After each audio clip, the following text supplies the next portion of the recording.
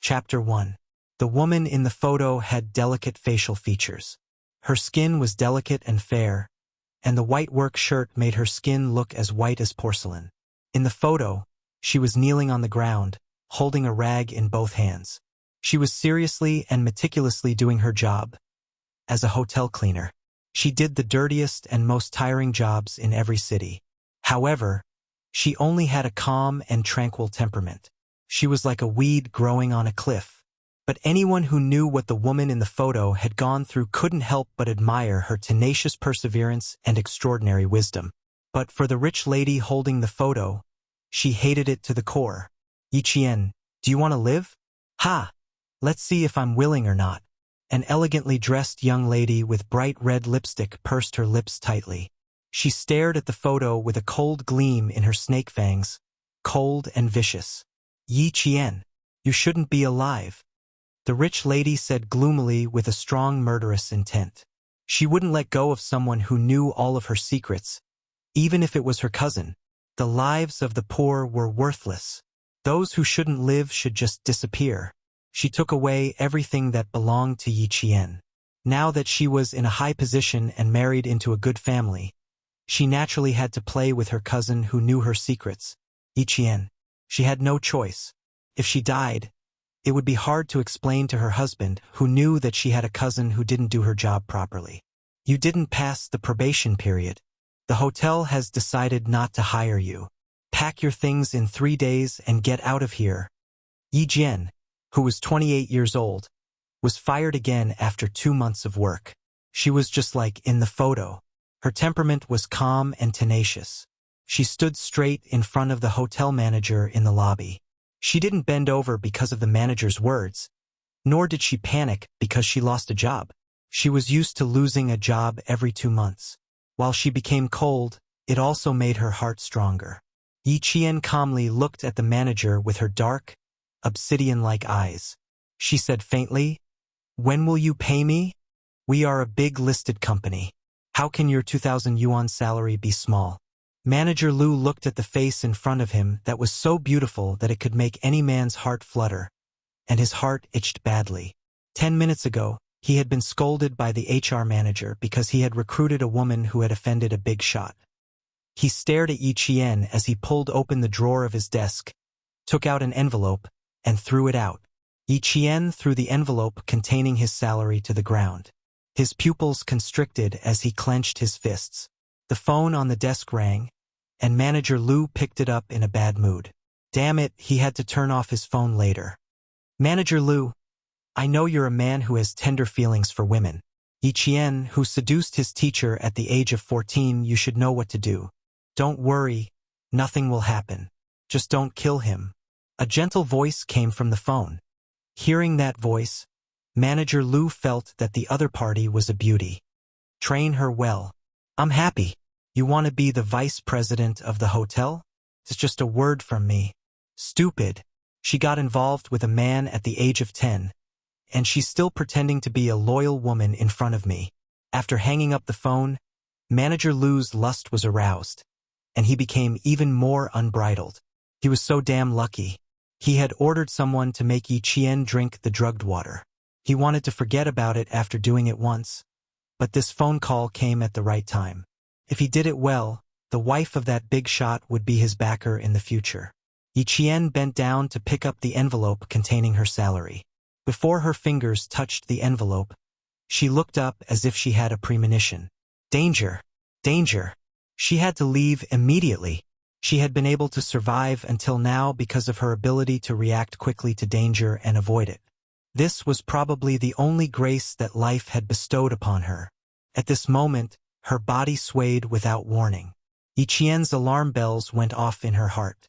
Before she could stand up, an indescribable feeling of embarrassment spread through her limbs and bones.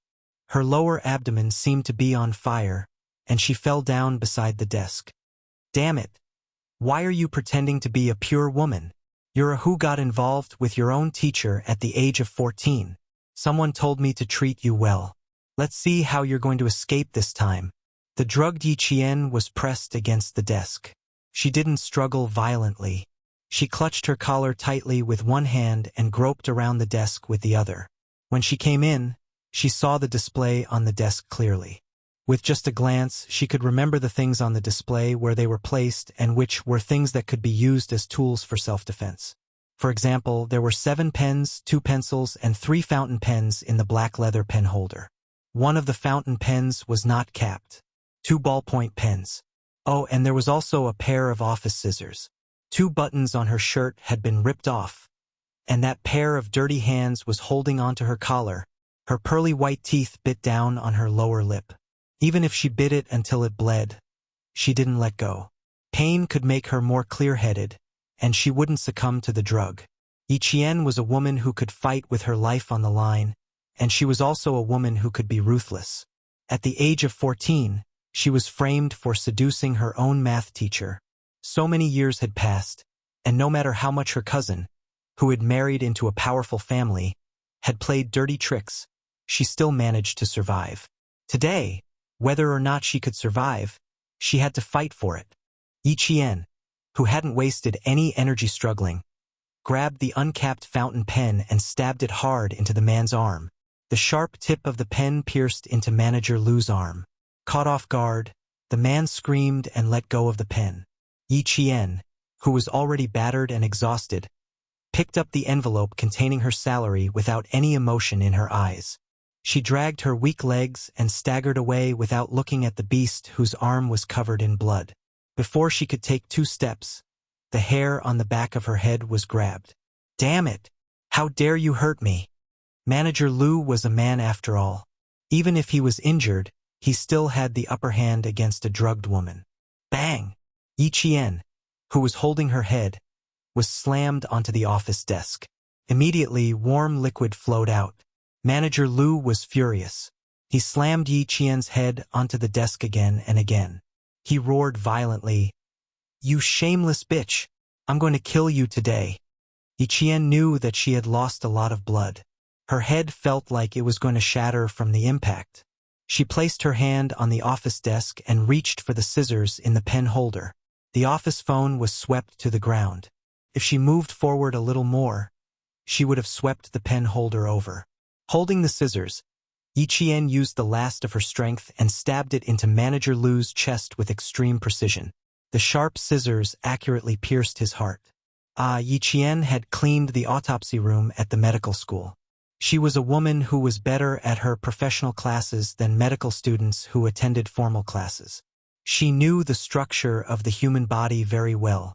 She couldn't just stab the scissors in, she had to pull them out.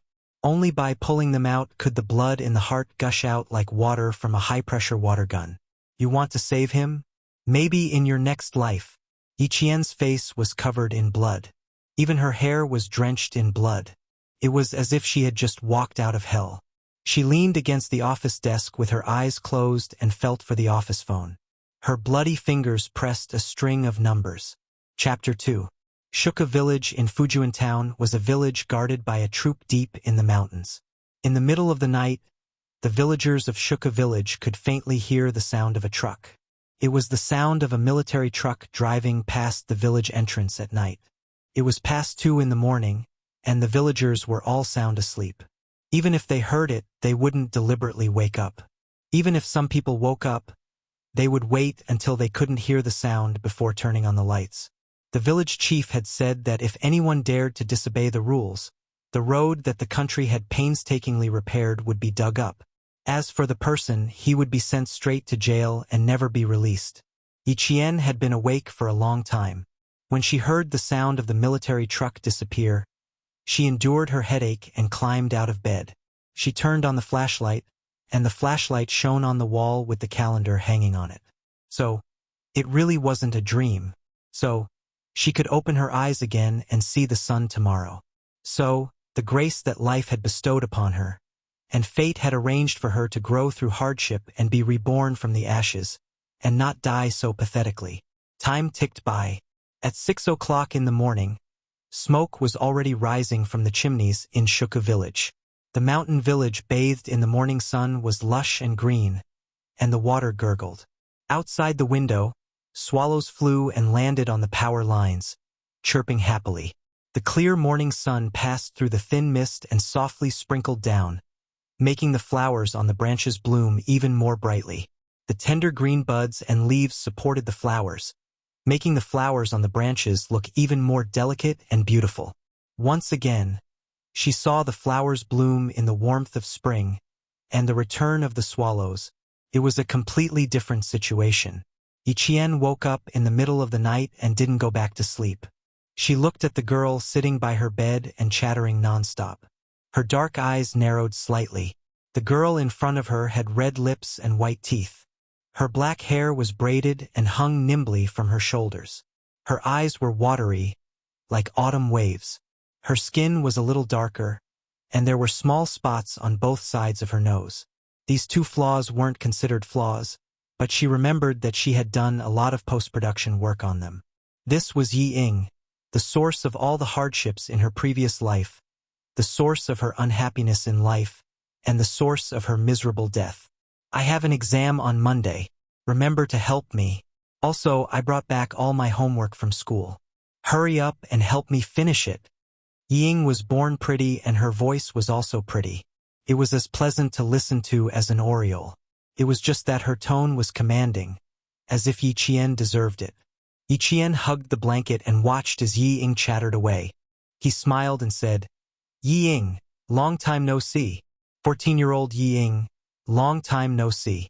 Long time no see. He had just met him yesterday. You must have gone stupid from the fall. The 14-year-old Yi Ying looked at her cousin who was half a year older than her and said worriedly, "You can't fall and become stupid. You're so beautiful. It'll be terrible if you fall and become stupid." She was so smart and smart. If she fell and became a fool, what would she do with her homework? Yiqian's eyes curved into crescents. The corners of his mouth revealed a very, very faint smile, as clear as a stream. "If I fall and become stupid, won't you be worse off? There was no one to help you with your homework, no one to give you the answers to your exams, and no one to help you get a good ranking. Sai, thinking about it, why do I feel like you'll be worse off?"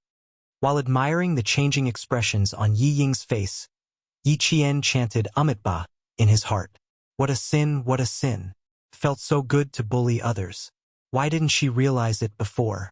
As a 14-year-old again, she had to cherish this opportunity. "You really fell and became stupid. Do I need you to help me with my homework?" Yi Ying gritted her teeth and said unhappily when Yiqian said what she was thinking. Her face was a mix of green and white. She tried hard to resolve her embarrassment, but in the end, she was still young and didn't have enough skills. It was inevitable that her expression would be a little twisted. Yiqian looked at her expression and felt as if his withered heart had been injected with fresh blood. His whole person became much more lively. Chapter 3. In Yi Ying's eyes, it was as if she was going to apologize to her at any time. She lifted her chin slightly, waiting for Yiqian to apologize. "It's been hard on you. You have to do your own things. I can't even refute you," Yiqian said with a smile, looking helpless. She raised her hand and rubbed her head. Ignoring Yi Ying, who was so angry that her face was distorted, she asked her to leave. "I want to change my clothes. You can leave first." "Yiqian, you bullied me." Yi Ying stood up, her watery eyes filled with tears. She looked delicate, but her actions were wild. She slammed the wooden door and left angrily. "Bullied? Yi Ying, I told you, just you wait." She was putting on her clothes slowly when she heard Yi Ying's pitiful cries from the courtyard. She was complaining to her mother. Yi Jian counted to 3 in her heart. When Yi Jian counted to 3, Sun Dongqing rushed in with a bamboo stick in her hand. She glared at Yi Jian and shouted angrily, "Stupid girl! You freeload in my house and bully your sister? Little brat! Don't let me feed you until you become an ingrate." She rushed in front of Yiqian. The bamboo stick was not aimed at his body, but at his face. How much hatred did she have for him? If she didn't hit him well, he would go blind. Yiqian had already dodged when the bamboo stick was about to hit his face. She had returned to her 14-year-old self. She would not allow herself to be hit again, nor would she allow anyone to hit her. No one could. Yi Ying even needs me to do her homework. It wasn't easy for me to persuade her to do her own things. Aunt, aren't you going to thank me? Why are you hitting me? Sun Dongqing was both an aunt and an aunt. Two sisters married into the same family. They were sisters in their mother's family and sisters-in-law in their husband's family. Oh, you dare to dodge? You didn't fall to your death yesterday. But today you know how to anger me. Sun Dongqing glared. She rolled up her sleeves and picked up the bamboo stick. Stupid girl, your mother isn't here anymore. I have to teach you a lesson. What a disgrace. Seducing your own teacher at such a young age. You should have been thrown out last night. Don't lead my Ying astray. Sun Dongqing had always been merciless to the daughter left behind by her elder sister. In her maternal family, she was proud and arrogant. She was bound to win in front of her elder sister. Now, there was only one orphan left in her elder sister's house. Shouldn't she discipline her properly? Her words made Yi Jian's eyes turn cold. Her delicate little face tensed up with a frosty expression. Seducing a teacher. When she woke up last night and looked at the wall calendar, she realized that she had returned to the spring when she was 14 years old. The first month of school was when the peach blossoms were in full bloom. That year, when she was 14 years old, she went to call Ying home from school. When she came out, she bumped into Ying, who was running towards her. Before she could say a word, she was pulled by Ying and started running. After running for a few dozen meters, she was tripped by Ying. When she fell, her forehead hit a moss-covered rock and she fainted on the spot. When she woke up, it was already Sunday morning, and there was a scandal about her seducing her teacher. And now he woke up on Friday night. The difference between one day and 2 nights was the key to her life. Chapter 4.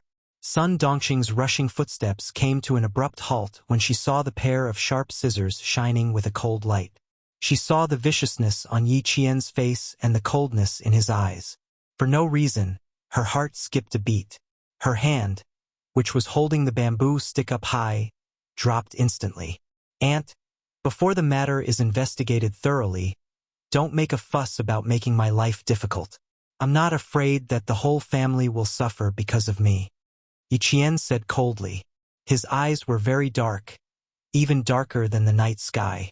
His eyes were especially bright as the stars. When he stared fiercely, the color in his eyes changed. His eyes were like the ever-changing aurora. Although they were beautiful, they made people feel fearful. Stupid girl. Let's see how long you can keep up your pretense. When the teacher comes looking for you, you can explain yourself. Facing Yi Qian's viciousness, Sun Dongqing's heart skipped a beat. Subconsciously, she thought, did Ying lie?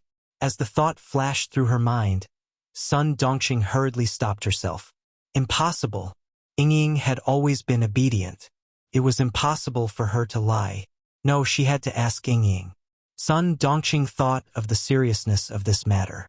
She threw the bamboo stick down and walked out. This matter happened to Yi Qian. She wasn't anxious at all. After all, she wasn't her daughter. Her mother-in-law also hated this granddaughter to death. But Sun Dongqing didn't know why, but she felt very anxious. She felt that something bad was going to happen. Yi Qian coldly watched her leave. The corners of his mouth curved slightly. In the mirror, she saw her own 14-year-old face clearly. Although her facial features were delicate, there was still a hint of youthfulness. However, the smile on the corners of her lips was already filled with the vicissitudes of life. Her gaze softened slightly. Her faint eyes had an extremely cold look. She looked up and saw Sun Dongqing hurriedly chase out of the courtyard. In the blink of an eye, she disappeared from her sight. Yi Qian coldly retracted his gaze. He found a comb and began to comb his black hair. Ying, this time watch carefully. Back then, I let you off because of a momentary lapse in judgment. Now, I will definitely make you beg for death. Under the peach blossom tree outside the house, Ying, who was folding peach branches, was frightened by Sun Dongqing's voice. She pouted unhappily. Mom, you scared me. Sun Dongqing couldn't bear to say harsh words to her daughter, so she asked in a low voice, What did you say when you came back yesterday? What's going on? What do you mean? Ying lowered her head, the tip of her nose gently touching the delicate peach petal. She hid the panic in her eyes. How would I know what's going on? Come in and tell me. Sun Dongqing looked around and made sure that no one was around. Then, she pulled her daughter into her bedroom and began to interrogate her. Yi Qian, who came out from the other side of the house, watched the mother and daughter tugging and pulling each other into the house. With a faint smile on his lips, he walked out of Sun Dongqing's house. This was not her home. Her house was located in the innermost part of the village, next to a bamboo forest. Every brick and tile had been added by her parents when they were still alive. Before the age of 4, it was heaven. In front of the house, there was a garden full of peach blossoms.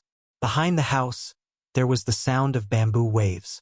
She sat under the peach blossom tree, resting her chin on her hands as she watched her mother read a poem aloud. Her eyelids gradually drooped as she fell asleep. Her father, who had just returned from digging up spring bamboo shoots, was beside her, peeling bamboo shoots while laughing. Occasionally, he would laugh and say, "Jane is like you. She likes to read." Her heavenly happiness came to an abrupt end at the age of 4. Yi Qian, who was reminiscing until tears flowed from his eyes, saw a villager walking over and quickly wiped the corners of his eyes. Before Yi Qian could greet the villagers, who were busy in spring, they surrounded her and asked about her health. "Aya, Miss Jian, you're awake? Does your head still hurt?" Chapter 5. In the face of their concern, Yi Qian rubbed her forehead in embarrassment. "It doesn't hurt anymore. I just accidentally tripped over Ying. Maybe I was too nervous about the exam at noon and fainted from the shock." "You child, why are you nervous about the exam? Ying is good at studying. Let her copy the exam for you." The villagers began to tease her. They all felt pity for this orphaned girl who had no parents and was living in her uncle's house. Now their gazes were kind and friendly, instead of pointing fingers at him. Yi Qian pursed her lips slightly and pretended to twirl her hair uneasily. She lowered her head and muttered, "She handed in the exam paper a long time ago. I couldn't copy it even if I wanted to. I only dared to hand in the exam paper when the bell rang." Her words made the villagers burst into laughter. Little Jian was an honest person. However, they did not know that Yi Qian was already paving the way for what would happen next. "Uncle, Auntie, I'm going home to take a look. Please take care of yourself." Yi Qian thanked them politely. Her delicate face had a slight smile. "I haven't been home for a long time. I'm going to tidy up." The villagers then realized that she was going back to her home in the village. "Uncle Jen should be there. He has a dog. Remember to shout before you enter the house." Yi Qian naturally remembered. She still remembered how she was wronged and ran home crying.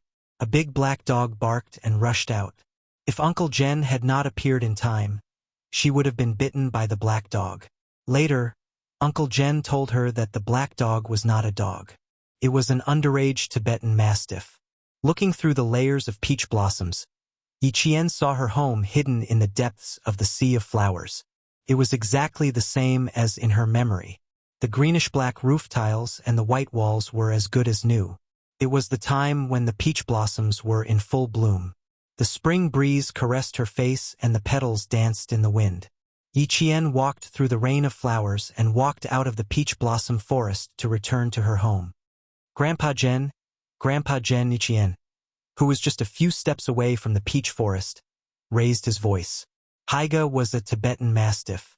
He had to shout in advance to prevent the same thing from happening in his previous life.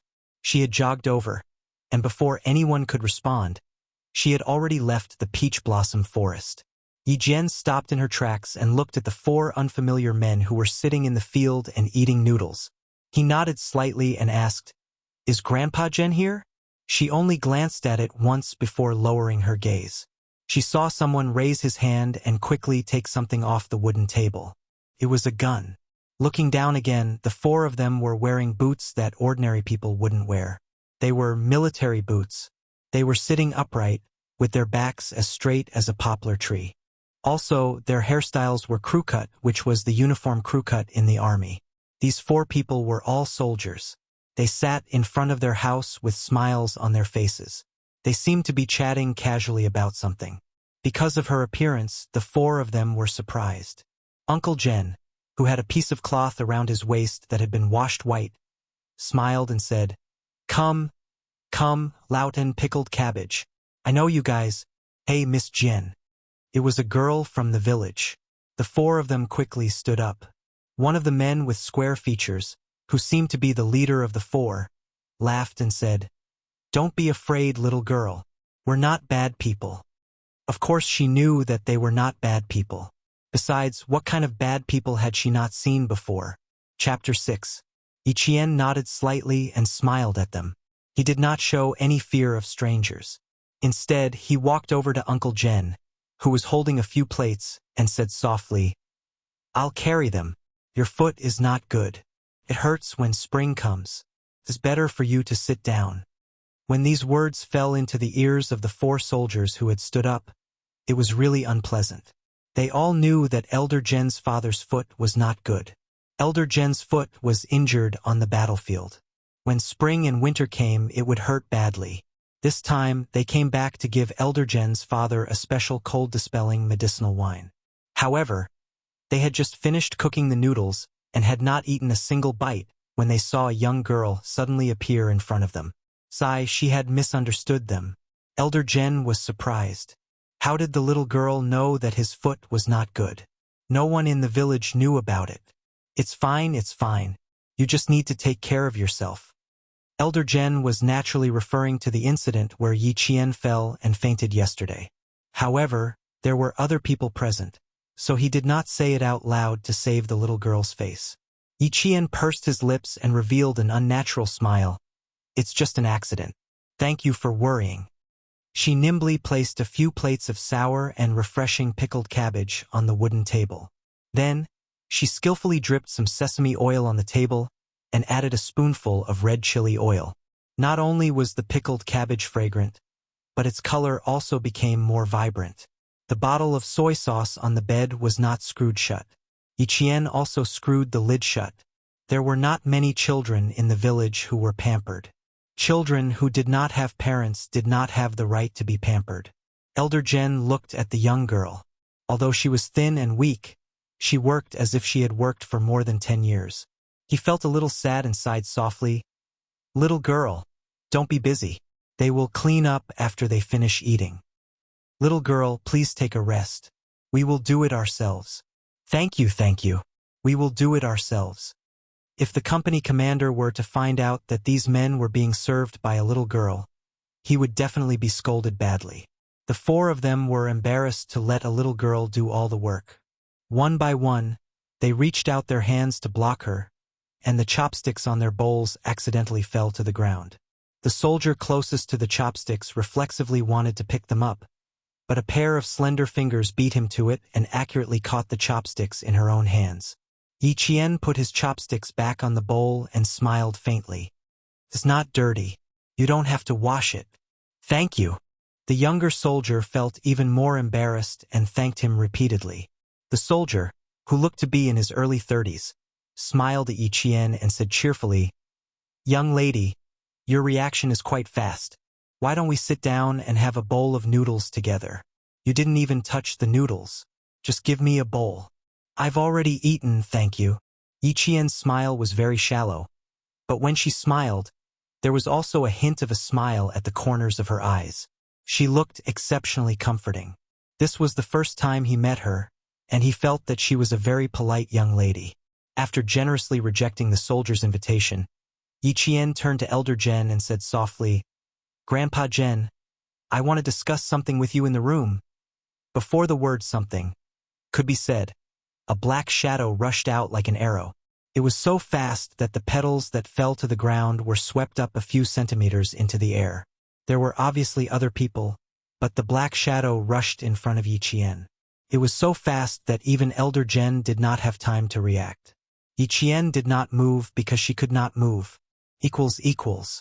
Chapter 7. Not only did the black figure rush in front of her, but it also stood up after letting out a low growl and placed its forelimbs on her shoulders. It was so close that Yi Qian could clearly see that Heiga's sharp canine teeth were stained with blood. A strong smell came from its nose and mouth. It was the Tibetan Mastiff. Heiga, don't move. Don't move. A few voices came at the same time. It was the 4 soldiers behind Yi Qian. They were telling Yi Qian to calm down and not scream or make any big movements. Yi Jian, who smelled the stench of blood, did not move. Instead, she tried her best to relax her shoulders and slowly adjust her breathing rate. The Tibetan Mastiff could fight a tiger, so it was best for her not to move. Uncle Jen did not move immediately. Instead, he clapped his hands lightly 3 times. Hei Jie, whose fur was standing on end, let out a low growl and bared its fangs ferociously. It looked like it was going to bite Yi Qian's neck in the next second. The man and the dog looked at each other for a few seconds. Hei Jie let out another low growl and moved away from Yi Qian. It obediently leaned against Uncle Jen's side. Yi Qian, whose expression did not change, took a deep breath and finished what she wanted to say with a smile. Grandpa, I have something to tell you in the room. There were many brave people, but not all brave people could be so calm. What was a Tibetan Mastiff? The 4 soldiers sitting there all knew what it was. The Tibetan Mastiff by Uncle Jen's side was the first generation of the Iron General. Its fighting ability, reaction speed, and ferocity were all at the first level.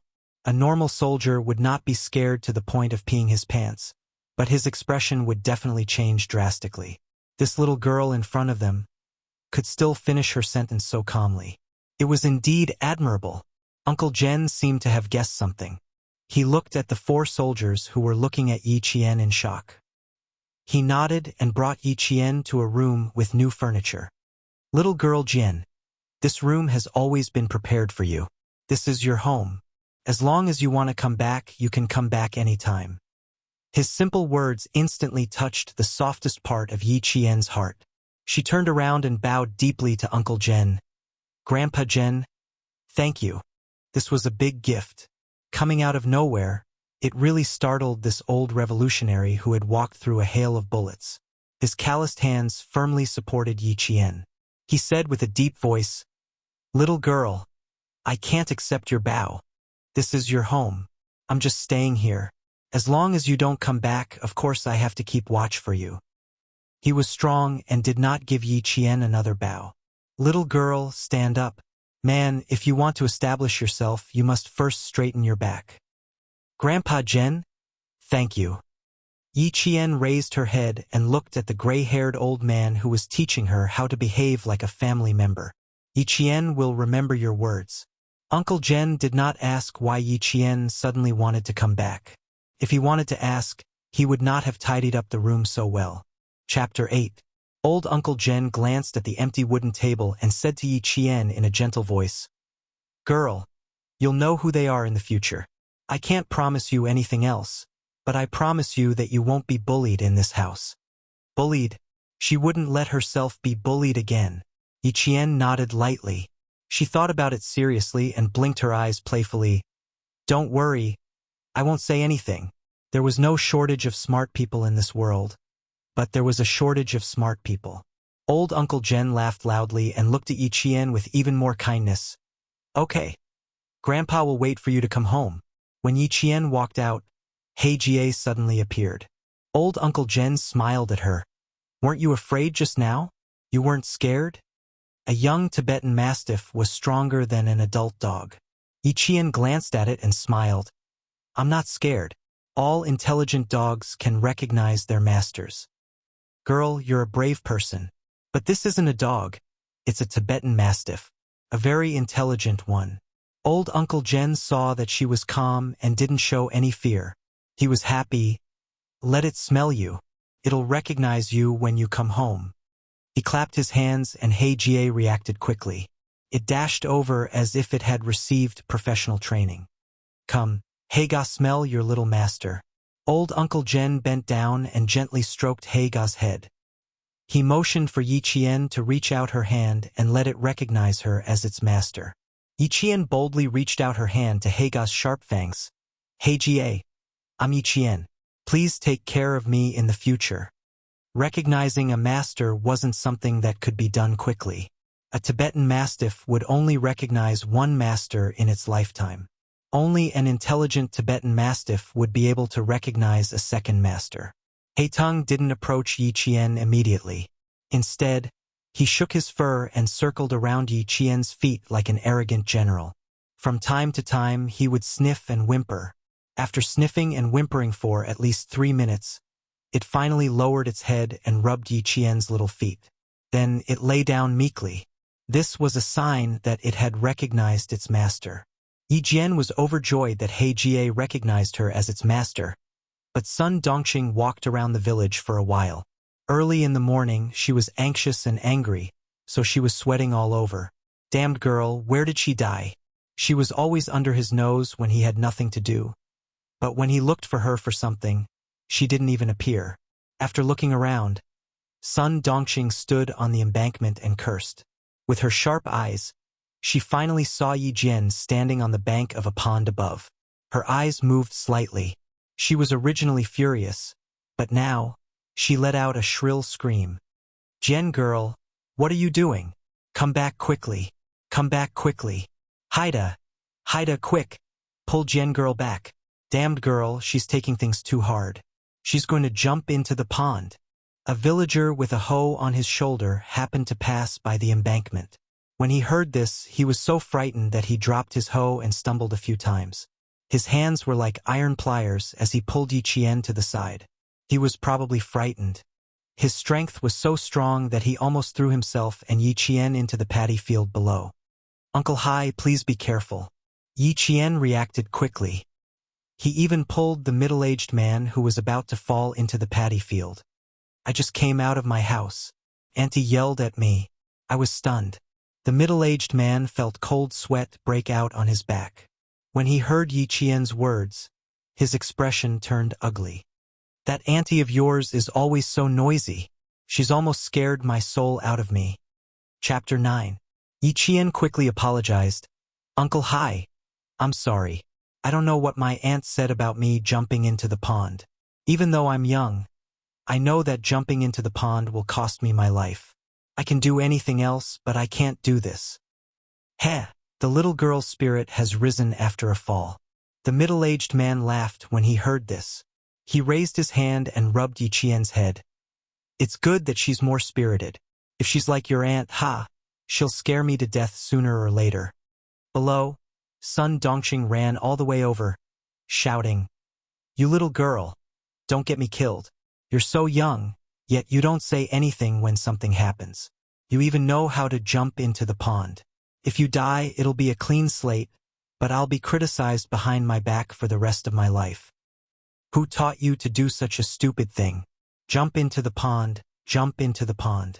Stupid girl, if you have the guts to jump into the pond, why don't you have the guts to let the matter rest? Yi Qian saw her shouting and her actions were extremely exaggerated. In order to show that she was really anxious, she purposely missed her foot and stepped into the water field. When she pulled her foot out, she realized that her leather shoe was stuck. She even remembered to pull it out and put it on before running. After running for 2 steps, she fell again. She didn't even have the dust on her body, making it seem like she was really anxious. Her voice was loud and the matter was so serious that the villagers who were busy at home all rushed over. They didn't understand why they came back. They only heard Sun Dongxing's shouting and thought that Yi Qian had done something embarrassing and felt that she was going to jump into the pond. What happened? What happened? Little girl Jian jumped into the pond? How can a child know how to jump into the pond? Quick, go and see what happened. That woman Sun Dongxing is so scared.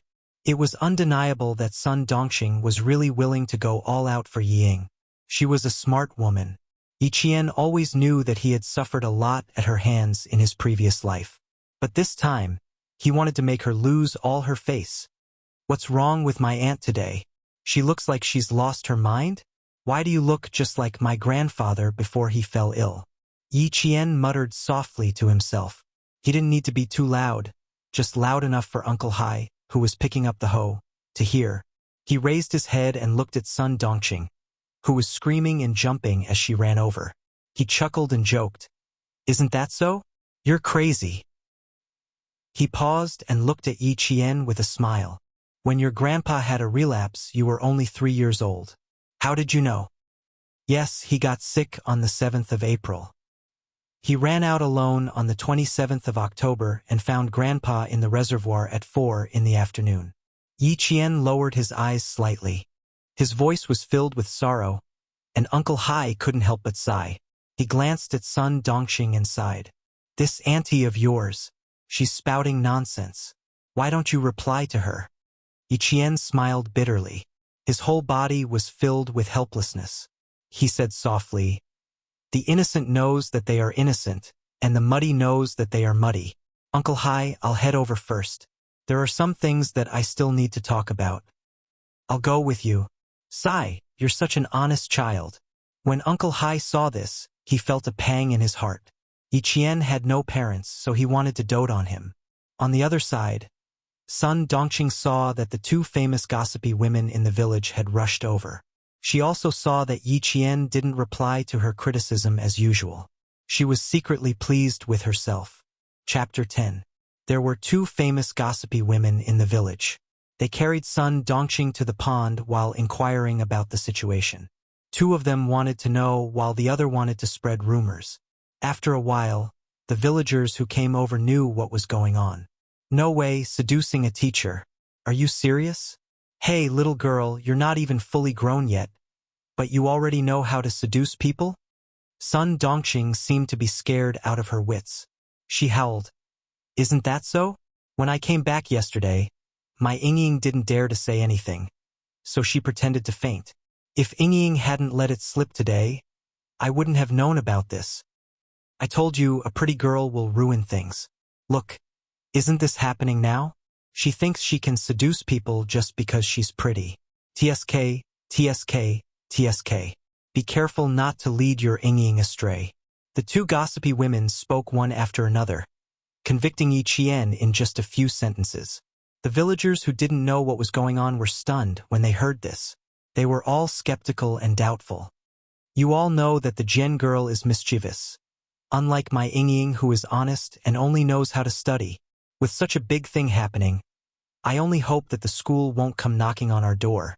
Sun Dongxing howled even louder, throwing all the blame on Yi Qian. Onto you, I've never thought of myself as pretty, and I've never done anything just because I'm pretty. I really can't bear to hear you say that. What would a little girl like you know? Yi Qian walked over and stood in front of them, blocking their way. He raised his voice and said calmly, And Auntie Chiu, you know that I'm not fully grown yet. How could you believe that I seduced a teacher? Your daughter is my classmate. You can ask your daughter Wenli if I seduced a teacher. Have you 2 seen me seduce a teacher with your own eyes? I, Yi Qian, may not have parents, but I know that a teacher is not to be bullied. The best way to fight back was to stand up bravely in the face of rumors and slanders. Yi Qian's experience from his previous life allowed him to stand upright in front of them at the age of 14. Her gaze was as clear as the sun at this moment, so clear that it was as if all the darkness could be seen in her eyes, and there was nowhere to hide. Sun Dongxing was stunned when Yi Qian stood in front of her and said his first sentence. This wretched girl actually dared to talk back to him and even talked back in front of the neighbors. After being stunned for a while, he thought to himself, oh no, I'm afraid that this wretched girl is not easy to deal with. Throwing a tantrum and pestering endlessly was her specialty. When she saw that the situation was not right, she cried out ayaya and started to make a fuss. Elder sister, you left a troublemaker with me. She even knows how to talk back. Are you trying to piss me off? Are you trying to piss me off? Aunt Yu and Auntie Chiu were still supporting her on either side. After Yi Qian finished speaking, they couldn't help but look embarrassed. When Sun Dongxing started to make a fuss, the 2 of them tactfully let go of her. She continued to make a fuss. Yi Qian looked on coldly, pursed his lips and calmly said, I was an orphan when I was young. This is something that everyone in the village knows. Auntie, you don't have to talk about it every day. It's precisely because I'm an orphan that I have to be more careful. Because I don't have the qualifications to cause trouble. Chapter 11. When Sun Dongxing heard this, she immediately stood up from the ground. She stopped complaining and slapped her thigh. You dare to talk back? You wretched girl. Do you respect me as your aunt? You dare to talk back to your elders like this? I know what kind of person you are. You even dare to talk back to your elders. Seducing a teacher, you think you can't do it? Aunt, you said that I seduced a teacher. Have you verified it? Have you gone to the school to ask? Have the teachers come to our house? Did you ask Ying what's going on? Yi Qian calmly dragged Ying into the conversation. Not only did she stand upright, her words were even more upright. A few villagers that Yi Qian met early in the morning also gathered around. They understood what was going on and started talking about what happened yesterday. Little Jian was in the middle of an exam. What do you mean by seducing a teacher? Wasn't it Ying who dragged Miss Jian away and tripped her? How is this related to seducing a teacher? Sun Dongqing could no longer keep up with Yi Qian's pace, especially when Ying was mentioned. She panicked and wanted to interrupt, but there was no chance. The villagers started talking among themselves and comforted Yi Qian. There's no smoke without fire. You didn't do it, so why would others accuse you? Sun Dongqing was furious. She pulled apart the neighbors around Yi Qian and pointed at Yi Qian. Flies don't bite a flawless egg. If you were a good person, no one would dare to criticize you. Yi Qian looked straight at her and even smiled faintly. No matter how good an egg is, it can't withstand being slandered.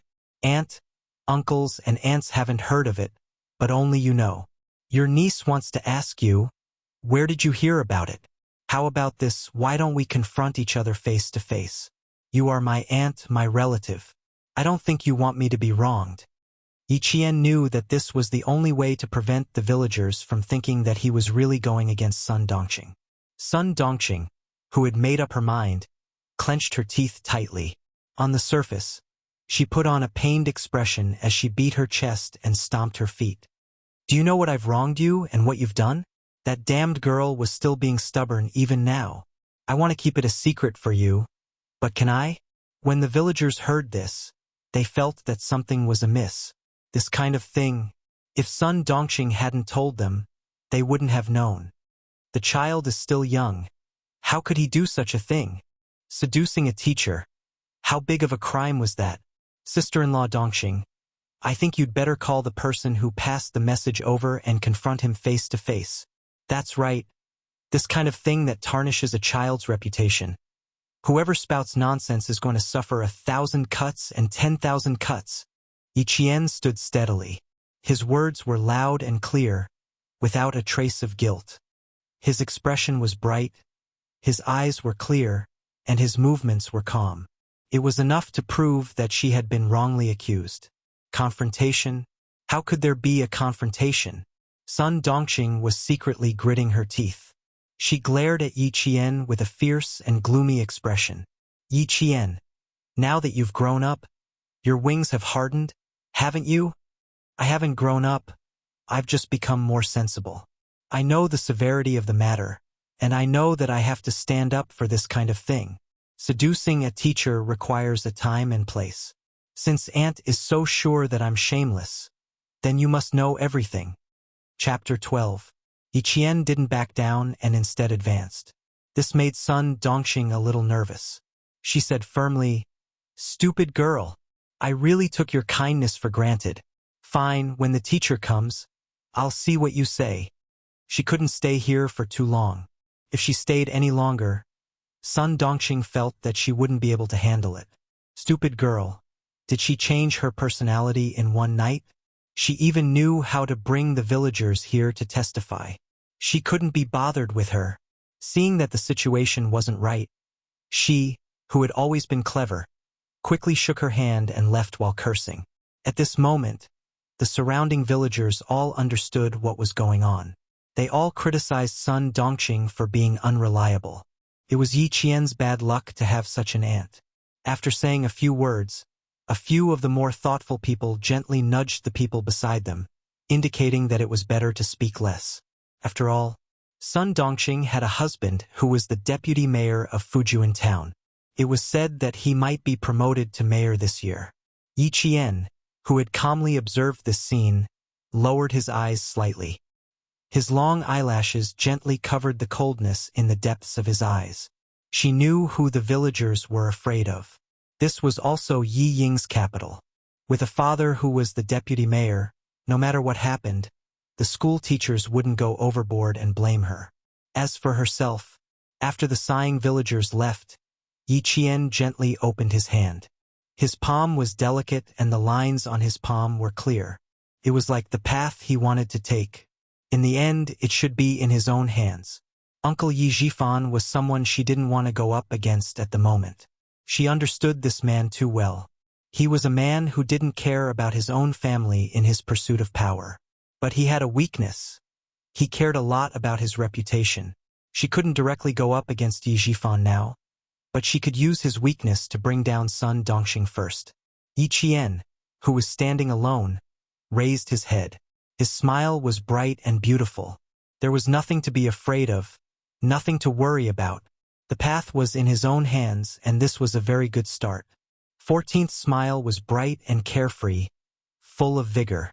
Her beautiful facial features were devoid of any haze, only hope for the future. Her smile was so glaring in Yi Ying's eyes as she walked over. Yi Ying wanted to pounce on her and scratch her face. Yi Jian, who had always been sensitive, calmly stopped smiling when she saw the malicious gaze behind her, which was as sharp as a needle. She turned around and looked at Yi Ying, who was glaring at her. The corners of her mouth curled up slightly.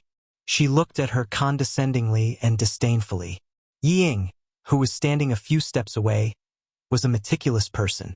After she understood what was going on, her expression changed drastically, and anger rushed to the top of her head. Yi Qian. She gritted her teeth and growled in a low voice. She took a few steps forward and stretched out her hand to push Yi Qian away, as if he was at home. Suddenly, out of the corner of her eye, she saw a few villagers looking over. She reacted quickly and immediately put on a sisterly expression. She reached out and placed her hand on Yi Qian's shoulder. Yi Ying, you disgust me, and I disgust you as well. Yi Qian avoided her easily and didn't let her act disgust him even more. He chuckled coldly and said, "You know what I mean. Don't put on an act for others to see." In the eyes of the villagers, Yi Ying from the deputy mayor's family had always been obedient. She was good-looking, good at her studies, and had a good personality. Chapter 13. I'd like to see if you've really changed. Yi Ying couldn't be bothered to keep up the act. She wasn't the scheming Yi Ying anymore. Yi Ying couldn't be bothered to keep up the act. She was no longer the scheming Yi Ying. Yi Ying couldn't be bothered to keep up the act.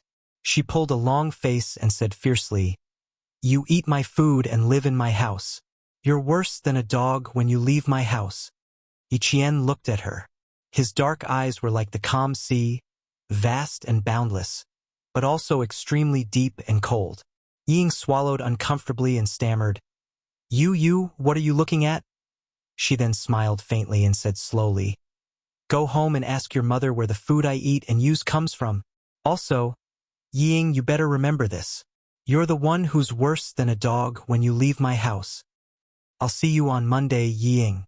Monday, Fujian Town Middle School's second-year mock exam. Don't underestimate this town's middle school.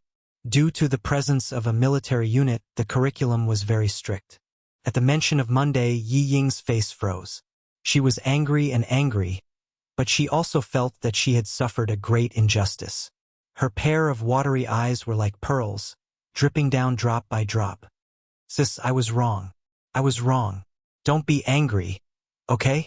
Yi Ying's heart was filled with hatred, but she immediately admitted her mistake. She was like a temperamental child who could easily be forgiven by an adult. Yi Qian glanced at the hand tugging at his sleeve and looked over with a half-smile. "I've seen plenty of two-faced people. The more you hate me now, the more aggrieved your expression is. I know what you told your mother." As Yi Qian spoke, he suddenly leaned over slightly.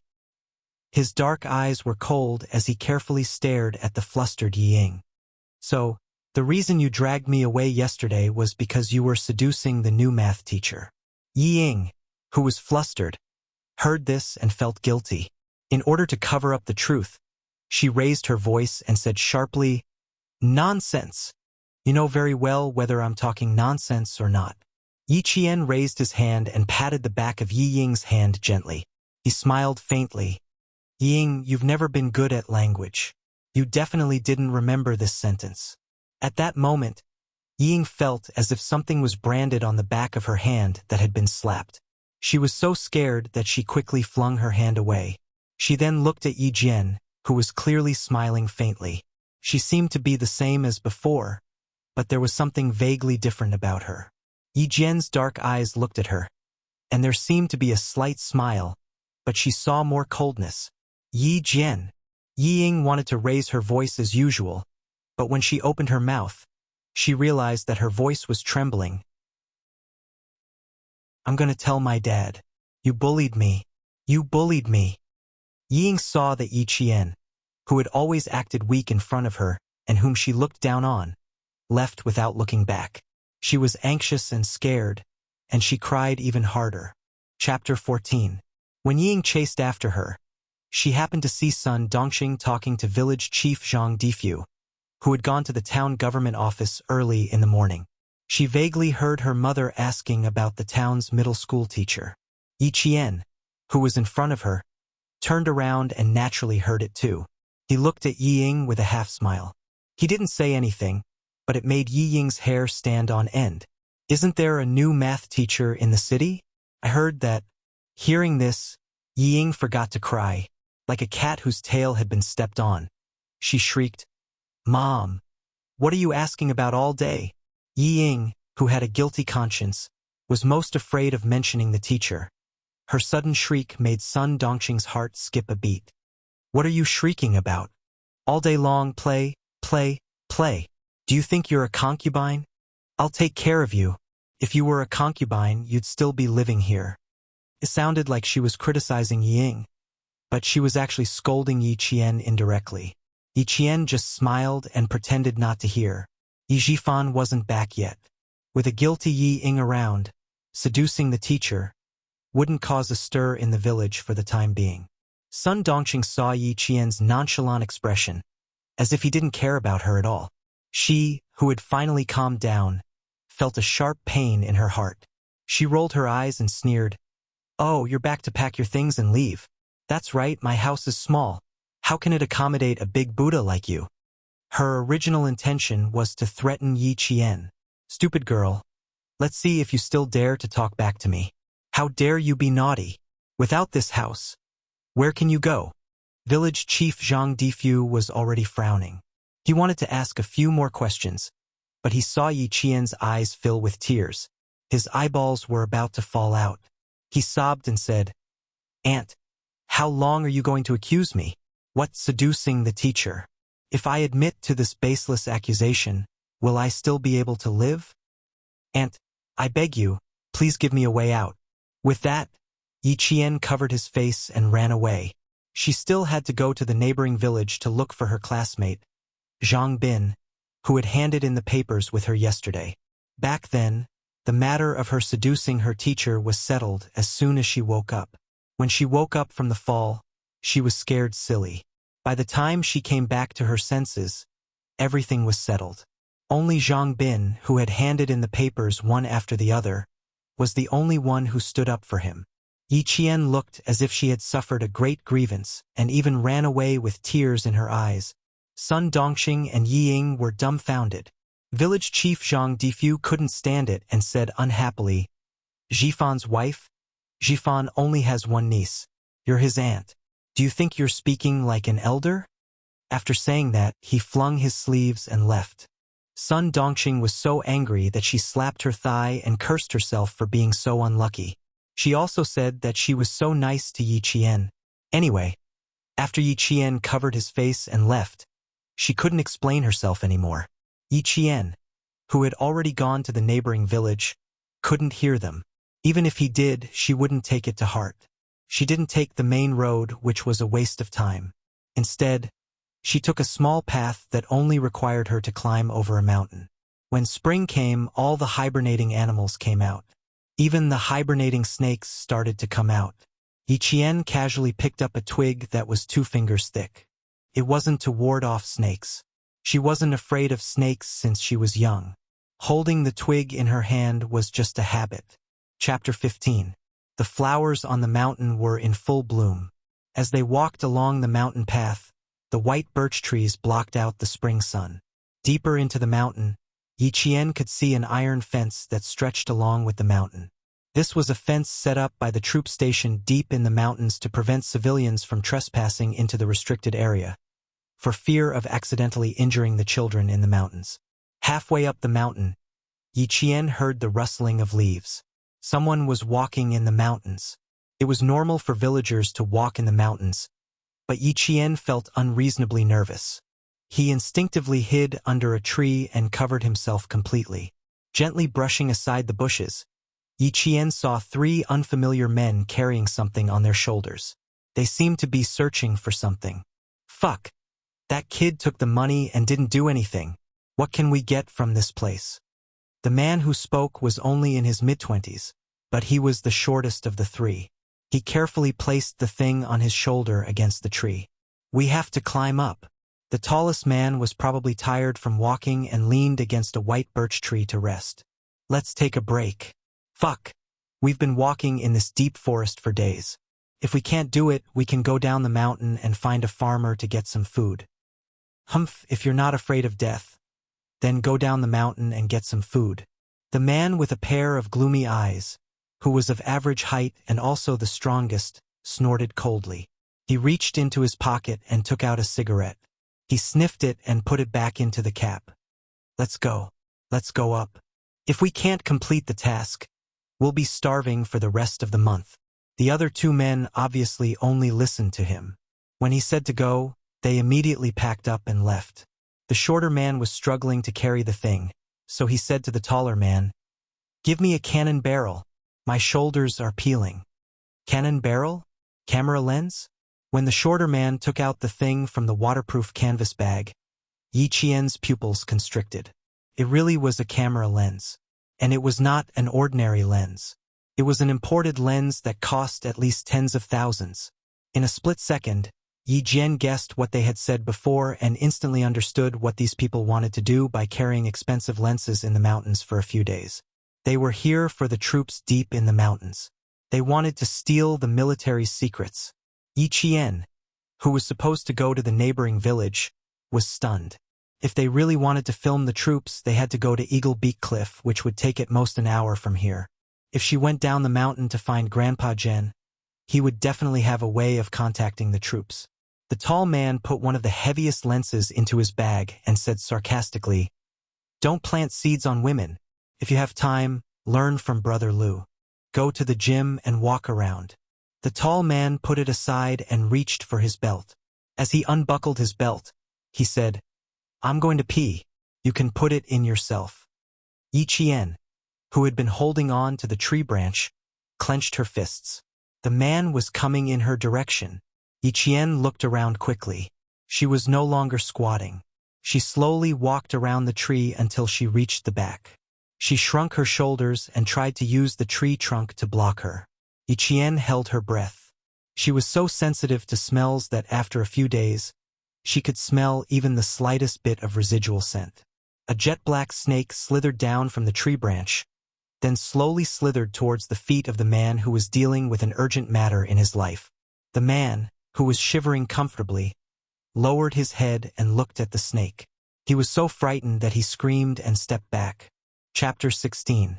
If they couldn't hide, then there was no need to hide anymore. If they continued to hide, it would only boost the other party's morale and put them at a disadvantage.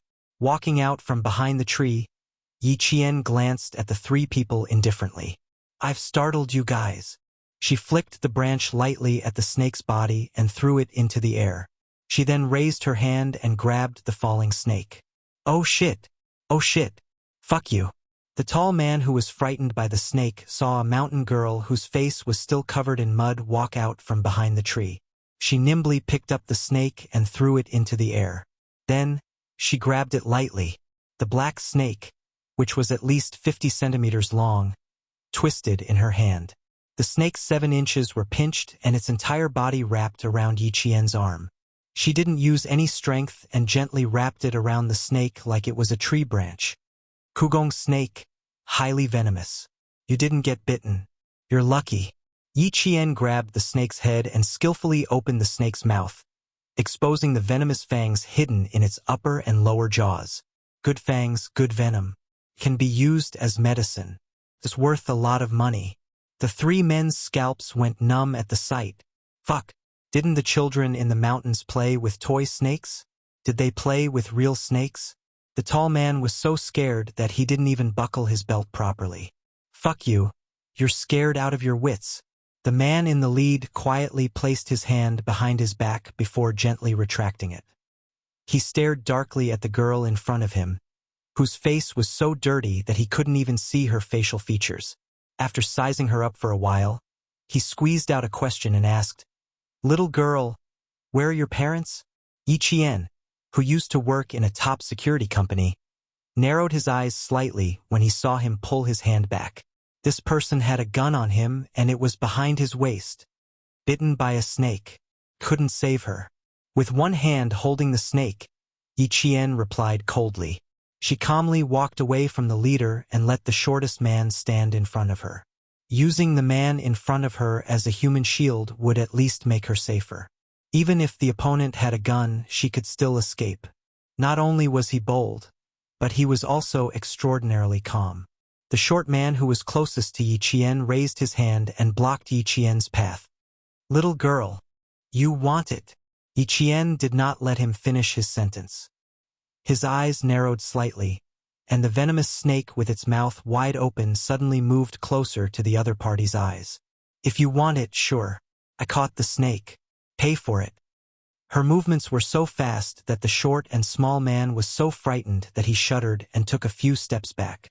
He gasped and shouted, "Fuck! You scared me to death. Who the hell wants to buy it?" The mountain path was only so wide, and he bumped into the leader, who was unprepared for the sudden retreat of his men. Crash! Both of them fell into the bushes on the side of the road. The leader who fell accidentally revealed the gun at his waist. This made Yi Qian's pupils contract. He nimbly turned around and walked down the mountain. When the tallest man saw his men fall into a mess, he, who had gathered his courage to stop Yi Qian, hurriedly shouted, "Brother Kuan!" Fuck! Brother Kuan, who was the cushion, fell until his face turned black. The guy who was on top of him was still scrambling to get up. Out of the corner of his eye, he saw the village girl who caught the snake walking down the mountain. Brother Kuan fiercely shouted, "Stop her!" Chapter 17. All snakes were agile. As long as their weak spots were not pinched, they were extremely aggressive, especially poisonous snakes. The free Mr. Crow moved its body and opened its mouth wide, biting Brother Kuan's arm. Ah! Brother Kuan, who was bitten, grabbed the Mr. Crow snake and threw it into the forest. He gritted his teeth and said, "Get them back here. This stupid girl knows what we're talking about." It was not easy to catch up with Yi Qian. After her first accident in her past life, she had developed the habit of running in the morning to make her body stronger. She had a strong personality and never stopped running even if it was raining or snowing. Otherwise, how could the boss of the security company, who also ran every day, let her into the security company when she did not have an identity card and a household register? A 28-year-old soul and a 14-year-old body combined so well. The mountain wind blew past her face and the trees behind her. She was able to shake him off from afar. It took less than 10 minutes to run from the mountainside to the foot of the mountain, but Yi Qian did not choose to run on the mountain path.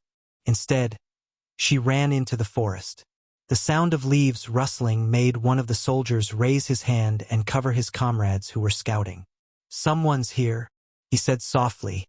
The sound of leaves rustling suddenly reached his eyes. She was extremely fast and rushed out like a chamois in the forest. She bumped into the muzzle of the soldier's gun.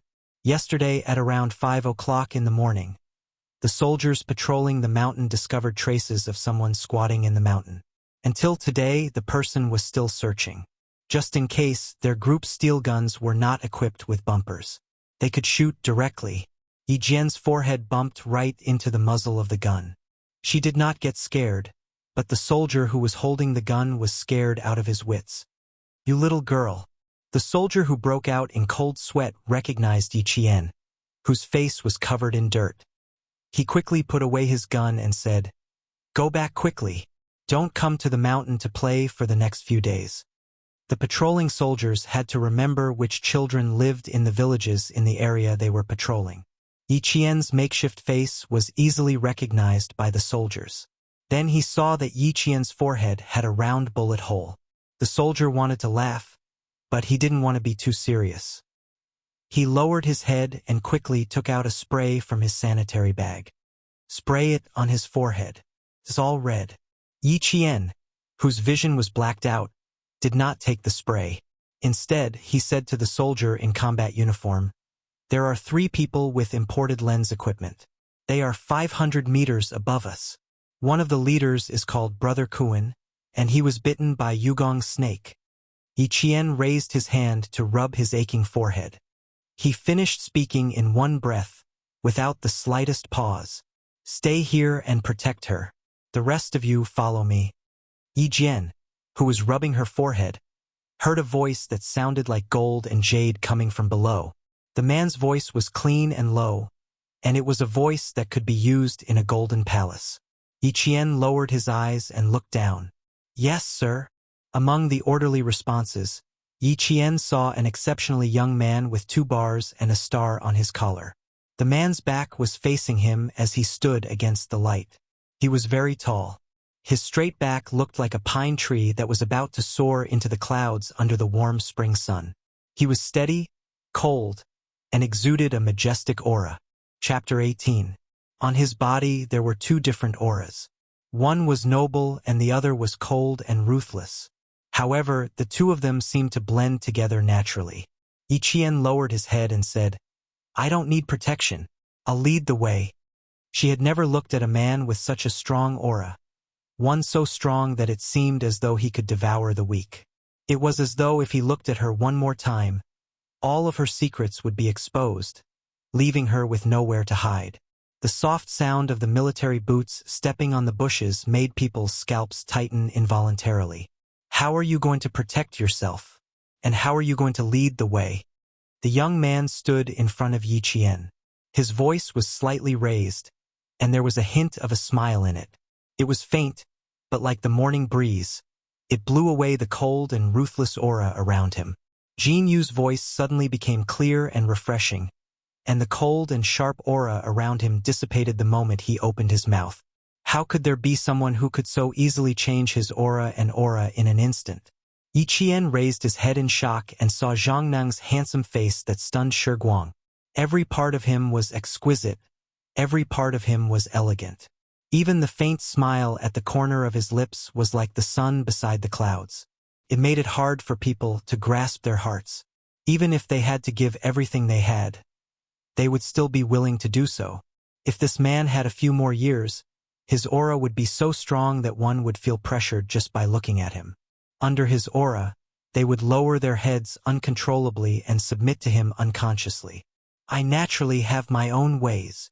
Yi Qian looked at him and said calmly, "No matter how handsome or noble a man was, it was enough to just look at him. I'll lead the way. It will save you a lot of time. Also, that man called Kuan-ji has a gun on him. You guys be careful." Naturally, I have my own ways? Because the other party was a little girl. The man who had a rare smile on his face for fear of scaring her heard those words. But when he heard that, his eyes gradually darkened. His thin lips were no longer smiling, and he appeared exceptionally cold and stern. Even the cold air that he had restrained was slightly released once again. Yi Qian, who did not avoid his gaze, continued to stare at him. He saw the young soldier's dark eyes, which were as vast as the night sky, gradually turn cold. The faint smile in his eyes disappeared, and when he spoke again, his voice was deep and cold. "Little girl, protecting yourself is not just for show. As for leading the way," Xia Jinyuan knew that the elders in the mountains would often guide the soldiers in the army, but he had never let a teenage girl lead the way. In his eyes, Yi Qian was still a little girl. However, in her eyes, he was just a young soldier in his early 20s. Yi Qian chuckled and said indifferently, "Major, you should choose to believe me instead of standing here and talking to me." The young major's black eyes, which were as sharp as an eagle's, sized up the little girl in front of him who had her back ramrod straight. Then he nodded his head. He seemed to be admiring her, but there was also a deeper meaning behind his words. He said indifferently, "You are very bold." He walked past Yi Qian and ordered the soldiers who stayed behind, "Escort her down the mountain. Before the suspect is found, seal the mountain." Although he was young, he was already an officer with real power. Yi Qian, who did not back down because of this, turned around and looked at the major straight back. He smiled slightly. "Kuan-ji was bitten by the crow snake I threw out. If it isn't dealt with in an hour, his life will soon be in danger. Major, can you find him within an hour?" Chapter 19. Xia Jinyuan had never been threatened like this in his entire life. He did not expect that the young girl in front of him would be so bold as to follow them into the mountains. The sun shone through the leaves and scattered sparsely. Standing in the mottled light, the girl had a pair of dark eyes that were filled with tenacity. They were dark and had an all-encompassing coldness. The expression in the girl's eyes did not match her age. It was quite appropriate to describe her as mature. The determination in her eyes made him feel a little reluctant to reject her. "Little girl, if you want to lead the way, you have to follow us yourself. Lu Bing, take care of her." Xia Jinyuan did not choose to believe that she would lead the way because he did not want to continue talking to this young and mature girl. He wanted to take her to the mountains and let her know what danger was. Only then would she be completely obedient. His strides were huge. Dressed in a combat uniform and army camouflage, he held onto a bush with one hand and jumped lightly. His arched back made him look like a ferocious beast that had its eyes on its prey in the forest. The soldier who was left behind, Lu Bing, took off his helmet and laughed. "Little girl, you actually have the guts to threaten Captain Xia. Fortunately, you are not his soldier. Otherwise..." He took off his helmet and placed it directly on Yi Qian's head. "Otherwise, you would have to fix it. Wear your hat and follow closely." Captain Xia was referring to the young major. What was there to be afraid of? She naturally had her own reasons for bringing it up. Yi Qian did not even have the chance to refuse to wear his helmet. He held onto the bush with both hands and followed closely behind her. "There are traces of squatting here. There are traces of a tripod. Take a picture of this as well." Yi Qian quickly caught up and saw the soldier who was supposed to be chasing the criminal and the man called Captain Xia standing together. He pointed to a spot and a soldier took a picture with his camera. Xia Jinyuan had already heard the rustling of the bushes behind him. He was a little surprised. The little girl was quite wild. She caught up so quickly. "I met them a little on the other side, but they're gone now." Yi Qian pointed at the slope in front of them and pursed his lips. "However, I'm sure they won't dare to walk up the mountain. After being bitten by a snake, walking on the mountain was a dead end." Xia Jinyuan obviously understood what she meant. He turned to look at her and smiled faintly. "That's right, so we can collect evidence first." All signals in the surrounding area had been blocked. It was impossible for the people who had escaped into the mountains to send out information or call for help. Although this was a man with a cold aura, when he smiled, he was indeed very charming. Yi Qian had always thought that she was not a woman who would be dazzled by a man, but at this moment, she could not help but take another look. The cool mountain breeze blew over, and when it blew away the flash of light for a moment, it also carried a trace of smell. Holding her breath, Yi Qian took another light breath. Her eyes suddenly lit up and shone with a diamond-like light. She took a few light steps to Xia Jinyuan's side and said in a youthful voice, "How much longer do you need to collect evidence? They haven't gone too far. We can catch up with them immediately." Xia Jinyuan's intimidating black eyes were sharp as he looked indifferently at the girl who was only a fist away from him. Chapter 20. Xia Jinyuan, who always had his own plans for the operation, did not answer immediately. Instead, he quietly looked at the little girl who had a determined and cold expression in her eyes. Perhaps it was because he had been silent for a long time.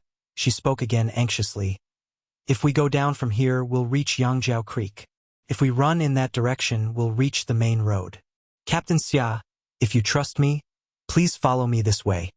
Yi Qian, who had chased after them in a hurry, had a small cut on her face from the leaves of a shrub. Her forehead was red and swollen, and her little face was dripping with blood. However, her gaze was firm and unwavering, like a sapling that had taken root at the edge of a cliff. Even the wind and rain could not break her proud and unyielding character. Xia Jinyuan was silent for only a few seconds. His thin lips curved slightly.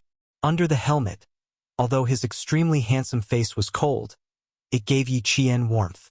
Because he said, "Okay," concise and crisp, without any pause. "I can guarantee it." Yi Qian pursed her lips and nodded gently. She said in a clear and childish voice, "None of you are as familiar with this place as I am. You won't go wrong if you follow me." Xia Jinyuan, who was smiling, clasped his slender fingers together, then slowly and coldly waved them out, indicating for Yi Qian to go first. "I can also guarantee that with us around, you'll return home unscathed." Sometimes one chose to believe because of a look, an action, or a sentence from the other party. Xia Jinyuan believed in Yi Qian because he could see calmness and confidence hidden beneath the calmness in her eyes. She was an interesting little girl.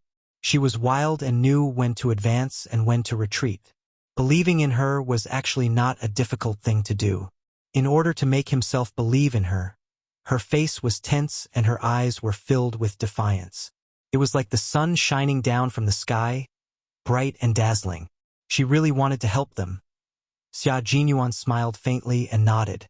He said in a low voice, "We'll be in front and you'll be at the back. Don't act rashly under any circumstances. Okay, I won't be a burden to you." Yi Qian knew that he heaved a sigh of relief. The wind blew gently again, and the smell in the wind grew fainter. The soldier in charge of the map glanced at Yi Qian and whispered to Xia Jinyuan, "Captain Xia, she's right. This is the fastest way to escape to the main road. You three this way." Xia Jinyuan's slender fingers gently stroked across the map, with a serious and cold expression. He was like a king who was guiding the country and guarding his great mountains and rivers. "The three of you stay here and guard the rear." Xia Jinyuan raised his head and looked coldly in the direction of Yi Qian. "Little girl, since you know he has a gun, you'd better hide it well." Yi Qian nodded. "Okay." Although the soldiers didn't quite understand Xia Jinyuan's decision to bring a little girl with them, they didn't immediately ask. They carried their guns and quickly chased after them under Yi Qian's lead. There was no mistake in the direction she chased in. A soldier who used to be a scout secretly looked at Yi Qian, who was walking in front of him, in surprise. This little girl didn't observe her surroundings, didn't look at the scene, and didn't analyze the possibilities. How did she do it? Compared to the scout's surprise, Xia Jinyuan was only shocked for a short while before calmly accepting it. Chapter 21. Yi Qian, 14 years old, second year of middle school. No parents after the age of 4. Lu Bing recognized Yi Qian at first glance, so when Xia Jinyuan asked, he succinctly and clearly explained the situation. Everyone in the village said that she's a pitiful little girl. Children without parents to take care of them were usually more sensible and knew how to survive. Xia Jinyuan looked at the figure that was even more agile than a swallow flying through the forest, and his gaze slightly narrowed. She had a tragic background, but he couldn't see any haze in her. He could only see the strength in her eyes. He only glanced at her once, but it was hard for Yi Jian to ignore his gaze, especially when he had such a strong aura. When she turned back to look at him, she only saw him calmly retracting his gaze, leaving her with an extremely elegant side profile. He instructed the soldiers, "Send the coordinates back to the troops and seal off the exit to prevent reinforcements." Once the target was locked, it was time to close the net. Yi Qian kept her promise and stopped after a certain distance. "It should be in front. We can still hear the sounds." She knew that too? They didn't notice. Xia Jinyuan couldn't help but squint. She raised her hand and gestured to them to move forward. The group of people searched in the direction she pointed. It was indeed in front. The rustling of the leaves was obviously different from the sound of the wind. She wondered if they could tell the difference. Yiqian pursed her lips and thought.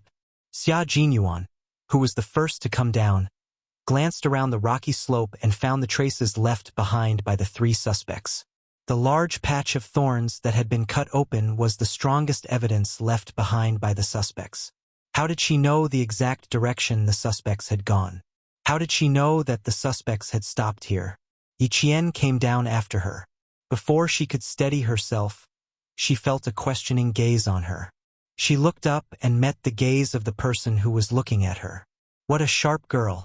Xia Jinyuan suppressed the growing doubts in his heart and reminded Yiqian again. Hide well and wait for us to come back. I'll send someone to send you back to the village later. Who asked him to send someone? As soon as they left, she immediately turned back. She only helped them because in her previous life, when she was at her lowest point, a soldier wearing the same military uniform bought a ticket for her. This was a favor that he would never forget, no matter what. Brother Kuan and the other two were captured while they were resting. As Yiqian was leaving, he vaguely heard the sound of a gunshot behind him. Finally, everything returned to silence. Yiqian did not go back the way he came. Instead, he went to the spring and washed his face.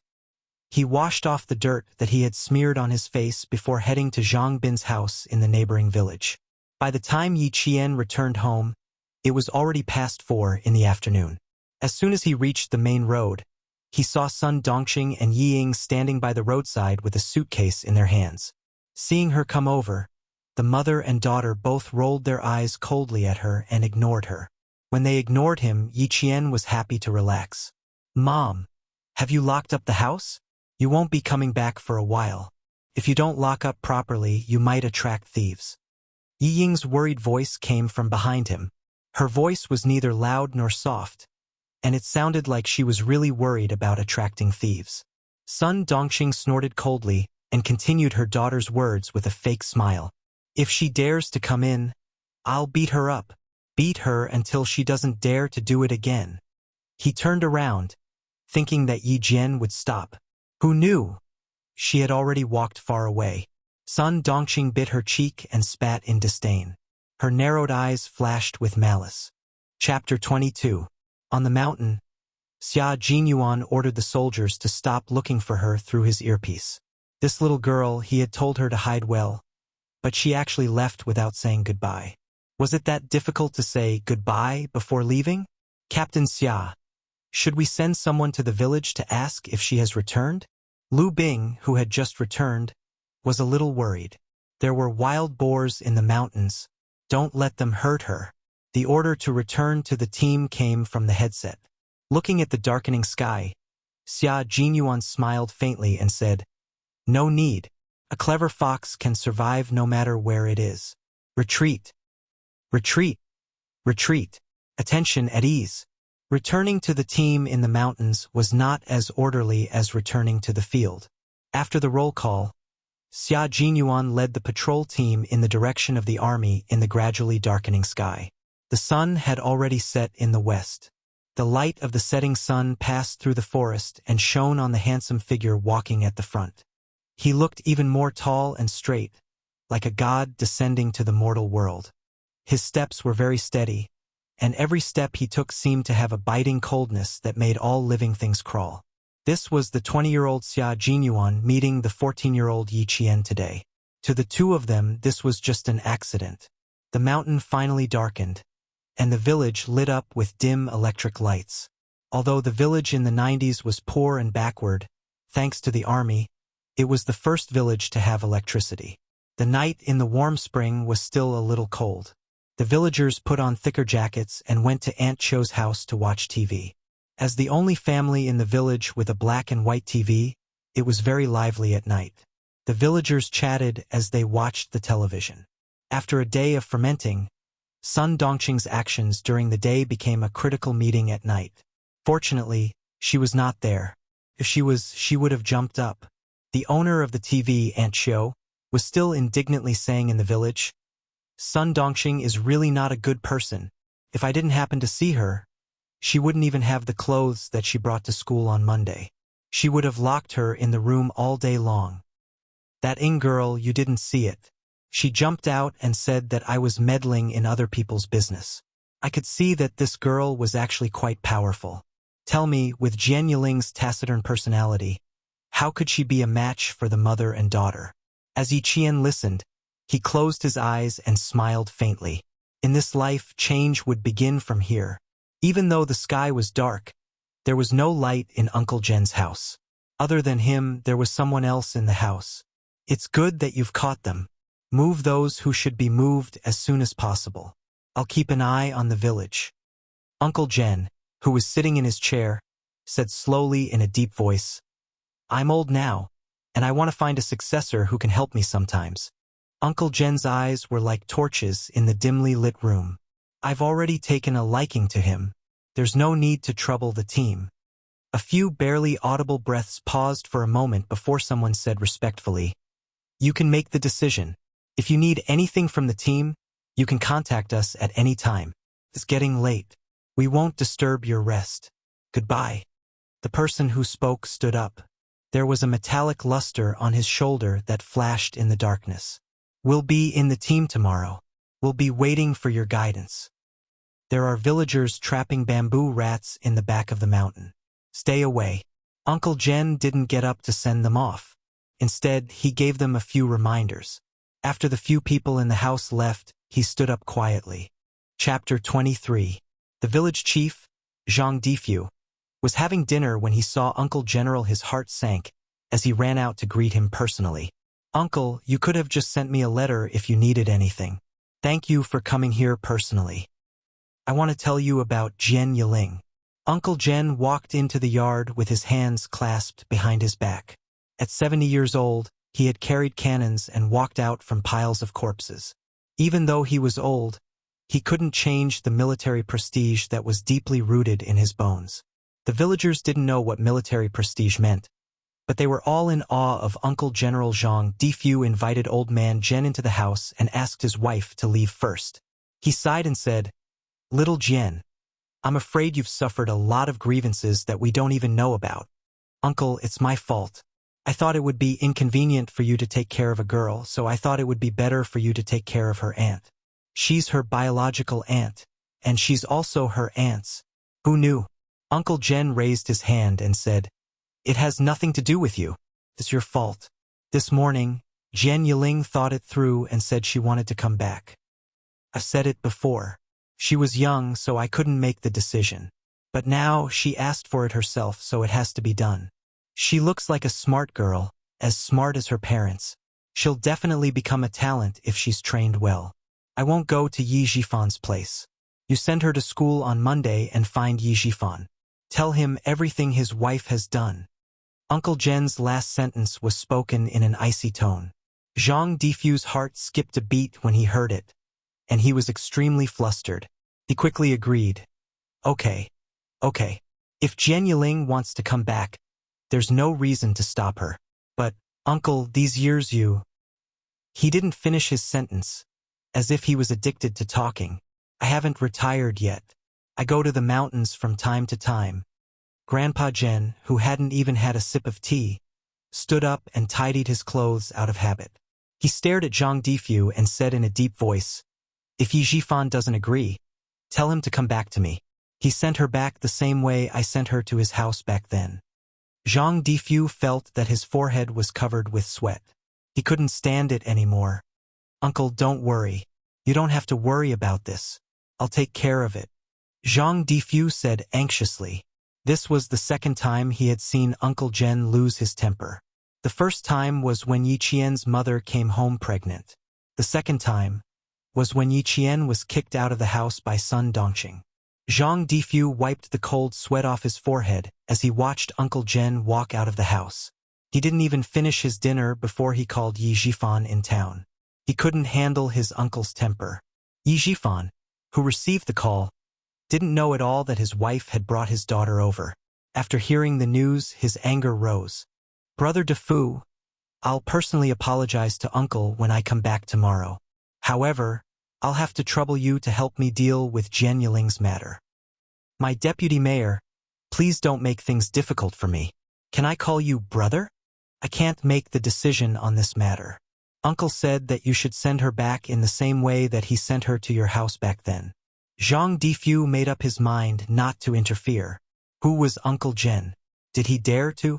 Back then, when the army sent the banner over, although it was done secretly, he was still a village official. He knew a little about it. Chapter 24. Okay. I know this is hard on you. How about this? Let Yi Qian come over and talk to her. Yi Jifan's face was livid as he suppressed the anger in his heart. Stupid woman. If she dared to delay his promotion and wealth, he would not forgive her. When she received Yi Jifan's call, Yi Qian's heart clenched fiercely. When she left school that year, it was impossible that her uncle, the deputy mayor, did not play a part in it. After a clear hello, Yi Jifan's voice came from the other side of the phone. A few years ago, when she heard her uncle's voice, it was full of official tone. It was unlike now when he still played the family card. Uncle, you told me not to mess around the moment you opened your mouth. Forgive me for needing to defend myself. I was wrongly accused by Auntie and kicked out of the house. This was something that the entire village saw. Me messing around? Uncle, based on your indiscriminate behavior, I don't dare to go back. Sorry, Uncle. Auntie Cho is still waiting for me to go back for dinner. I'm hanging up. Goodbye. That home that did not belong to her, she would definitely not go back. Even if it was just a little bit closer, she would not be willing. That night, Yi Qian stayed at Auntie Cho's house. She slept in the same room as her daughter, who was her classmate, Wen Li.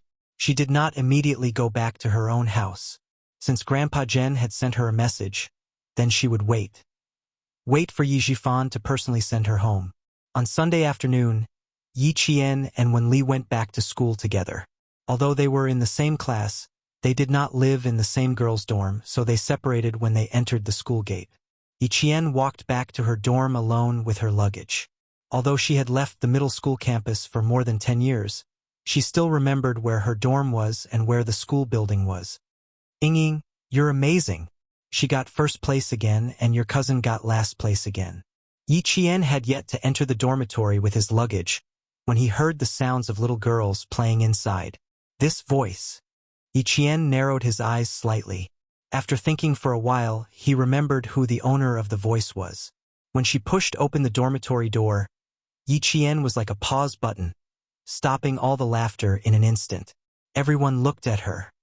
Oh, isn't this Yi Qian? A girl in a red coat glanced at him and laughed. You're the last in 10,000 years. You're famous in school now. They're both surnamed Yi. But why is there such a huge difference? In response to the little girl's provocation, Yi Qian placed his luggage on the upper bunk near the door. He turned around and looked at He Jimin with a half-smile. That's right. We both have the same surname, but why is there such a big difference? Her bright eyes looked at He Jimin as she answered. As for the meaning behind her words, anyone could understand what she meant. There were 2 other people in the dormitory who were also on Yi Ying's side. Couldn't be helped. Students with good grades were usually popular in school. For example, Yi Qian, who was last in 10,000 years, could only be friends with the 2nd, 3rd, or 4th last in 10,000 years. Coincidentally, the 2nd last in 10,000 years was also in the same dormitory.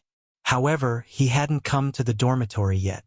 Yi Ying, who had a reserved expression and accepted the adoration of her classmates with a smile, heard this. Her palm-sized face turned pale instantly. Her eyes, which had been faintly proud of herself, were now flickering slightly. Chapter 25. But He Jimin didn't know the inside story, so she couldn't tell. Hearing this, she raised her good-looking eyebrows. Her eyes were full of contempt as she chuckled. So you're quite self-aware, aren't you ashamed? She turned around and smiled at Yi Ying, who didn't look too happy. Ying, go back. She's much more pleasing to the eye than before. Wasn't she much more pleasing to the eye? She even knew how to admit that she was inferior to Yi Ying. Oh, and her hair was tied up too. As she looked, He Jimin's gaze became a little strange. She stared at Yi Qian and raised her voice. Let your hair down, quick! When she shouted, the 2 girls who were laughing with Yi Ying looked over. At first, They didn't feel anything, but gradually, their expressions changed. It was clearly Yi Qian in front of them, but it didn't seem like Yi Qian. In the past, Yi Qian was indeed quite good-looking, but she liked to keep her head down and let her hair down all day long. She was like a wooden person who didn't have any opinions of her own. She obeyed everyone's words, so it was inevitable that people looked down on her. In Yi Ying's words, she was her little pet. If she was told to go east, she would never go west. But now Yi Qian had her hair tied up. Her eyes were clear and calm, and there was even a faint smile on her lips. She stood there gracefully. Even if she didn't smile or speak, she was still bright and beautiful. She was like a blooming flower. Her face was beautiful, and her eyes were like ice, making people unable to look away.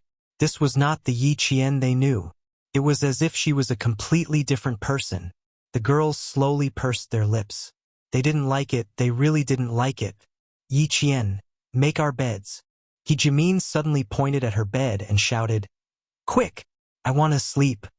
With her speaking, the other two girls' eyes flickered. They looked at Yi Qian as if they were watching a good show. So what if she was pretty? She was still being bullied. Yi Qian raised her eyebrows. Her calm eyes contained some coldness. She said calmly, "If you admit that you're disabled, I can be kind and help you." You! He Jimin was so angry that her face turned red. Without thinking, she raised her hand and swung it at Yi Qian's face. Raising his hand, Yi Qian fiercely grabbed He Jimin's wrist. He stared coldly at He Jimin and said word by word, "You still want to bully me like before? He Jimin, you can try." He swung his arm and pushed her forward, pushing He Jimin down without any hesitation as she was caught off guard. Yi Ying and the other two girls, who had wanted to watch a good show, screamed when they saw her push He Jimin down. Yi Ying was the first to stand up. She reprimanded him sternly. "Yi Qian, why did you hit him? Beat someone up? What a huge crime. Hit people? Student Yi Ying, if this is called hitting someone, then you're wrong. I was just defending myself." Yi Qian laughed coldly. He glanced at Yi Ying, who was the embodiment of justice, and turned around to make his bed. He Jimin, who felt that she had lost face, could not take this lying down. She got up from the ground and threw herself at Yi Qian. "Yi Qian, you dare hit me. You dare hit me." A delicate girl facing off against Yi Qian, who used to work in a security company. The outcome was clear. A shoulder throw and she fell to the ground again. I said, "Don't provoke me." Yi Qian clapped his hands and looked at He Jimin, whose face had turned pale from the fall. He looked up and coldly glanced at the other two girls, who were so scared that their shoulders shrank back. "Tan Wei, Xie Sifeng, if you want to play tricks behind my back, I don't mind playing with you." Chapter 26. There had been no news of these girls ever since they graduated from junior high school. Yi Qian didn't really want to do anything to them. He just wanted to intimidate them. There was no need for him to do anything. Yi Ying helped He Jimin, who was scared out of her wits, sit up on the bed. She looked at Yi Qian with a faint smile in her eyes. "You came at the right time." He just didn't know how his mother was doing. "Yi Qian, let's see how long you can be smug for." Yi Ying laughed coldly. Her eyes were not only smug, but also certain. She patted He Jimin, who was crying with her head down, and said softly, "Let's let her be smug for a while. Don't worry, she'll cry soon." Her words revealed a lot of information. She wasn't afraid of Yi Qian finding out.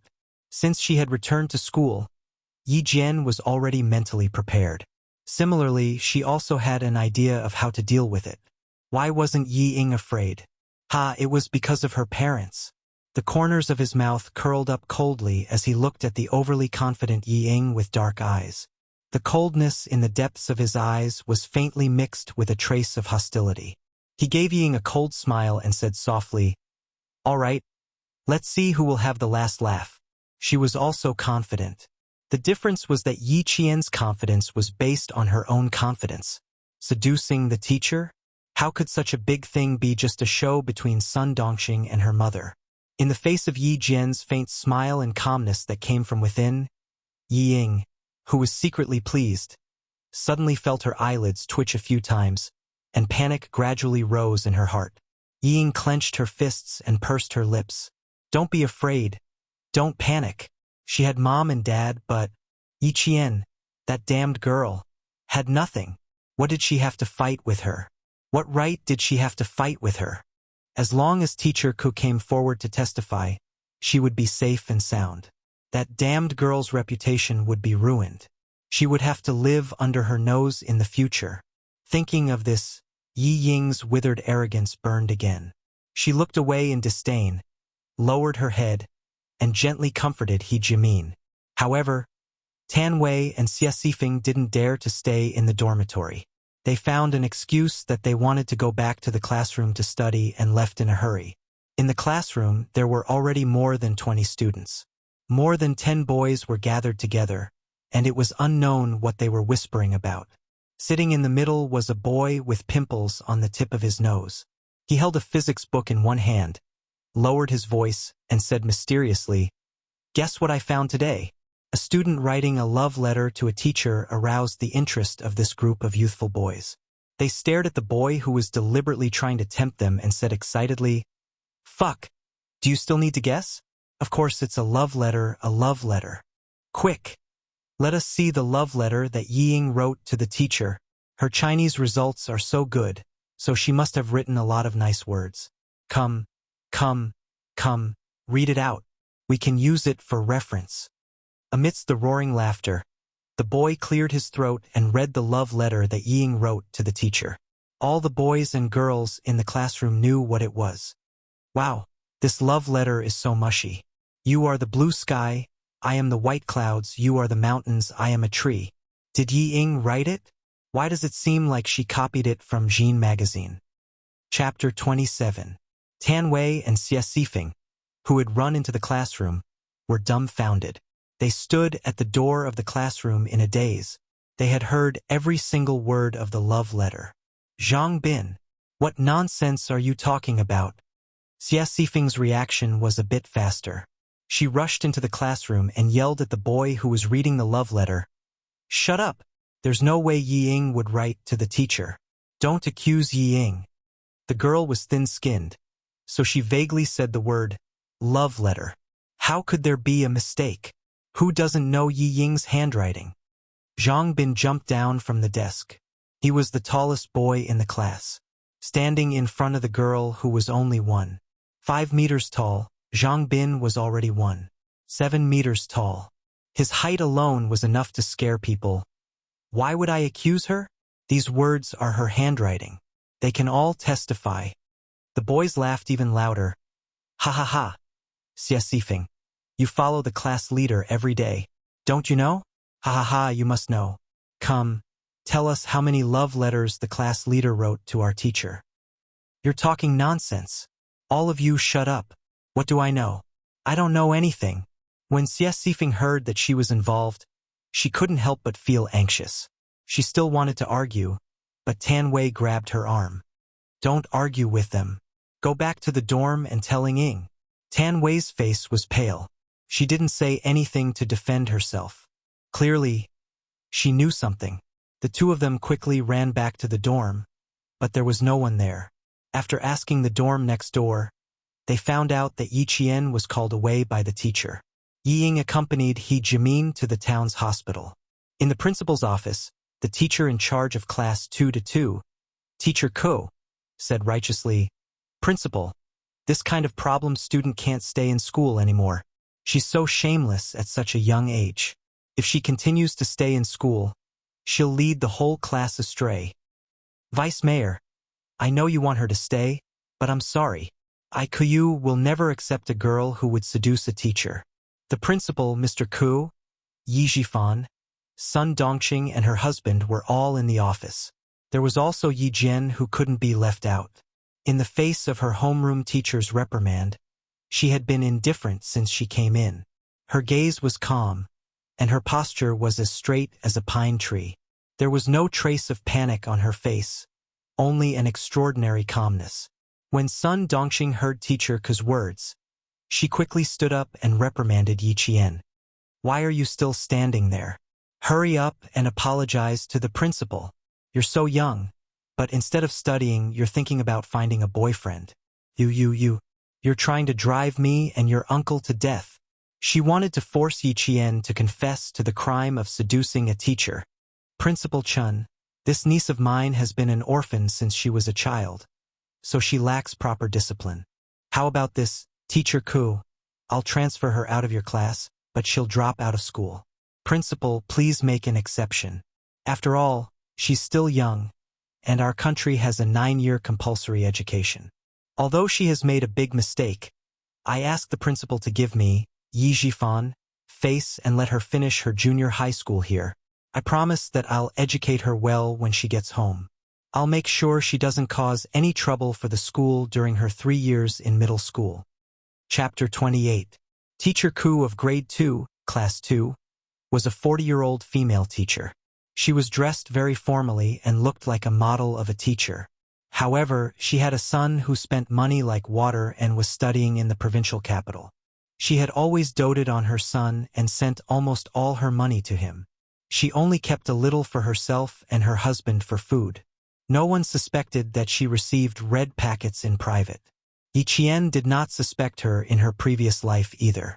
Until the middle school exams, she saw son Dongqing hand a red packet to Teacher Ku when she visited her home. Later on, she gradually understood why Ying was so arrogant back then. It turned out that she had Teacher Ku's support. Yi Qian, who had been silent all this time, stepped forward and blocked Teacher Ku's path. His dark eyes held a faint smile as he looked at Teacher Ku, who was in a hurry to leave. He said calmly, Teacher Ku, don't be in such a hurry to leave. I'm afraid you can't leave until I've resolved this matter. Teacher Ku could not accept being blocked by a student. She shouted angrily, Yi Qian, don't you dare. I don't dare. I just want to ask you to wait a little longer. Yi Qian smiled and turned to lock the door to the principal's office. After locking the door, it was time for the show to begin. Yi Qian was not in a hurry. His voice was slightly restrained as he said, Principal Chun, I know you're from the military. You've emphasized to us that integrity and justice are essential to a person's character. And I've engraved that in my heart and never dared to forget it. The moment she spoke, Headmaster Chun was shocked. This little girl was very calm. She did not panic in the face of such a serious matter. Indeed, this is the foundation of being a person. I'm very pleased that you've engraved it in your heart. Although Principal Chen's expression was stern, his eyes were full of encouragement as he looked at Yi Qian. Tell me what's going on. A little girl who was so calm that her eyes were calm and her every move was calm and unhurried. She had the charisma to make people trust her. Teacher Ku's expression changed slightly. She pursed her lips and said, Principal, no student will take the initiative to admit their mistakes after making a mistake. Yi Qian. Teacher Ku, even if it's a death sentence, the court has to give him a chance to refute. This is your student, but he is also a student of our town's middle school. Deputy Mayor Yi, I don't want there to be any misunderstanding. Principal Chun interrupted Mr. Ku with a serious expression. He turned to look at Yi Jifan and said in a deep voice, If a student makes a mistake, the school will definitely punish him. But we will never wrong a student, especially when it comes to this kind of thing. Thank you for giving me a chance to speak. Yi Qian spoke at the right time. Out of the corner of his eye, he saw Yi Jifan secretly pull son Dongqing, who was about to stand up to speak. He sneered in his heart, but his mouth spoke slowly and calmly. First of all, I will never admit that I seduced the math teacher. As for confessing to the math teacher on Friday, Teacher Ku, I handed in the test paper with Zhang Bin at 2:45 in the afternoon. I walked to the school building at 2:50 in the afternoon. I went to Chaoyang to find Ying at 2:55 in the afternoon. I fell and fainted at 2:58 in the afternoon. And the math teacher left the school with Zhang Bin at around 3 o'clock in the afternoon. In terms of time, Teacher Ku, there's no way I could have gone to find the math teacher. Chapter 29. It was even more impossible in the past. Yi Qian smiled. Her facial features were bright and beautiful. She was a natural beauty. When she smiled, her bright eyes shone like pearls. I can tell you where I am every day. In the first month of school, I can tell you where I am and what I do every day. I can tell you. Oh, she was really good at blowing her own trumpet. Sun Dongxing couldn't hold it in any longer. She sneered and suddenly rushed forward. She said sharply, "Damn girl, you're still so stubborn." She rushed forward and waved her hand to slap Yi Qian's face. This was her habit. When she was unhappy, she forgot to hide it. Principal Chen had a military background. When he saw this, he reacted quickly. He slammed his hand on the desk and shouted, "Stop! You!" Amidst the sound of a chair being dragged, he stopped shouting and stood up to walk out. "Aunt, are you trying to force me to confess under torture?"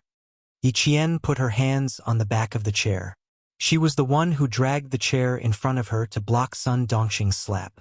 She smiled faintly and said, "How impressive! You dare to hit me in front of the principal?" Principal Chen walked out and waved at Yi Qian, indicating for her to come to his side. He then said to the silent Yi Zhifan, "So this is what Deputy Mayor Yi meant by educating her properly. I've learned something new."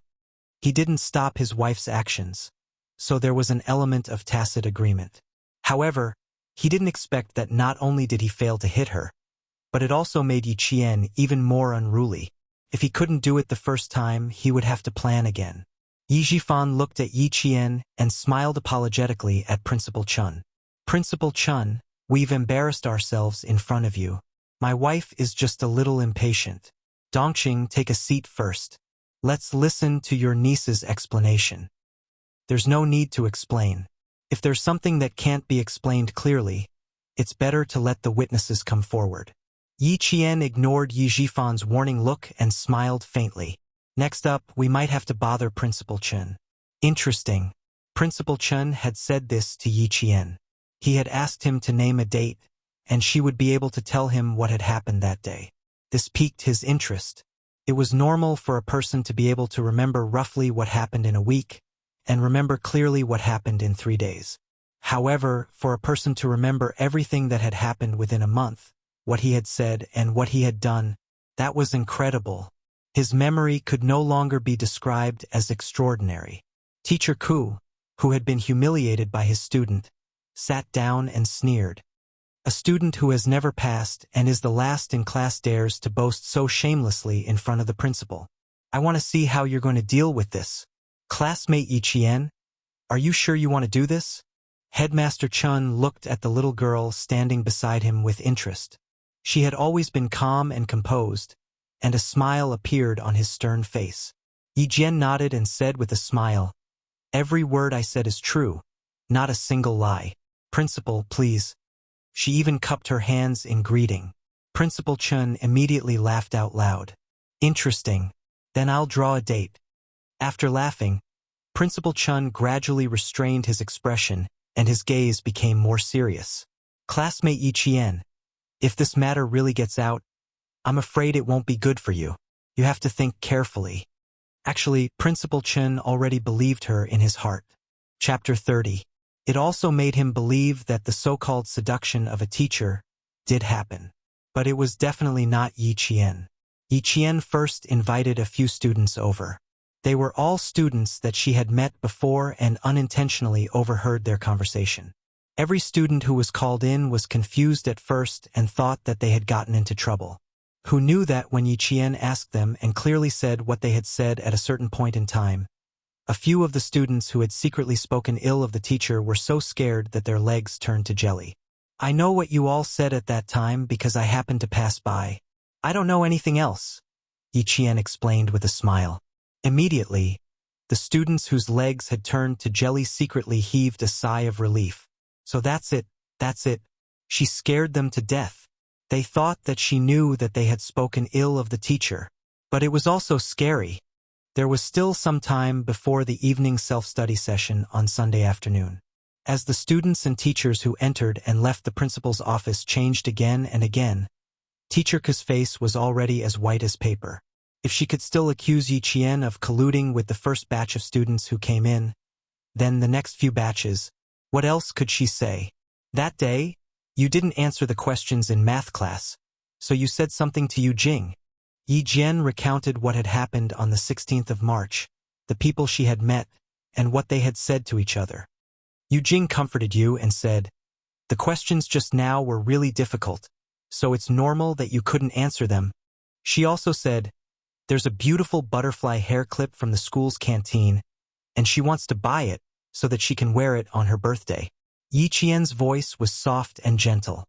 He repeated the conversation between the two girls on the way to the cafeteria without missing a word. The two girls were stunned and their eyes widened in shock. They were both scared stiff. Oh God. Oh God. She. How could she still remember it so clearly? The girl named Yu Jing pointed at Yi Qian, then pointed at herself, then looked at her classmates. She was so shocked that she stuttered, You're too scary. I forgot what I said that day. You. Oh God. How did you get this brain? This way, I can still remember it." She wasn't the only one. The rest of the boys were already saying, "Fuck. Fuck. Fuck." Looking at the little girl who recited everything they said that day without missing a single word. "I fucking forgot what I said." But she actually remembered it all. The boy raised his hand and clasped his fist. "Classmate, I'm impressed. You can even remember this? Fuck." For 2 whole hours, a total of 16 groups of students came. Principal Chun was surprised at first, but now he left his office chair. Still in shock, he carefully looked at Yi Qian and said to the last group of students standing in front of him, "All right, you guys can leave first." The boys almost ran away. Oh my God. The girl inside, what is her background? What the fuck? He only had 1 head. But why did it feel like he had 10 heads? It was too fucking terrifying. What kind of memory is this? Yi Qian gently sipped his water and smiled at Principal Chun. "Do you want to continue?" There were a total of 17 groups of students just now. In order to avoid suspicion, I didn't call any of my classmates over. "No need, I believe you." Principal Chun was so shocked that he couldn't hold it in anymore. He looked at Yi Qian as if he had found a national treasure. Although he tried to make himself look calm, his eyes had already betrayed his current mood. "I actually didn't know that our school had such a powerful person." "Yi Qian classmate, have you been doing this on purpose these past few years?" Teacher Ku, whose face was ashen, sat there in a daze. His eyes were already dull. Yi Jifan, on the other hand, glared fiercely at Sun Dongqing, who was scared out of her wits. He was a public official after all, so he could still say calmly, "It seems that my niece has been wronged. President Chun, I hope." Chapter 31. Ying had no idea what was going on in the principal's office. She was helping He Jimin back to school from the town hospital when the bell rang for the evening self-study session. The classroom of the second-year class was on the 3rd floor. When the two of them appeared at the door, the noisy classroom instantly quieted down. Everyone looked at Yi Ying.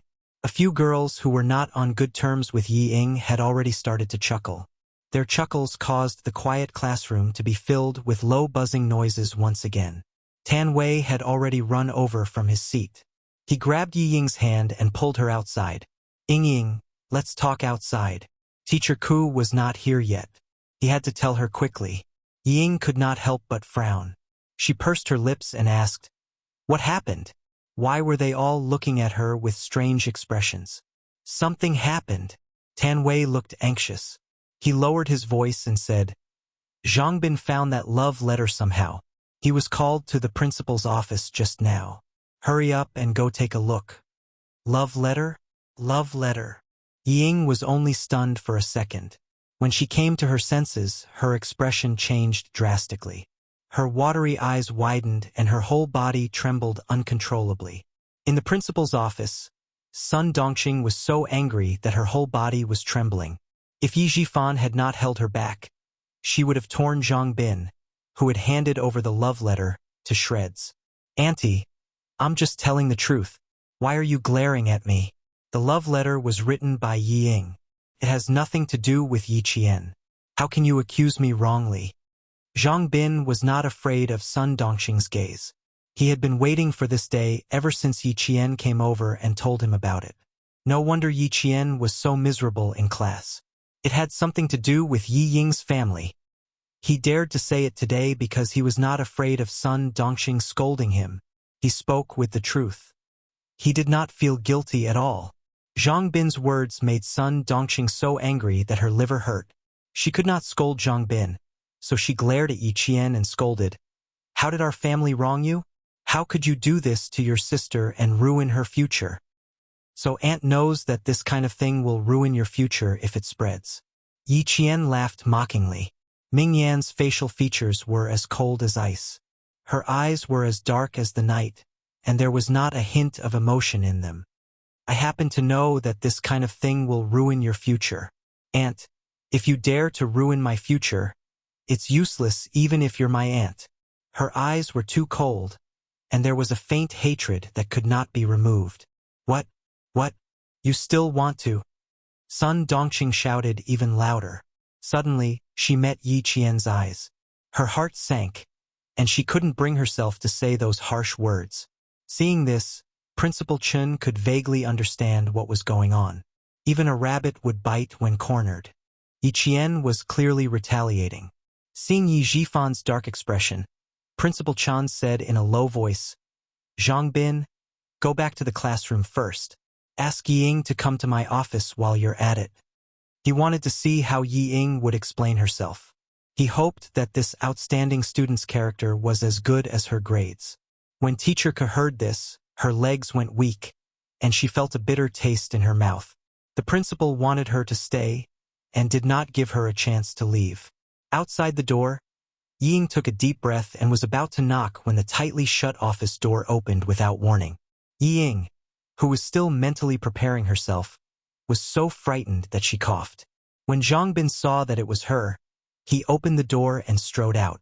When Sun Dongxing heard her daughter's voice, she rushed out and hugged Yi Ying outside the door. Ying, you've been wronged. You child. She sounded like she was crying, but she quickly said in a soft voice, blame everything on that wretched girl. Don't say that you wrote the love letter. Don't worry. Mom and Dad are here. Chapter 32. Of course, Sun Dongxing knew her daughter well. She could hear the lie in her daughter's tone. Sun Dongxing's expression darkened. She said in a low voice, unless you want to drop out of school. Otherwise, Principal Chun didn't know Yi Ying well, but he would first look at a person's eyes, then at the person. He had been secretly observing for a while. He smiled and tapped lightly on the love letter Zhang Bin handed over. He asked slowly, Yi Ying should have an impression of this love letter, right? I have an impression of it. Yi Ying lowered her eyes and clenched her fists. Her voice trembled slightly. I wrote it on behalf of Yi Qian. Principal, if you want to punish me. I didn't persuade my sister. Don't punish her. If you want to punish someone, punish me. Principal Chin gently closed his eyes. He had to admit that he was quite disappointed in this student with excellent grades. When he spoke again, his tone was rather light. Oh, then tell me why she asked you to write it? Why didn't she write it herself? Principal, you don't know. My niece's handwriting is like a chicken. She can't even write properly, so how can she write a good love letter? Sun Dongxing liked her daughter's calmness.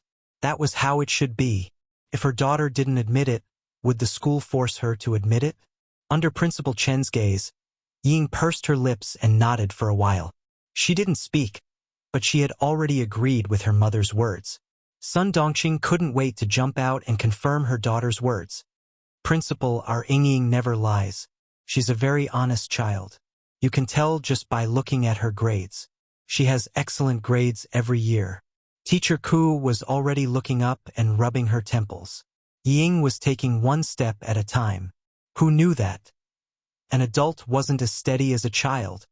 You're good at studying.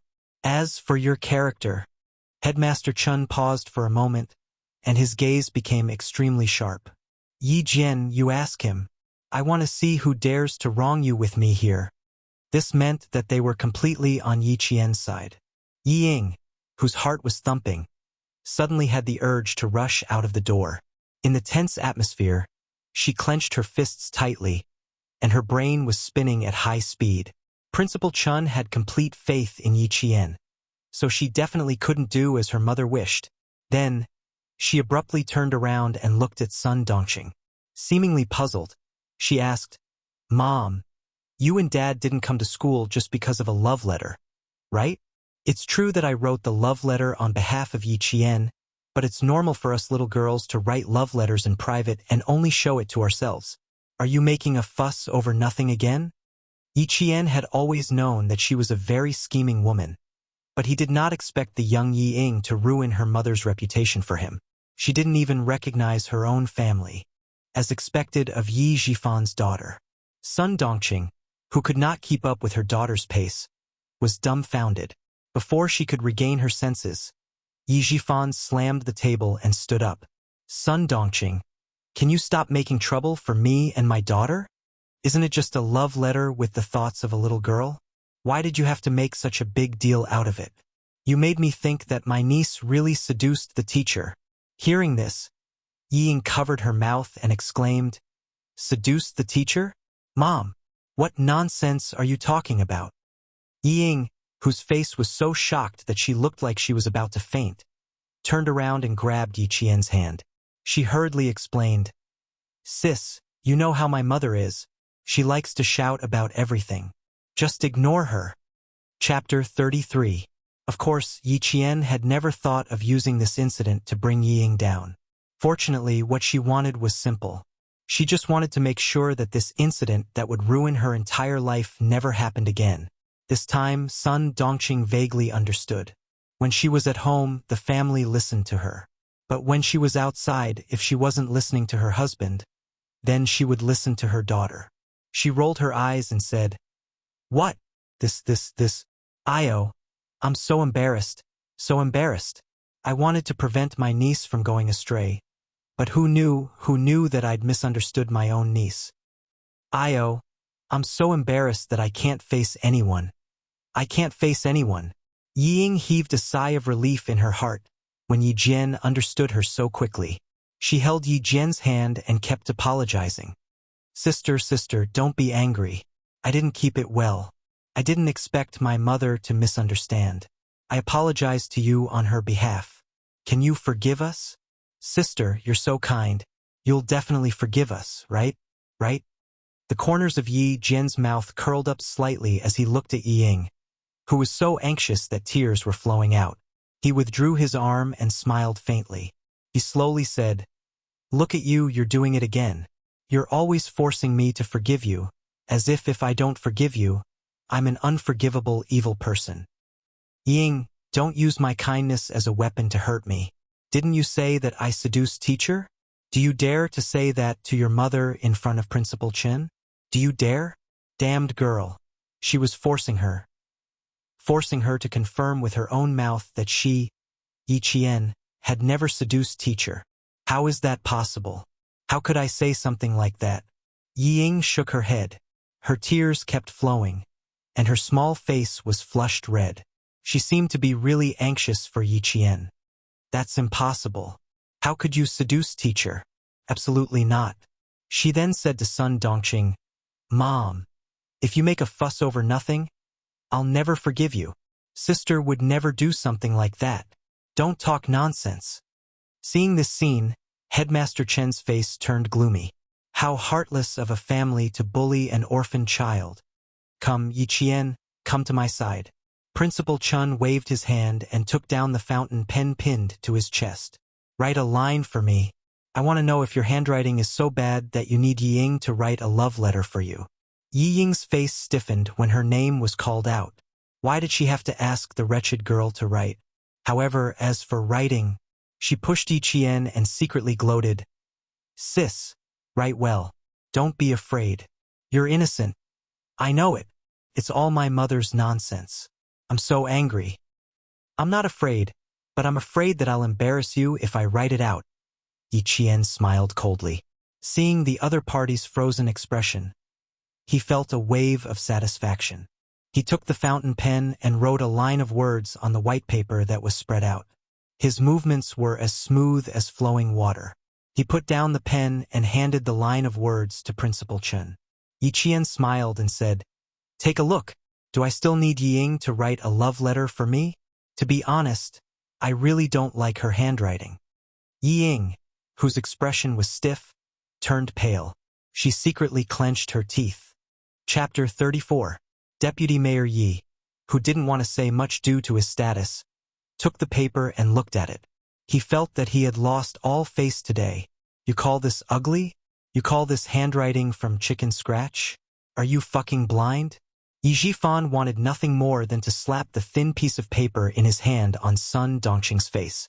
He stood up with a cold expression and said to Principal Chun, "Principal Chun, I still have some work to do here. I'll have to trouble you with school matters." He stuffed the paper in his hand into his wife's hand and said through gritted teeth, "I fucking came out with you to make a fool of myself, and I even implicated my daughter." After he finished speaking, he turned and left. Yes. I really made a fool of myself today. I. Sun Dongqing opened the paper and was completely stunned. She couldn't even speak. At this moment, Yi Ying saw that her mother had taken all the blame. She calmed down a lot, but when she saw that Sun Dongqing seemed to have suffered a huge blow, she started to worry again. "Mom, don't blame yourself. Sister will." When her gaze fell on the paper, Yi Ying's eyes instantly widened. How could it be? How could this be written by Yi Qian? The paper gently floated down from her hand, and she saw a line of elegant words written on the pure white paper. The words were like the person. They looked beautiful and long, but in fact they were slightly hidden and contained a sense of horizontality. Yi Qian reached out and gently caught the paper that was about to fall. He smiled at Yi Ying, who looked as if she had been electrocuted. "Do I need you to write a love letter for me? Ying, you're really ruining your own image. Stay here and explain to the principal." At that moment, Yi Ying wished that she could faint. It was better than being laughed at by someone she looked down on.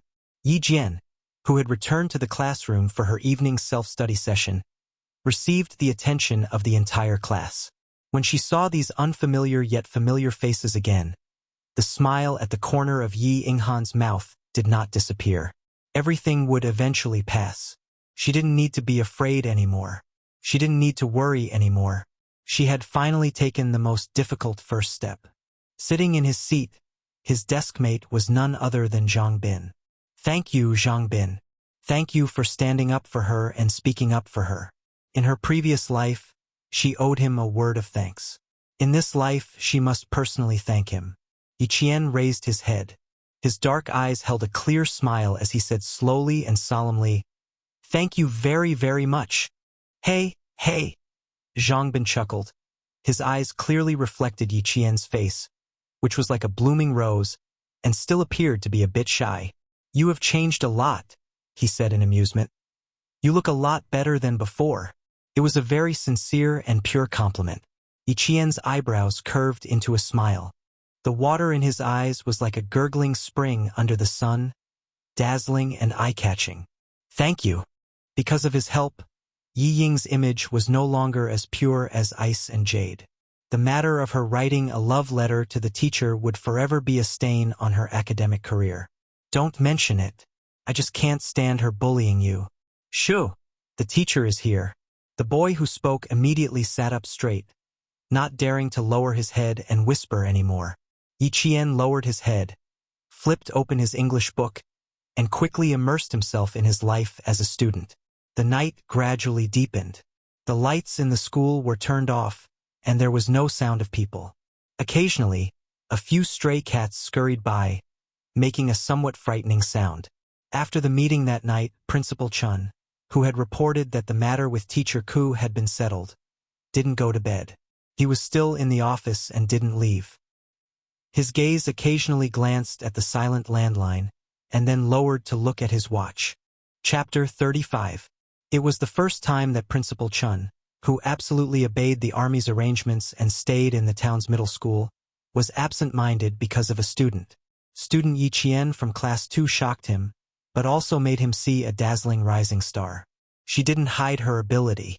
She stood at the forefront in a way that would make her classmates remember her. Such an extraordinary classmate, because she lived under someone else's roof, had to suppress her ability and carefully survive in the cracks. However, she still couldn't live in a corner. He really felt sorry for her. Forced into a desperate situation, She finally couldn't endure it anymore. She didn't hide her ability anymore. She appeared in a way that would make all the teachers and students remember her. He had to say that he was really grateful to Deputy Mayor Ye's family for forcing him. Otherwise, a bright pearl would be covered in dust and very likely be silent forever. The quiet phone suddenly rang, interrupting Principal Chen's thoughts. Principal Chen, who picked up the phone, lost the scholarly temperament he had during the day and gained a steel-like coldness. "I'm Chen Dongfeng." A steel-like cold voice faintly came from the phone. "I'll be there in 5 minutes." "Okay." Principal Chen hung up the phone, picked up the black coat on the office chair, and turned off the office lights. He, who was at least 1.8 meters tall, blended into the thick darkness. He walked directly to the back of the office building. That was the school's freezer, which was funded and built by the army. Everyone knew that the town's middle school specially built a freezer to store fresh meat, vegetables, and fruits in order to ensure the quality of the students' meals. However, no one knew that under the freezer was an oil depot transfer station. Logistics needed to be guaranteed. The army would never put all its eggs in one basket. Principal Chen had been the principal here for as many years as he had been guarding the freezer. No one knew that this middle school principal, who had a scholarly temperament and faint white hair at his temples, was a world-class sniper before he retired from the army. The soldiers who came here didn't know, but the deputy company commander who accompanied them knew. Not only was there a world-class sniper here, but there was also a 70-year-old first-grade sergeant major who even the chief would salute when he saw him. Jumping down from the front passenger seat, the deputy company commander trotted to Principal Chen, who had been waiting for a long time. He stood at attention and saluted without hesitation. "I'm here to disturb you again. Recently, the oil depot has been tight. The time it will take to replenish the reserve oil depot will be extended. When war breaks out, resources will be tight." Principal Chen briefly mentioned that Rwanda in 1994, Yugoslavia and Bosnia in 1995, these 3 wars affected the international community. In the past few years, the Chinese border has been guarded by a large number of troops to prevent people from taking advantage of the chaos to challenge the prestige of our country. Fujian Town was a town that had to be passed through when transferring weapons between the north and the south. The oil reserves and supplies had to be followed closely and could not be delayed. The oil depot was in the basement. It was pitch black down there, without a trace of light. In order to prevent the electric circuit from misfiring and causing danger, the oil storage depot didn't even have electric lights installed. The soldiers who jumped down to transport the oil used the lights on their helmets and quickly used the indoor loading and unloading truck to transport the oil tanks out one by one.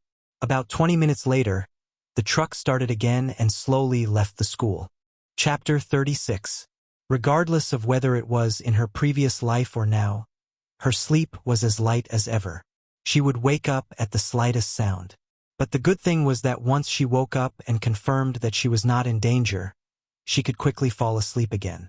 However, the refrigerated truck that came tonight was a little strange. It came with a full load of goods, and when it left, it was still full of goods. It was as if it had left without unloading the goods. Yi Qian turned over slightly, closed her eyes and smiled. Not long after, she fell asleep again. Before 5:30 in the morning, Yi Jianjian had already washed up. She put on her school uniform and ran to the playground alone. The playground of the town's middle school was as big as 2 football fields. 14.5 laps around it was almost 12 kilometers. Her experience from her previous life told her that training required perseverance. With enough stamina and a strong body, she could protect herself in times of danger without relying on others. After 14.5 laps, the school bell rang, and there were already students on the field who had started their morning run. When Yi Qian returned to the dorm, he bumped into Xie Sifeng, who was about to wash her face and rinse her mouth. She was probably not fully awake yet. She yawned and said out of habit, "Hey, did you get us some hot water?" Just as she finished speaking, Xie Sifeng realized something and her face froze. Her eyes flashed with obvious fear, and she rushed out of the dorm. "Good morning." Tan Wei pursed his lips and greeted her in a low voice before leaving in a hurry. They used to be all high and mighty, but now they were like mice that had seen a cat. Yiqian laughed and shook his head. He got some hot water to wipe his sweat, then took his textbooks to the cafeteria for breakfast. Look, that's the girl. Do you guys know her? What about her? She's quite pretty, and her skin is good too. She's the one I told you guys about last night. The girl with super good memory. Oh my God. Now that I think about it, she's quite scary. After a few girls passed by, they whispered to each other. They were afraid that Yiqian would hear them, so they lowered their voices to a whisper. Ah, it's her. She's really pretty. How come I've never heard of her before? Not only were the girls discussing her, but the boys were also discussing her. During breakfast, Class 2, which had not been alerted yesterday, learned about what had happened in the principal's office. When they returned to the classroom one by one, they saw the upper and lower grades discussing Yiqian. They had mixed feelings. Good memory? He could remember the events of a month? Could she still remember every word spoken by everyone at that time? Why did it sound so scary? A boy in the class who usually liked to bully Yiqian walked over with a steamed bun in his mouth. He sat down on Yiqian's desk and said in disbelief, Yiqian, what did we talk about last night? Yiqian, who was reviewing Chinese, looked up from his textbook. He tapped his finger on the desk and said calmly, I don't like this behavior of yours. Please leave. Ying didn't come. You've become bolder. The boy chuckled and deliberately twisted his body to shake the desk. He said provocatively, So what if you don't like it? What do you want? It hurts. Let go, let go. His provocation instantly turned into a plea for mercy. Yiqian stood up, grabbed the boy's index finger, and pressed it down forcefully. Chapter 37. Yiqian had seen a lot of retired soldiers in the security company, even retired special forces soldiers. She had seen how they trained hard, how they fought, how they could kill with one move, and how they could gain the initiative in an instant. They were so outstanding that she could even see them on TV. From the age of 21 to 23, that was the happiest time of her life. At the same time, it was also the time when she learned the most. Only now did she realize that the hardships she had gone through in the past were actually blessings bestowed upon her by God. Does it hurt? It shouldn't hurt too much, right? I didn't use too much force.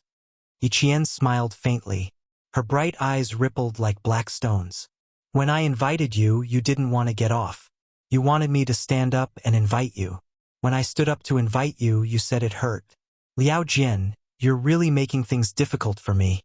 Listening to her clear and melodious voice that sounded like the gurgling of a mountain spring, her person, her smile, and her voice made people feel as if they were sitting beside a mountain and listening to the sound of the spring water. Was this really Yiqian? Was this really Yiqian? The Yiqian they knew was overly docile, overly gentle. If you scolded her, she would just listen with a smile. If you scolded her, she would just listen quietly. She was like a puppet without a soul. She only knew how to obey them and had no opinions of her own. At this moment, Liao Jian's cries of pain made the students in the class realize that the Yiqian they knew had disappeared. Under the bullying of the students, under the pressure of Yi Ying, the docile Yiqian had disappeared. Yiqian, you can be gentler, gentler. It won't be good for anyone if you break a bone. The other boys hesitated and spoke up. Looking at Liao Jian's finger that was bent at an odd angle, one or two of them felt pain in their own fingers. Yiqian smiled as she looked at them. They were all from the depths of her memory. Whenever she saw them again, she would remember their names. They were also the boys who liked to bully her. 1, 2, 3, 4. Including the one in her hand, not bad. There were exactly 5 of them. He's the one in pain when his bones are broken, not me. What's wrong with me? Yiqian exerted a little more force, and Liao Jian's cries of pain became a few decibels louder. The 4 boys who were still trying to persuade Liao Jian took a few steps back. Liao Jian was already in so much pain that his screams were endless. It's broken, it's broken. Let go, let go. Do you want me to invite you down again? Yiqian knew how much strength she had used. Even if she tried again, she couldn't really break her classmates' fingers. Do you still dare to bully me in the future? Oh my God! Who would dare to do that? He might seem easy to bully, and in fact he was indeed easy to bully. However, once his temper flared up, it was truly unbearable. No, I swear. Fuck. It hurts. Liao Jian, whose fingers felt like they were about to break, apologized profusely. Only when his fingers were about to go numb did he let go. With his fingers freed, Liao Jian swung his hand and looked over with a fierce gaze. Yi Qian, you. Fuck. Yi Qian, who met his gaze calmly, narrowed her eyes slightly. Her gaze was even fiercer than his opponent's. This made Liao Jian, who had said, okay 3 times, feel his heart skip a beat. In the end, he reluctantly returned to his seat. Chapter 38. His father has some connections in town. Be careful. Zhang Bin came in from the back of the classroom and sat in his seat. He reminded him in a low voice, I heard that he has some connections in the city. My dad specifically told me not to provoke him in school. Zhang Bin's father was a police officer in the town's police station, so he had some connections in town. Yi Qian smiled calmly. I was just returning the favor. If he has connections, what can he do to me? That's true. After thinking about it, Zhang Bin quickly put his worries aside and asked with interest, You were so cool just now. Who did you learn grappling techniques from? With a father who was a police officer, Zhang Bin could more or less figure out what was going on. Yi Qian took out the math textbook that he needed to test this morning and placed it on the table. He flipped to the exercise page, lowered his head, and smiled. I didn't learn. I just looked. After looking, she could memorize it. Once she memorized it, she could learn it herself. She answered so casually that Zhang Bin was stunned for a while. He panicked and said, You can learn it just by looking at it. Can't you be a little more reserved? He had suffered another blow. The sound of neat footsteps came from outside the classroom. The two of them immediately adjusted their posture and sat up straighter than all the other students. The first to enter was Teacher Ku, and behind her were 3 soldiers in formal military uniforms. They looked cold and mighty. It was not strange for soldiers to often appear in school. Every year, they would come to the school several times to explain basic precautions to the students. However, the soldiers who came back this time made the students hold their breaths. The girls widened their eyes and stared unblinkingly at the young major, who walked to the podium under Teacher Ku's guidance. He was so cool. Yi Qian did not expect to see Xia Jinyuan in his class again. He looked at him and lowered his eyebrows slightly. Sorry, I didn't inform you in advance and took up your morning self-study time. Xia Jinyuan took off his military cap and gently placed it on the podium. The solemn national emblem was facing the 62 students below the podium. I'll take 10 minutes of your time. I hope you can listen quietly while I speak. He took off his military cap, revealing his clear forehead. His elegant and handsome face had already stunned several girls who saw him. His voice contained the majesty of a soldier, and there was a hint of coldness in it. His gaze silently swept from the left side of the classroom to the right. When it passed by Yi Qian, it did not stop at all. It was as if he did not recognize him. His silent gaze made the students instantly return to their elementary school days. Not only did they straighten their backs, but they also put their hands behind their backs. Very good. Xia Jinyuan, who was able to intimidate his classmates with just one look, narrowed his dark eyes slightly and no longer emitted a cold light. He placed his hands on the podium and leaned his handsome body forward slightly. Slowly, he spoke again in a very magnetic tone. Today, we will talk about how to be more vigilant, how to detect people hiding around us, how to find out about the movements of the troops, and how to steal the troops. As he spoke, Yi Qian no longer lowered his head. Instead, he listened attentively and silently memorized every word he said. Chapter 39. Some countries have a huge intelligence system.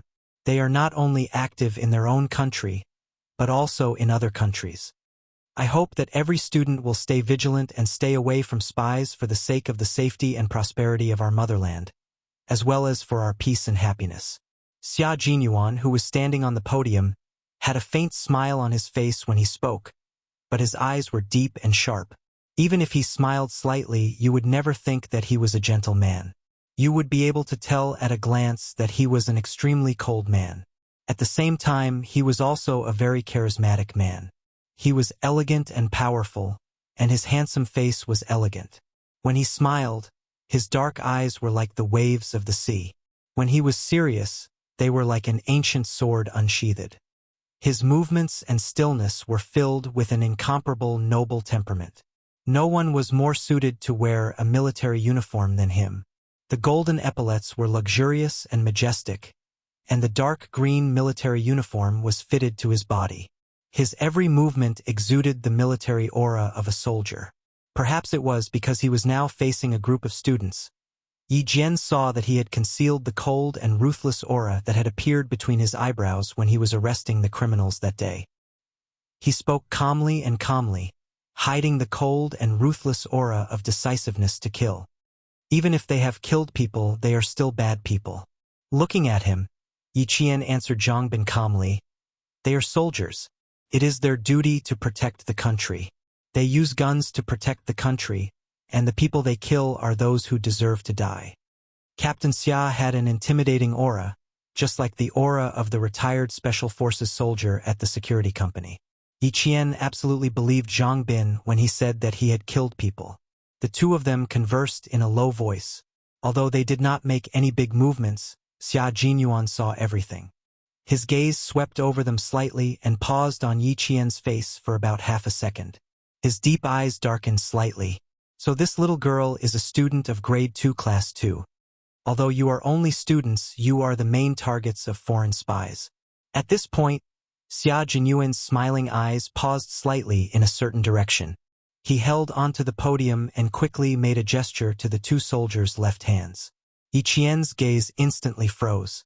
He followed the direction of his gaze and tried to use his peripheral vision to see who their target was. However, just as she was about to take a look, Xia Jinyuan suddenly called out a name on the stage. "The third last female student in Group 5. Can you answer my question about how many tests you usually use to lure students?" Third from the bottom in Group 5. Wasn't that Yi Qian? The moment she was called out, the 60 or so gazes of the entire class all turned to look at her. They didn't quite understand why she had to be called out when there were so many students in the class. Yi Qian immediately realized that he was trying to prevent himself from looking over to avoid alerting the enemy. Under the gaze of the entire class, she stood up with a faint smile on her face and slowly answered, "Students looking for help, invitations for research, payment by piece. Most of the time, it's in these seemingly reasonable scenarios to open the curtain and lure students into the trap." Chapter 40. However, how would she know that this was a Special Forces hand signal? He timed the 10 minutes very precisely. He didn't need to look at his watch to know that the 10 minutes were over.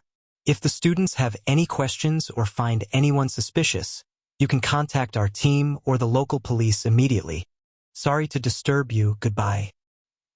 He picked up the military cap on the podium and habitually patted the brim before putting it back on.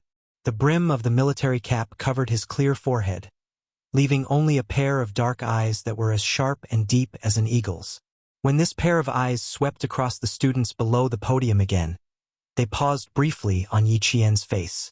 The other students didn't notice, but Yi Qian did. She smiled slightly and met his gaze calmly. Her petal-like lips moved slightly. "Hello, Captain Xia. What a bold girl." She even greeted him. The smile on his handsome face seemed to deepen. Xia Jinyuan nodded at Teacher Ku, who was standing next to him, looking a little dispirited. He politely said, "Sorry to disturb you." Then, under the gaze of all the students, he left with the two soldiers standing by the door. Although they only appeared for 10 minutes, Xia Jinyuan's influence was too great. As soon as he left, the sighs of AI could be heard continuously. Naturally, most of them were girls who couldn't restrain their thoughts for a while. It wasn't until Teacher Ku slapped the blackboard on the podium a few times in warning that the girls who had yet to restrain their thoughts secretly stuck out their tongues and obediently picked up their books to prepare for the lesson. The first lesson is math. Listen up. If anyone dares to drag our class down again, Copy the test paper 100 times and stand outside the classroom for a week as punishment. When the self-study session was about to end, Teacher Ku, who had been silent all this time, angrily said a few words before she left. Her gaze swept across the students who had been dragging the class down again and again, and lingered on Yi Qian's face for at least 10 seconds. It seemed that this sentence was only directed at Yi Qian. Yi Qian, who was flipping through his book, completely ignored the gaze that swept over him. No matter how she looked or stared, he did not take it to heart. The school's music broadcast was interrupted. Then came the slightly sweet voice of the third-year school's announcer, who spoke in Mandarin with a bit of a local accent. Students from Year 2nd Class 2, Yi Qian, please come to the principal's office. Students from Year 2nd Class 2, Yi Qian, please come to the principal's office. Teacher Ku, who had just walked to the door of the classroom, stopped in his tracks. There was a trace of hesitation on his gloomy face, and he quickly left with a cold face. Yi Qian walked briskly to the Principal Chen's office. After knocking on the door and entering, he saw Xia Jinyuan sitting in the guest chair, but Principal Chen was not there. I'm the one looking for you. Xia Jinyuan looked up at the girl with sparkling eyes. His thin lips couldn't help but curl up slightly. Seeing that she was still standing at the door and had no intention of coming in, he waved his hand and smiled gracefully. Come in. I have a few things to tell you. He had a wary look on his face. What did she think he was going to do? Yi Qian saw that he was treating her like a child and lowered his head to look at his 14-year-old body. He was indeed a little small. He was considered short in class. Chapter 41. It's not good for people who know too many secrets. Xia Jinyuan took off his military cap, and the smile on his face became clearer. How do you understand hand gestures? Who taught you? That handsome face with a slight smile looked elegant and gentle, but it made Yi Jian's nerves begin to tense up.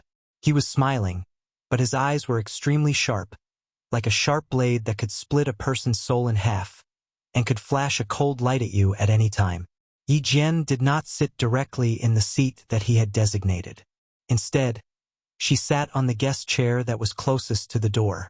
Her expression was somewhat indifferent as she replied, No one taught me. I just happened to see your movements. Oh, that good? You just happened to see it and you know what it means. Xia Jinyuan raised his eyebrows, and his eyes darkened. His expression was still calm as he said, You've changed a lot, but Uncle Jen is still protecting you. The 70-year-old first-grade sergeant major stood in front of the regiment commander. His vigorous voice resounded through the air as he told the regiment commander, There is absolutely no problem with Miss Jen. She had the protection of a first-grade sergeant major and the appreciation of a world-class sniper. What other surprises could this little girl have for him? Grandpa Jen? Yi Qian moved his fingers, and his eyes became sharp. He stared at him and said coldly, You're related to Grandpa Jen? Aren't you just suspecting me? Not only was his temper bad, but it was also bad. Xia Jinyuan smiled and looked at her. He pondered for a moment, then said casually, Relax. Don't be so tense. We only have deep respect for Uncle Jen, and we will never offend him. I asked you to come here not because I suspect you, but because I want to remind you. Liao Jian, you can treat him like you normally do. This was the reason why Xia Jinyuan asked her to come over. He wanted to remind her so that she wouldn't get into trouble when she didn't know much about it. Although she was a little girl, she was calm enough to make him believe that she wasn't an impulsive girl who couldn't keep things under wraps. Yi Qian didn't expect him to remind her so directly. She looked at him with her dark eyes and asked, Is he related to the people we caught in the mountains? So far, we've found out that he's related, but that's not something you should be concerned about. Xia Jinyuan didn't care about anything else. He reminded her again, and it didn't matter. What you should be concerned about now is your studies. Just now, when I was retrieving Liao Jian's student file, I accidentally flipped through your results. The smile on his lips gradually deepened, and his gaze towards her was already filled with disappointment. Student Yi Jian, you still have to work hard. He wasn't the only one who knew about his terrible results. Almost the entire school knew about it. Hearing it again, Yi Qian accepted it calmly.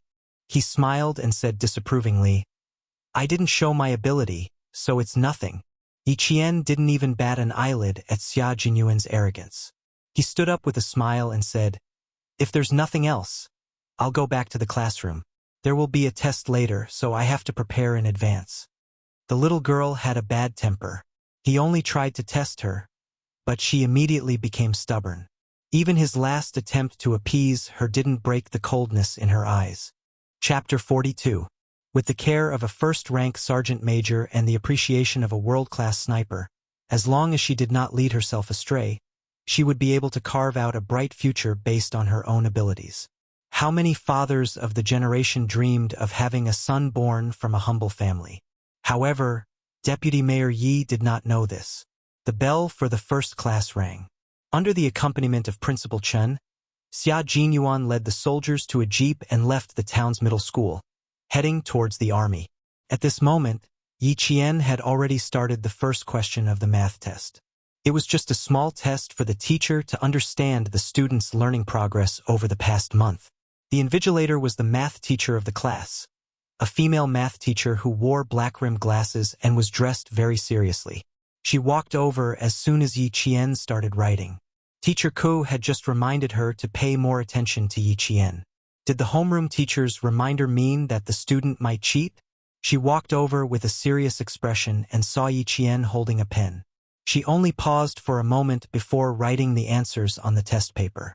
In just a few steps, she had already written at least 5 questions. And what about the other students? They were still doing it on draft paper. Teacher Yang, who had expected better from Yi Qian, suppressed her anger and walked over. She did not speak immediately. Instead, she stood beside Yi Qian and stared at the test paper with a serious expression. After a few seconds, her serious expression shifted slightly. She looked at Yi Qian in surprise and saw that she had written the correct answers without using a piece of draft paper. Was she calculating in her head? Yi Qian looked up at Teacher Yang, who was standing beside her. She seemed to have understood something and smiled. She continued to bury her head in her writing. It's a good thing that you can calculate in your head, but you still have to be careful so that you don't lose marks. Teacher Yang bent down slightly and gently reminded the smiling student. After you're done, it's best to check it again. At this moment, Yi Qian had finished all the questions. Teacher Yang, who already knew the answers in her heart, had already given her full marks. She put away her test paper and called Yi Qian outside the classroom for a chat. When Xie Sifeng saw this, a contemptuous smile appeared on her face. So what if she changed? She was still an idiot who did not know how to do anything. What was there to be proud of? Humph! The students in the class were all used to Yi Qian handing in his papers in advance. They all had the same thought in their minds. Yi Qian will still be in the last place. Can't be wrong. Both periods of mathematics were spent on exams. Yi Jian, who had finished her heart-to-heart talk with Mr. Yang, was already resting in the dormitory. When the physical education class in the afternoon was cancelled, Mr. Yang came in with the math test papers from the morning. Under the nervous gazes of the students, he called out a person's name and asked him to come up and take the test papers. As usual, students with full marks report their results. Although Mr. Yang was strict, he was a teacher who cared about the students' self-esteem. Zhang Wenjin 100 points, and Jusin 100 points. The first to announce their names were the top math students in the class. When they announced Yi Qian's name, no one took it seriously, as if they had made a mistake. Since Yi Qian was the last to hand out the papers, Teacher Yang kept her at the podium as soon as she went up. Teacher Yang pushed his glasses up the bridge of his nose and looked sternly at the students with their heads bowed. He said in a deep voice, "This time, the focus is on Yi Qian. 100 points. I saw with my own eyes that she managed to finish all the papers within 30 minutes. Wipe the disbelief off your faces.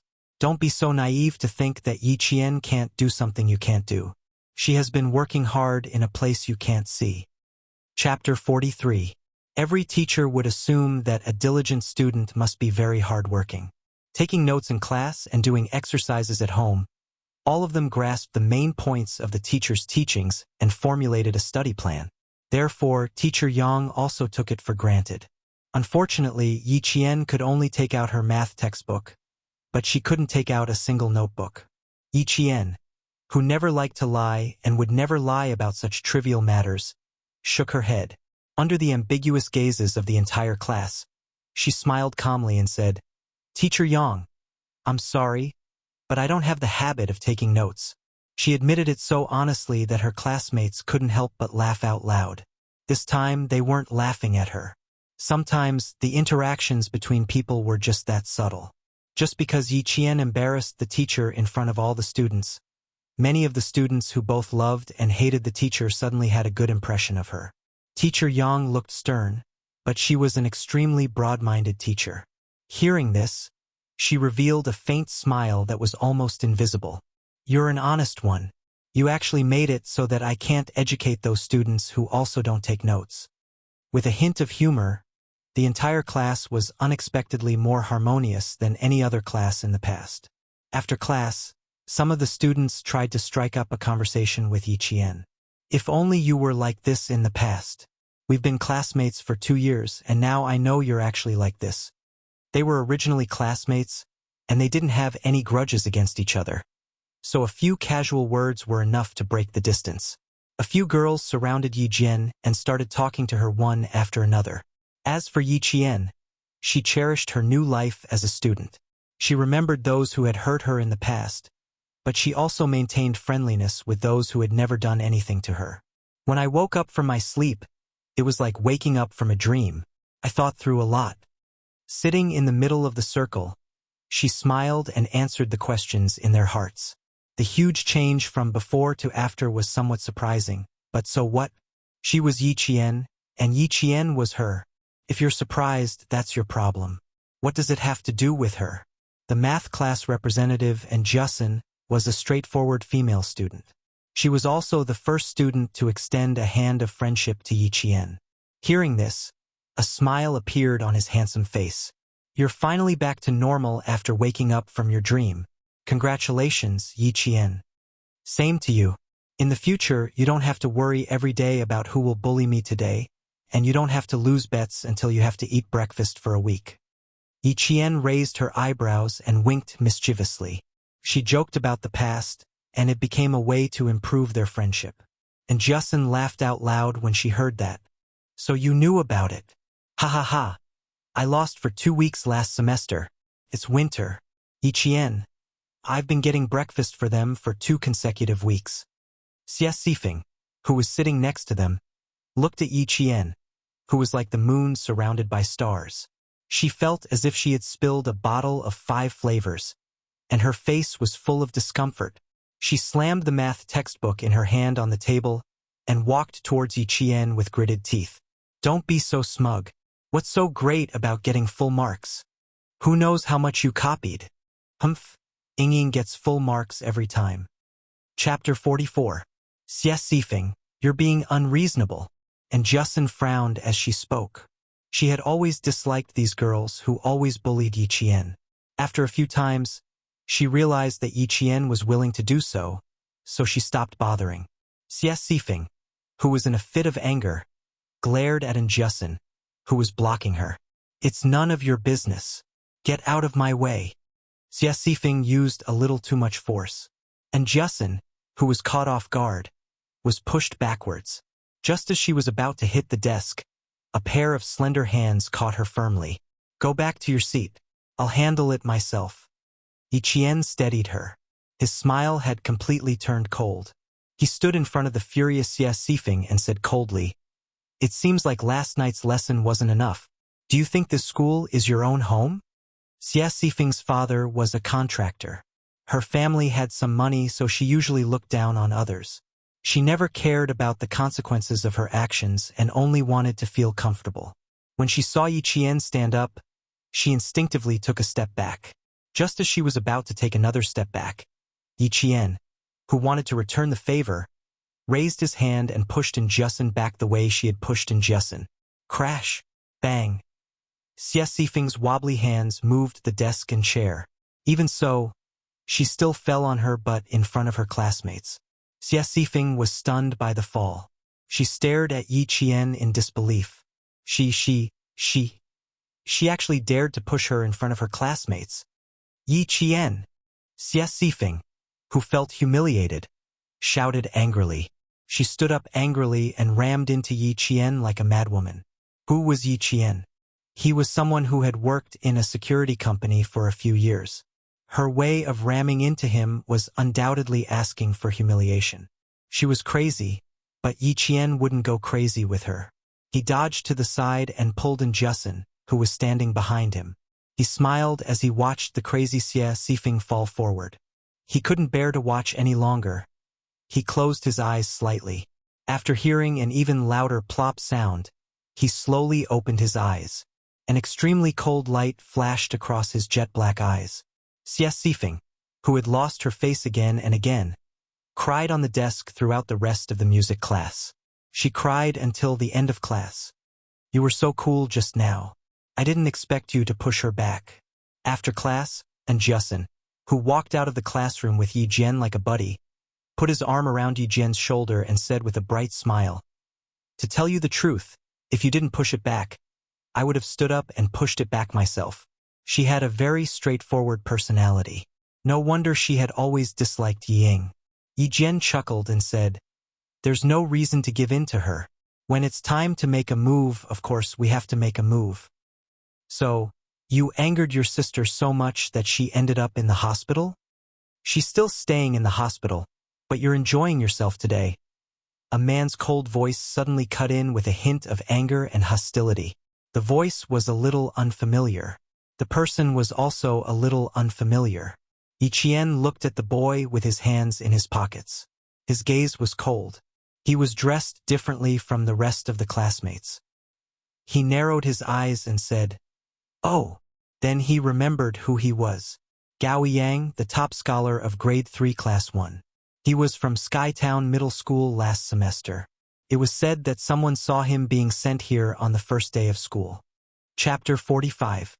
Gao Yang, who came from the provincial capital, was different from the boys in town. He was extremely handsome with a hint of arrogance. He liked to wear jeans of various colors, a t-shirt, or a sports jacket. He had an arrogant aura that other boys did not have. His expression was also cold. When he saw the teachers, he nodded as a form of greeting. "Are you mute?" He frowned impatiently. When he met Yi Qian's gaze, a trace of disgust flashed across his eyes. He looked away and said coldly, "I'm going to see Ying now. You're coming with me." Yi Qian raised his eyebrows and said with a half-smile, "If the school didn't forbid students from dating early, I would have thought that you were her boyfriend. Aren't you afraid of being called to talk? Stop talking." Even the brave and Justin was frightened by Yi Qian's audacity. Damn, dating, boyfriend. How could she dare to say it out loud? Yi Qian gave her a reassuring smile and said softly, "It's okay. Just listen. My relationship with Yi Ying is not for you to tell me anything." Gao Yang's lips were pressed tightly together. The disgust in his eyes was so deep that he could not hide it. His voice was changing, so if he raised it slightly, it would sound gravelly. He also realized this and immediately lowered his voice. "She's been crying. You're the older sister. Shouldn't you go and see your younger sister? Student Gao, right? May I ask, what does it have to do with you if I don't go and see her? Even if it does, it's not for you to say anything." Yi Qian retorted with a faint smile. She really did not like this student Gao. However, Yi Ying did have many suitors in school, and Gao Yang was one of them. Probably because he was not used to Yi Qian's change. Gao Yang's handsome face instantly darkened. He reached out and blocked Yi Qian's path. "Stop right there. If you stop me one more step, I'll call you molestation right now." Blocked again. Yi Qian's eyes suddenly turned cold.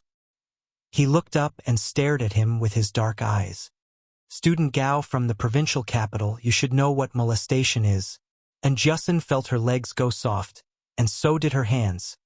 Seeing the boy's gloomy expression, she pulled Yi Qian, who was so daring that he wanted to go to heaven, and their bodies pressed against the wall. They quickly moved away.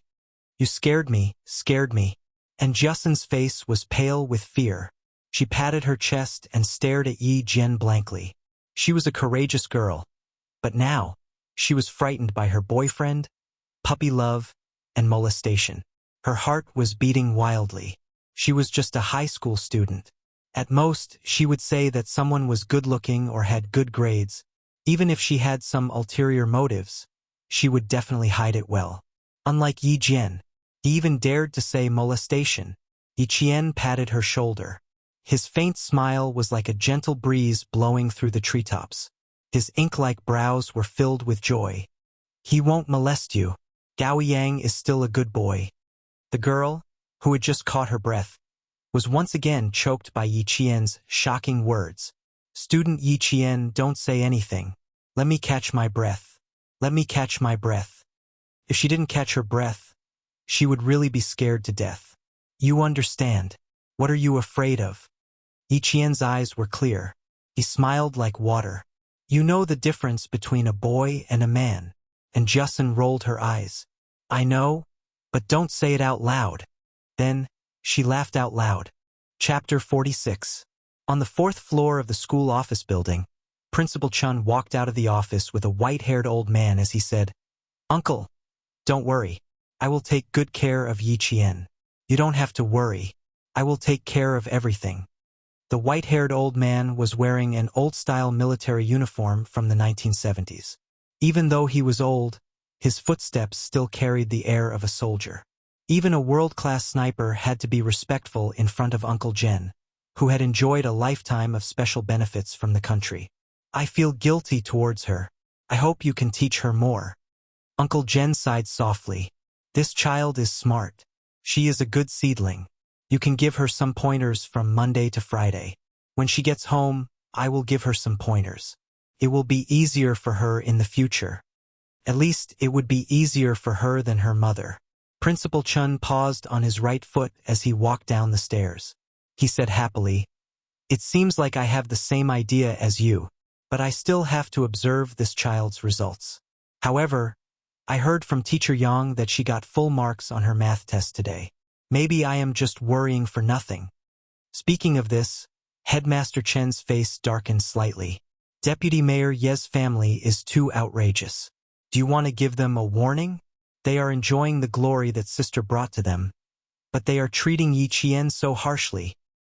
Bad people have bad people to deal with. I am old. I don't really want to care about the outside world. I just want to nurture Yi Qian into a talent.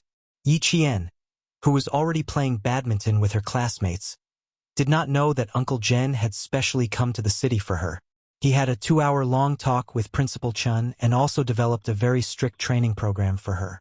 After the evening self-study session, Yi Qian was called to the principal's office for a talk. This made Teacher Ku, who was the messenger, so tired that she was even a little scared to look at Yi Qian. She was called to the principal's office for no reason. What if she made things difficult for her in front of Principal Chun? Even though there were only 2 pieces of paper, Yi Qian felt as if they weighed 1,000 pounds. Her eyes were fixed on the first few words. After a while, she looked up and smiled bitterly. Principal, you really think too highly of me. The 4-year plan was developed just for her. Just this kindness alone was as heavy as a mountain. Her eyes were slightly red. Even her voice was a little hoarse. You think so highly of me. Really? Girl, you don't have to thank me. I'm the same as your grandpa general. We're both loners with no descendants. You should learn well so that our efforts won't be in vain. Headmaster Chun smiled and patted her on the shoulder. He was a teacher, a friend, and an elder as he sincerely taught her. In life, one should be indomitable. No matter if you are a man or a woman, you must live up to your conscience and be able to carry the sky. You are a good child. Let bygones be bygones. Walk the path under your feet. If you are happy, smile. If you are sad, look up at the sky, look around you and look at the world. Fight for yourself. You are also responsible for your life. Do you understand? Chapter 47. To live up to the heavens above and the earth below. She did not have that much self-awareness yet. She only hoped that she could live up to the teachings of her 2 elders and live up to their expectations. Go back to the dorm tonight and calm down. After self-study tomorrow night, go straight to the school's back door. I'll pick you up. She knew that the road ahead was difficult, but she was fearless. Principal Chun admired this kind of Yi Qian. If she wanted to go far and stand high, she could only rely on herself. This child had a clear mind. Principal Chun admired Yi Qian's self-improvement. In the face of the current, she also maintained a calm mentality. From how she handled Yi Ying's matter, it could be seen that she was very clear about the severity of the situation. On Tuesday night, Yi Qian began his first training. Yi Qian, I'm a sniper. What I can teach you is all the experience I've accumulated in my career as a sniper. You still have a choice now. Retreat or advance. I'll give you 1 minute to consider. In the dimly lit training room, Principal Chun stood in the darkness like a leopard roaming in the night. Even though his voice sounded old and weathered, it was impossible to ignore the murderous aura around him. Sniper. Under the dim light, Yi Qian's entire body trembled slightly. It turned out that this seemingly amiable principal was actually a sniper. No wonder he exuded a murderous aura that made people feel fear from the bottom of their hearts. He pursed his lips and suppressed the trembling in his heart. His calm gaze was like an ancient well without ripples in the dim light. He said calmly, "There's no choice. I can only advance. I will never retreat." Good. From now on, there's no turning back. Principal Chun nodded. Standing with his hands behind his back, he began the first training session in a low and serious voice. Snipers are the grim reaper in the eyes of the enemy, but in the eyes of their comrades, they are heroes. They are the most outstanding comrades. They go deep into the enemy's camp alone and use the guns in their hands to win the first victory of the war. Yi Qian, you better be mentally prepared. The snipers I train will not stay in peaceful countries. They will go deep into the front lines of any country and complete the mission given to them by the country. Since he wanted to train this lass well, the training program he came up with was so harsh that it would make a soldier's scalp tingle. Yi Qian, who was listening intently, had already adjusted his breathing. Under the cold gaze of Principal Chun, he pursed his lips, straightened his back, and listened intently. In the recruit assembly camp in town, the cold-eyed Principal Chun began the first step of his 4-year plan. A sniper not only needs accurate marksmanship, but also a strong body and an iron will. He was a sniper, so other than teaching Yi Qian how to use the various sniper rifles, he also had to train Yi Qian's stamina and willpower. In addition to implementing sniping concepts and mastering the weapon system, professional sniping training also requires you to learn a lot more. During the training process, unless you really collapse, you have to grit your teeth and persevere until the end. Yi Qian listened intently and nodded solemnly. Under the calm surface, her blood was boiling.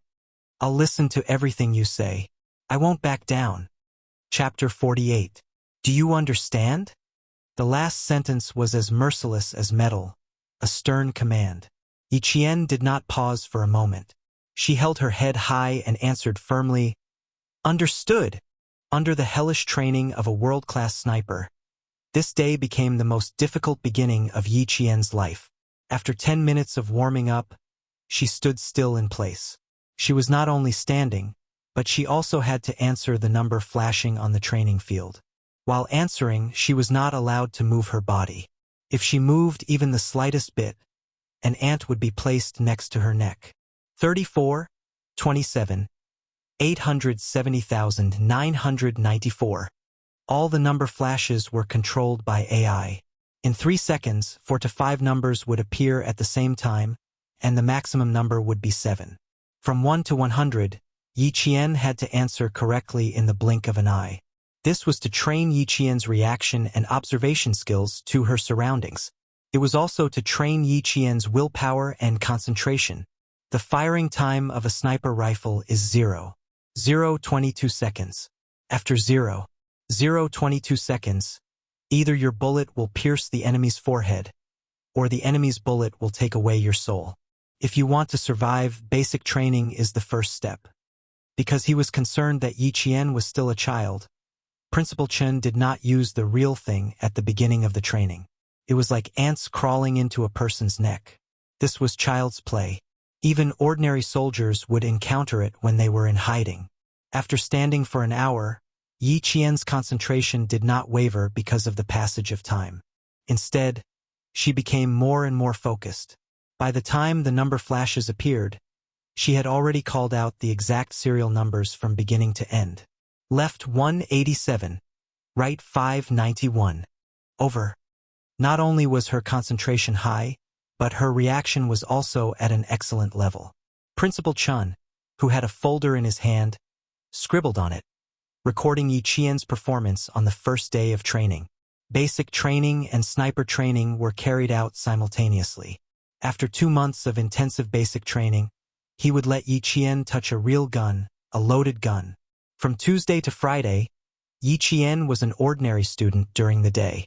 At night, he would become a sniper in training, constantly learning and strengthening himself. In just a few days, the changes from inside to outside were obvious. Her clear and beautiful face was no longer delicate. She was no longer a budding flower, but a pine tree that could withstand the scorching sun and the torrential rain. That kind of change was not something that could be seen at a glance. It was like the spring rain that moistened things silently. By the time you noticed it, everyone would have already gotten used to Yi Qian. Yi Qian, who had returned to the village after Zhou Weiwei, ran down the mountain. He slowed down and walked step by step until he reached Uncle Jen. It's an improvement from last week. You're 3 minutes faster. Not bad. Uncle Jen took a puff of his hookah and put the stopwatch in his pocket. He looked at the hard-working girl in front of him and said in a kind voice, "Don't rush it. Let's take it slow." Chapter 49. It's good that you understand. Learn from Principal Chun at school. He's very capable. Grandpa is old, so there's not much I can teach you. Grandpa Jen put the hookah on his waist and smiled at Yi Qian, who was wiping his sweat. Let's go. I'll take you to a nice place. You'll like it. Yi Qian quickly put the towel around his neck and picked up the bucket of water. He followed Grandpa Jen with steady steps. His laughter was clearer than the birds in the bamboo forest. Where are we going, Grandpa? You haven't had breakfast yet. Shall we go back and cook some noodles? No need. There'll be food when we get there. Put the bucket down. We'll bring it back tonight. Grandpa Jen walked with a smile. The 70-year-old man walked in the mountains with steady steps. Even the young men would admit defeat. The back of the mountain was a large bamboo forest. The morning mist shrouded the forest, making it look like paradise on earth. Grandpa Jen stopped in front of a cellar used by every household in the village to store sweet potatoes. He ordered Yi Qian, "Girl, open the door of the cellar." For as long as Yi Qian could remember, there was a cellar in his house. But he didn't expect this. There was a completely different world behind the cellar. Be careful. Don't be afraid. Follow Grandpa. Walking in the dark tunnel that seemed to lead deep underground, Yi Qian touched the dry stone walls with both hands. The shock in his heart was no less than the shock he felt when he was reborn.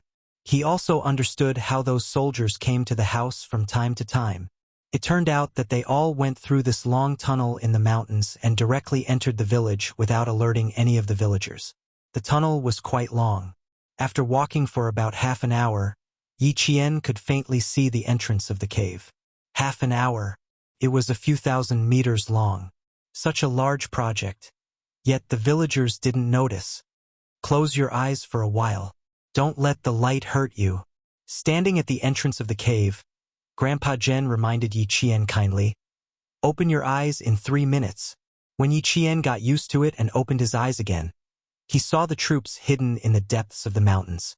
They were close at hand. After coming out of the cave, they walked down the mountain. Another half an hour later, they arrived at a road paved with asphalt. Beside the road, there was a white banner with red words, "Restricted area for troops." 400 meters away, there was an iron-tipped protective net. Behind the net was an iron-tipped gate. Inside and outside the gate, there were 4 armed soldiers standing guard. He then looked into the depths of the forest and saw the sentry post hidden in the depths of the trees.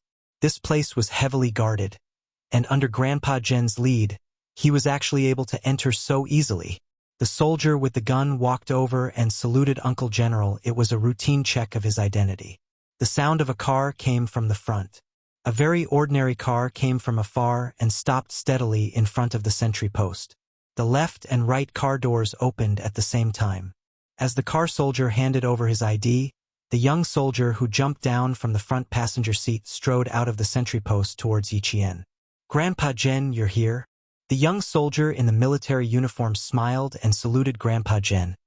"I'm afraid I have to go back on my promise from last time. The school called me urgently and I need to go back. I can only come back later." Chapter 50.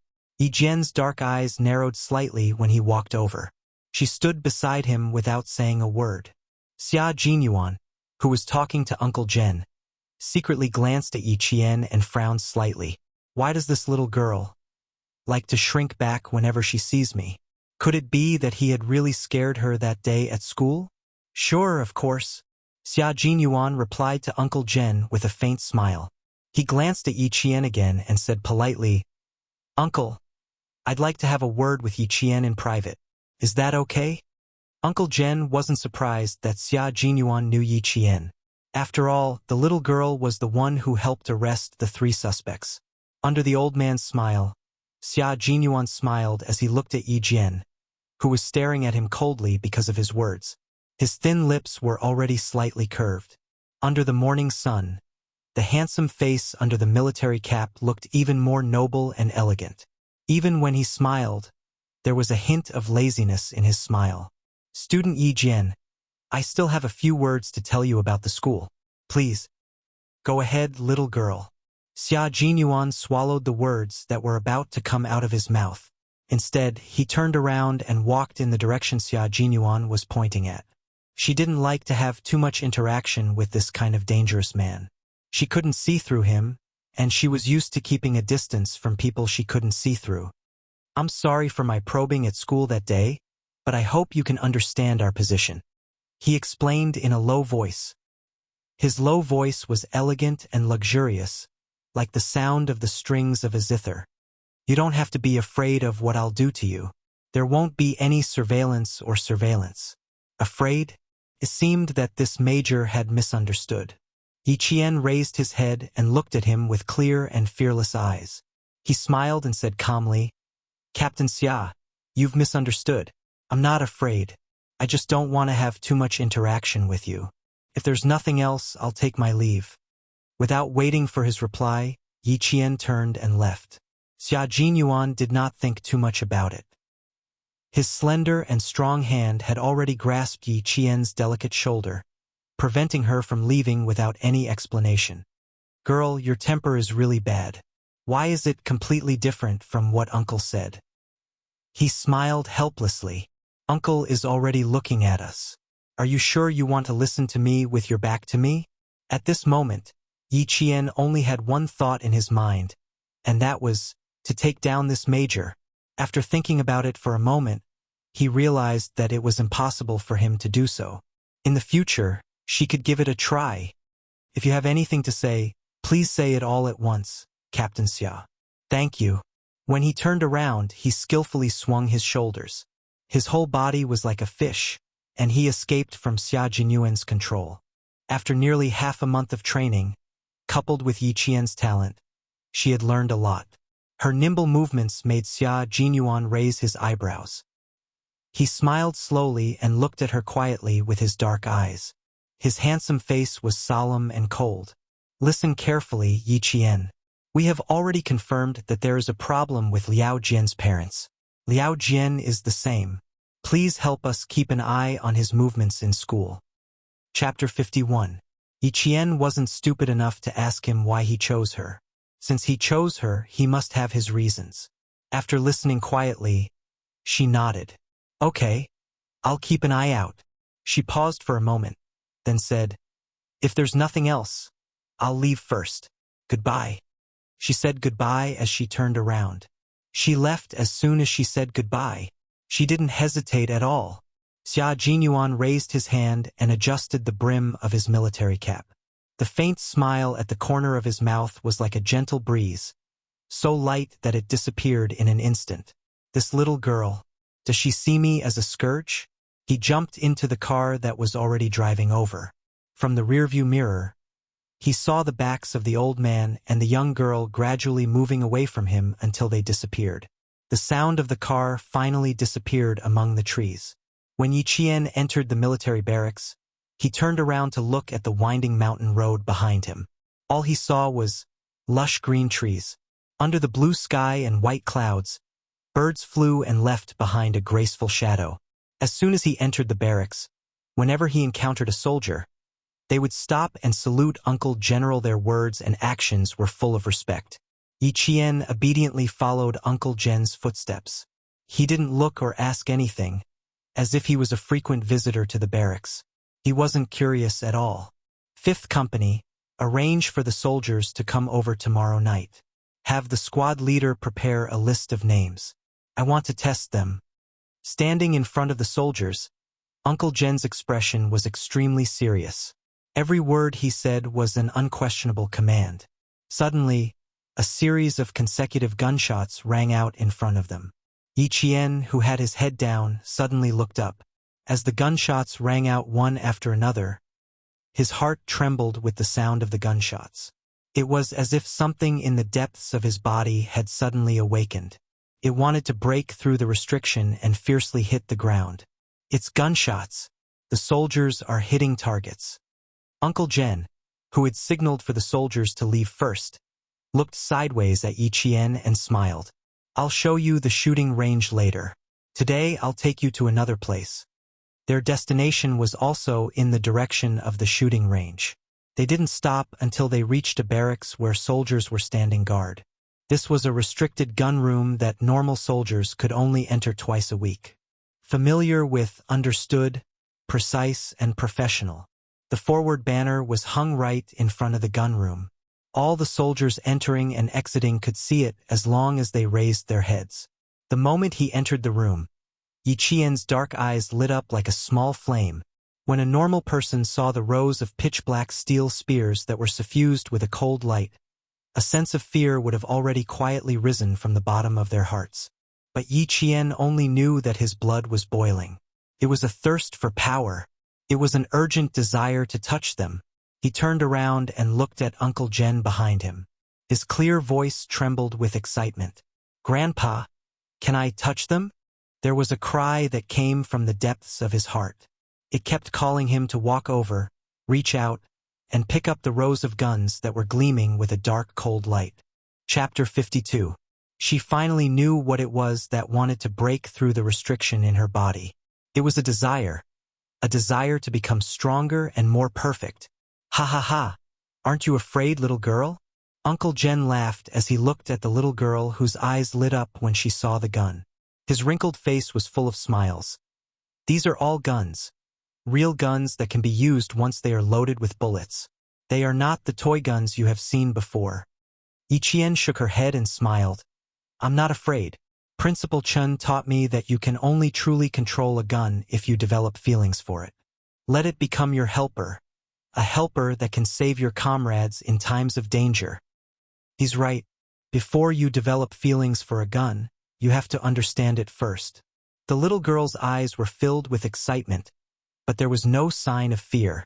Uncle Jen saw this and laughed in his heart. He walked to the front of the rows of steel guns and casually picked up an assault rifle. As he quickly disassembled it, he energetically said, "N70AB2, Russian Kalashnikov AK-101 assault rifle, NATO 5. 6mm ammunition." It was designed by the former Soviet Union's famous gun designer, Kalashnikov, commonly known as a submachine gun. Uncle Jen dismantled the gun very quickly. At the same time, he used special tools. In less than 5 minutes, the assault rifle was dismantled by him into a pile of parts. "How many parts did I dismantle just now?" Uncle Jen pointed at the scattered gun parts on the table and suddenly asked, "Give me a number." From the moment he picked up the gun, he was already in the middle of training. Yi Qian pointed at the parts on the table. Her clear black eyes contained a faint smile as she said, "This is the last part that you put down. This is the 47th part that was dismantled. This is the part that you dismantled at step 74. "Grandpa, you dismantled a total of 80 parts. Am I right?" Not only was he right, but he was very accurate. After half a month of teaching, Yi Qian had already developed the ability to enter the training state at any time. Whether it was Principal Chun or Uncle Jen, they loved to ask questions suddenly. Uncle Jen laughed again and said, "Not bad. Not bad at all.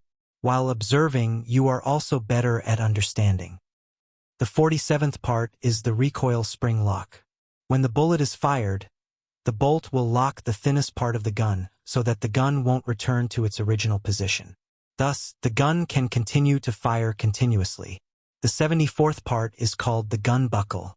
Its function is, as Uncle Jen picked up the parts one by one and explained them one by one, Yi Qian, who had zero knowledge of the gun's structure, began to understand it. For the whole day, Uncle Jen kept dismantling the guns, while Yi Jian kept repeating how many parts each gun had and what they were used for. Assault rifles, shotguns, semi-automatic pistols, manual rifles, revolvers.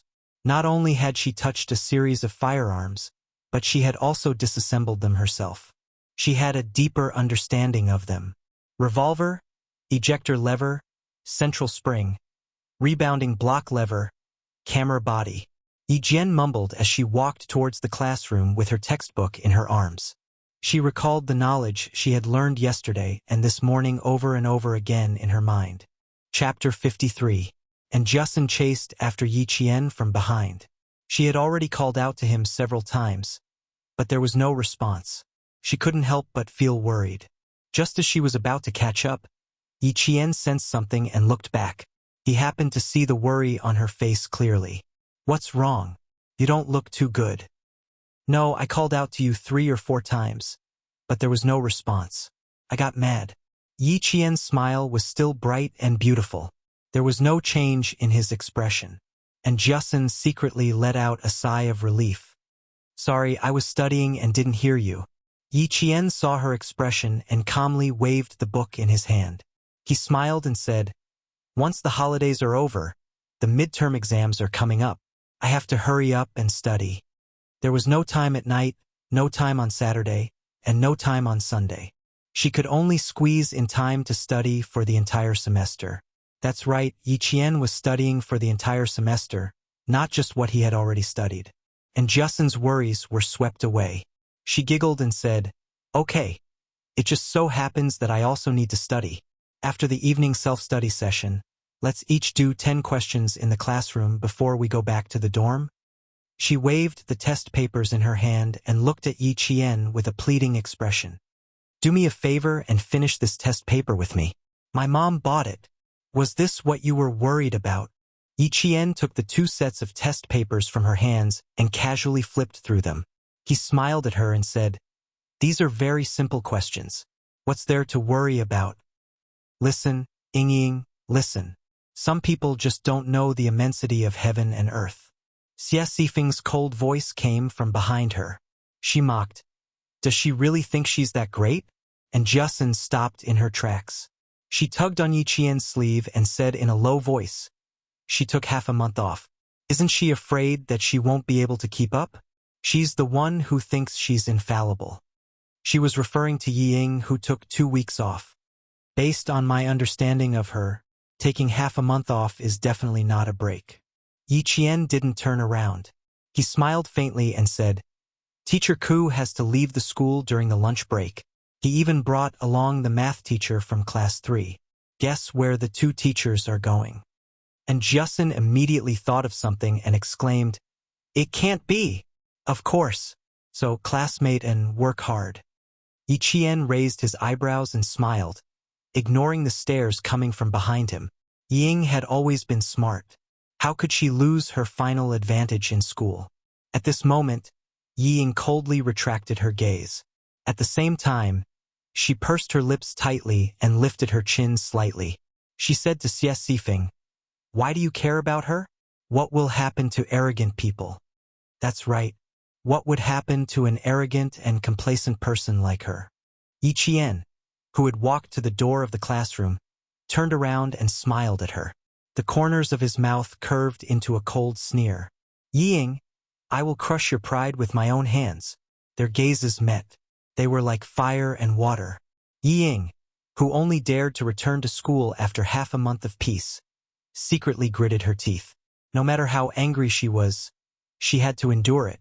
After a series of suppression, Yi Ying finally understood that from now on, Yi Qian would never listen to her obediently, and she could no longer threaten Yi Qian with words like, "If you dare to do better than me, I'll kick you out of my house."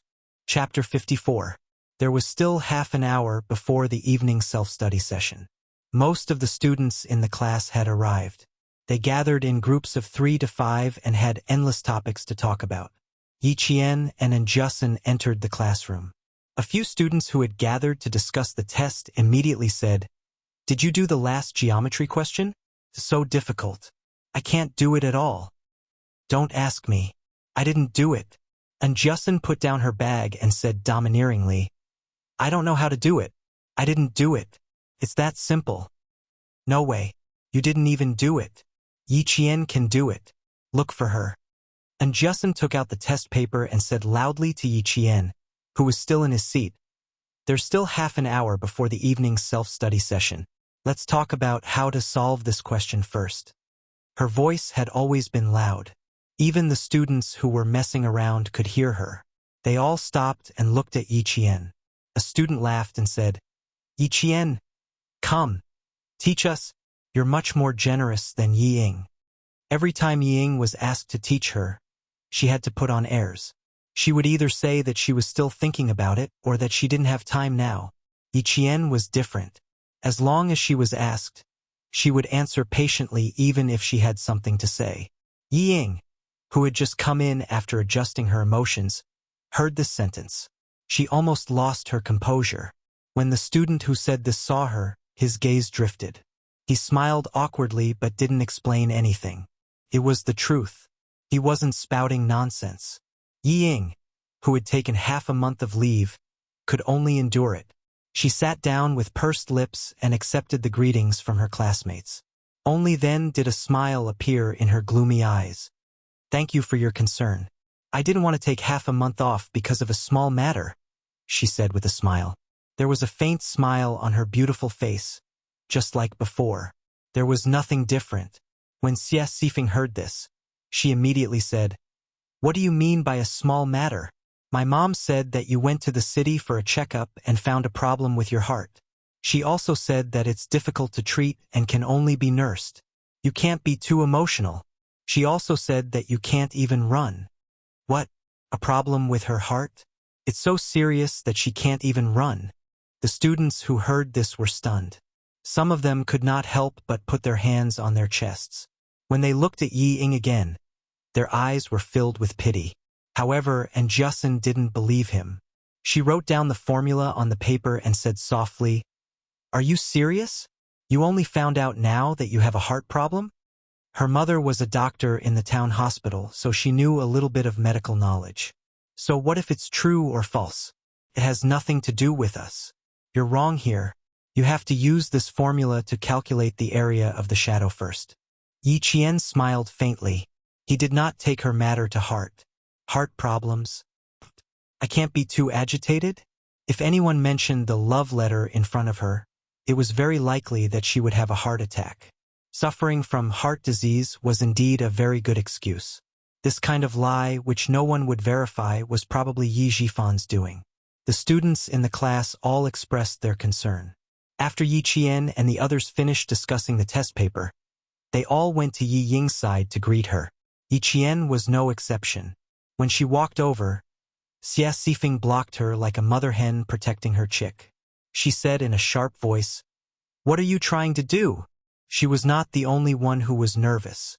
The other students also had some thoughts when Yi Qian walked over. After all, Yi Ying treated her like that in the past. Chapter 55. Look, Daddy still has a way. Who would dare to say anything now? Even if the damned girl told her classmates, who would dare to say it to her face? Who could bear the responsibility of a heart attack? The provocation in Yi Ying's eyes was too obvious, so obvious that Yi Qian could see it. The corners of her mouth curled up slightly, and a cold light flashed in her dark eyes. She walked up to Yi Ying. Yi Ying's heart tightened when she met her cold gaze. Suddenly, she saw her raise her hand, and her whole body tensed up. She dodged and shouted, "What are you trying to do? Why are you so nervous? Relax." When the students thought that Yi Qian was going to do something, she raised her hand and patted Yi Ying's shoulder gently. She said in a clear voice, "Take care of your body. Don't get angry so easily." Phew, so she didn't want to hit Yi Ying. Yi Ying, who knew that she was being played, forced herself to hold it in. She replied with a fake smile, "Thank you for your concern. I'll take good care of myself." Yi Qian pursed her lips and smiled. Her eyes were already curved. How can someone as young as you compete with her? So what if you have parents? You're digging your own grave. Under everyone's gaze, Yi Qian leaned over and whispered into Yi Ying's ear, whose whole body was tense, "Let's take it slow. Don't be so nervous. You're only halfway through your 3rd year of middle school." Her voice was so soft that it was almost inaudible, but it made Yi Ying feel as if she was being stared at by a beast. The hand that was still on her shoulder felt like it weighed 1,000 pounds, making it difficult for her to breathe. Looking at Yi Ying, who was trembling in fear, the smile on Yi Jian's face deepened and her eyes shone even brighter. She calmly retracted her hand and looked up at the students with a smile. "Class is about to start. You're dismissed." She was so easily frightened. Hopefully she didn't get a heart attack. The students didn't know that the two sisters were secretly fighting. Seeing that they were still chatting and laughing, they didn't think much of it and returned to their seats when the bell rang. After Mr. Ko came in, his eyes swept over Yi Ying's face. He walked to the podium and said with a serious expression, "Students, due to health reasons, Yi Ying from our class." Now that the teacher had said it himself, Yi Ying's heart disease was confirmed. The next day, even the students from the next class knew about it. However, Gao Yang was the only one in the class who cared about her. The rest of her pursuers had silently asked their classmates from Class 2 to care about her. Handsome and tall, he walked into Class 2's classroom with an indifferent expression. Miraculously, the noisy class fell silent for 3 seconds. Walking to Yi Ying's side, he frowned and said in a deep voice, "I'll take you to the province for a checkup during the May Day holiday. Your complexion looks rosy. How could you have congenital heart disease?" Her honesty almost made Yi Qian laugh out loud. She looked at the flustered Yi Ying with interest. She covered her mouth and said coldly, "My business has nothing to do with you. Leave now. My uncle is the director of the provincial hospital. There are still 8 days before the May Day holiday. Think about it before replying to me." Not only did she reject him, she even pointed at his nose and asked him to leave. Gao Yang, who had always been cold and arrogant, endured it. He said something in a low voice and turned to leave. The director of the provincial hospital, Yi Ying's pupils contracted. So his family had such powerful connections. She regretted her harsh tone just now. Yi Qian looked at her small face. One moment she was smiling, the next she was annoyed. He suddenly found it funny. He looked away indifferently and buried his head in the sea of books again. Chapter 56. It was still slightly chilly at night before the May Day holiday season, especially when it was raining, which made it even colder. Yi Jian had been standing in the rain for half an hour. Among them, there was a wolf dog that was chained to a leash. It was growling less than 10 centimeters away from her, and its growls made her heart tremble. A sniper's ambush can sometimes last a few hours, and sometimes it can last a few days. You never know when you'll encounter danger. Accept fear, get used to it, and overcome it. This is a necessary psychological quality for a good sniper. In the heavy rain, Principal Chen's steely voice cut through the rain. He had spent his entire life training Yi Qian. Be on standby and ambush 24 hours a day. You'll face wind and rain, lightning, blizzard, and scorching sun. Learn to ignore the effects of nature and the environment on you. That way, you won't waste a single bullet. The rain was getting heavier, but his words were like a heavy drum in the rain that struck Yi Qian's heart. If you want to see the rainbow after the storm, you must first be able to withstand the baptism of the storm. Yi Qian stood motionless. The wolfhound treated her as an intruder and growled madly. The chains rattled as if it would break free and pounce on her in the next second. It wasn't that she wasn't afraid, but that she was afraid and had no way to retreat. If she swayed even a little, she would be pricked by the steel needles at her feet and bleed. In Principal Chen's words, if you retreat, your comrades will be the ones bleeding. Remember, once you pick up a sniper rifle, you have no way to retreat. You must complete the mission beautifully and eliminate the target. If you don't want to bleed or sacrifice your comrades, then you must become stronger. After an hour of standing in the rain, Yi Qian felt as if her legs didn't belong to her anymore. Principal Chen walked over with a towel and slowly squatted down. He looked kindly at Yi Qian, who had fallen into the rain because of her weak legs. He said slowly, word by word, "Girl, you chose your own path. Walk it with blood and tears in your eyes. Only then will you be able to welcome your peak." He gently placed the towel on Yi Qian's head and sincerely taught her, "You will be brighter than a flower in a greenhouse. You will grow little by little under the sun. Without your parents to protect you, believe me, my child, you will live a more exciting life than anyone else." Principal Chen had already heard about what happened during the day. He had been silent for a long time before he added tonight's training. He was telling Yi Qian that she was different. You relied on your own two hands to get what you want. That is your true ability, and no one can replace it. Yi Jian, who had caught her breath, raised her head. Her eyes were as bright as a mirror after being washed by the rain. They were so clear that they could reflect the beauty and ugliness of everything. Raising his hand, Zhang Xian wiped the rainwater off his face. Under the gaze of the elder, he smiled and said, "I will persevere on, not for anyone else but for myself.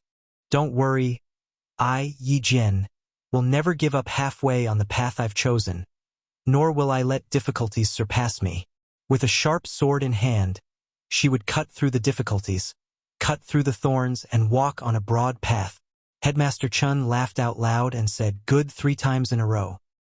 He stood up and said, "Good child, you are fearless and magnanimous. Yi Ying is no match for you." Chapter 57. Principal Chun thought for a while, then nodded with a smile. "If that's the case, then all the more you have to work hard. Go change in the hot water room. I have something to do in the front. Tonight's training will end early." She had been in the rain for an hour. After all, she was still growing. If she rushed it, it would hurt her body. When Yi Jian came out of the hot shower, she saw Headmaster Chun talking to a middle-aged man in his 40s in the training room. He was wearing a short-sleeved shirt and a pair of perfectly ironed black trousers. He was talking in a low voice. "Come, girl, let me introduce you to this uncle." Principal Chun waved at Yi Qian, who had already put on her school uniform. "There's something I'd like to ask your opinion on. What do you think?" The middle-aged man was obviously from a military background. He smiled and sized up Yi Qian. After nodding slightly, he said to Principal Chun, "I've been observing you for a while. This child is indeed a hard-working one." Yi Qian hurried over and greeted him politely, "Uncle." Then, she heard him say with a smile, "Just now, Headmaster Chan said that it's not very convenient for you to live in the dormitory now. If you go back at 11 o'clock every night, it will more or less affect your classmates in the dormitory. See if you can consider moving out." Move out? Yi Qian was stunned. She had indeed considered moving out.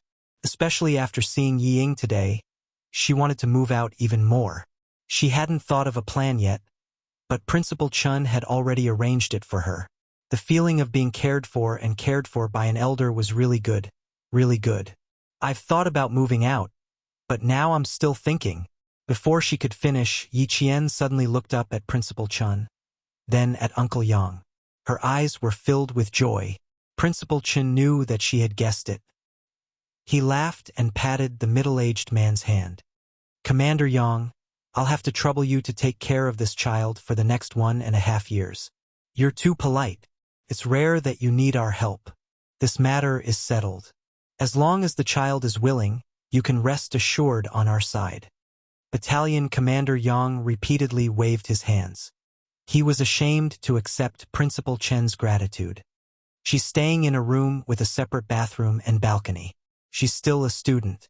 How about this? I'll add a bookcase and a desk lamp for her tomorrow. What do you think? You arrange it, you arrange it. Seeing that Yi Qian had considered everything thoroughly, Principal Chun was even more relieved to let Yi Qian live alone in the recruit assembly camp. Not only was it safe here, it also wouldn't attract any attention. Yi Qian didn't know how many times his eyes reddened. He bowed deeply to Battalion Commander Yang. Thank you, Uncle Yang. I won't cause you any trouble. Before he could bend his waist completely, Battalion Commander Yang's strong hand had already reached out to stop him. He said in a low voice, "You're too polite, kid. Remember, we soldiers are indomitable. Straighten your back." More than one person had told Yi Qian that no matter what, he had to straighten his back and never bend his waist easily. By the time he returned to school, it was already 11 at night.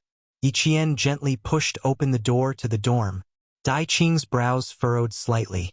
In order to make it easier for the dorm management teacher to check on the dorm rooms, all dorm rooms were not allowed to be locked from the inside. But tonight, it was locked from the inside. Chapter 58. Yi Qian didn't knock on the door. His dark eyes stared at the closed door, a cold smile spreading from the corner of his mouth to the depths of his eyes. Very good. She's starting to make small moves as soon as she comes back. Without knocking, he turned around and went straight to Justin's room. What? Lock the door? How dare she?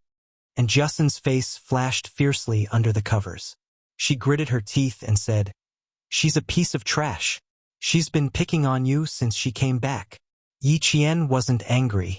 Instead, he raised his hand to support his head and laughed softly. It's a good excuse to move out of the dorm.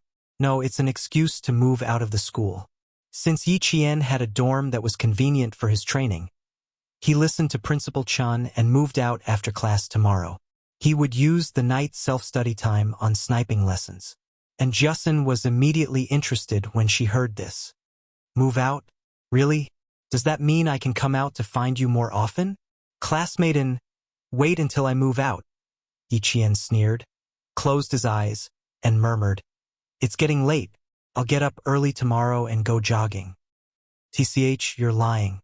And Justin saw that she wasn't excited at all about moving out. She snorted, turned over, and quickly fell asleep.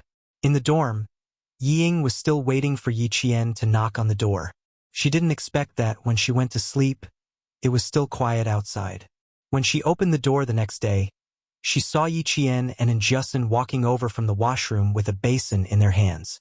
Their hair was wet, and they brushed past each other. They didn't even look at her. She didn't return to the dorm until 11 at night for the past few weeks. What could she be doing? Ying stared at the figure that was getting slimmer and slimmer. Even her figure seemed to have grown taller. Ying's beautiful eyes narrowed slightly, and a dark, cold light flitted across them. You're asking me where Yi Qian goes at night? If she doesn't go back to the dorm after class, where else could she go? Liao Jian glared at Xie Sifeng, who had taken the initiative to look for him. His eyes turned slightly, and his face, which had a few pimples, suddenly revealed a ruffian smile. That's simple. You pay and I do the work. How about it? When Xie Sifeng heard that there was hope, she immediately said, "How much? We're all classmates. You won't ask for too much, right? Don't worry, 10 yuan is nothing to you. It just so happens that I also want to know where she went when she returned to the dormitory so late at night." Liao Jian's eyes darkened and his face revealed a look of resentment. That brat had embarrassed him in class that day. He had been waiting to settle this score with her. Leaving school at night. Ha! That's easy. At this time, Yi Qian was already in the teacher's office.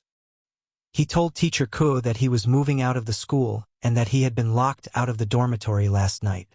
Teacher Ku, who had wanted to say more, immediately shut her mouth. She snorted coldly and glanced at Yi Qian provocatively. Fine, you can sign this letter of commitment yourself. If anything happens, it has nothing to do with the school or the teachers. Moving out? If an undisciplined girl were to come into contact with some bad people outside, it would be too easy for her to learn bad things. Yi Qian glanced at it and signed his name without hesitation. He maintained a polite smile and said calmly, "Teacher Ko, don't worry. I'll take good care of myself. I won't cause any trouble for the school or the teachers. Chapter 59. Her etiquette was impeccable, and her grades were improving day by day. This gave Teacher Ku, who wanted to teach her a lesson from time to time, no chance at all. In the afternoon, Yi Jian really packed up her luggage and quilt. She left the school alone with a very big woven bag in her hand. She didn't even look back, and Justin was holding her textbooks for her and followed behind her like a fool. She still couldn't believe it until she walked out of the school gate. She said blankly, You're really out? You really moved out. She always thought it was a joke. Of course it's true. Didn't I tell you last night? Yi Qian moved her luggage to a common three-wheeled passenger car in town and said to Justin, who was still in a daze, Hurry up and get in. It won't be good if your name is recorded. And Justin hurriedly put the bag containing her textbooks on the car and rubbed her face before replying, You did a good job, just now. Yi Ying's face was so twisted.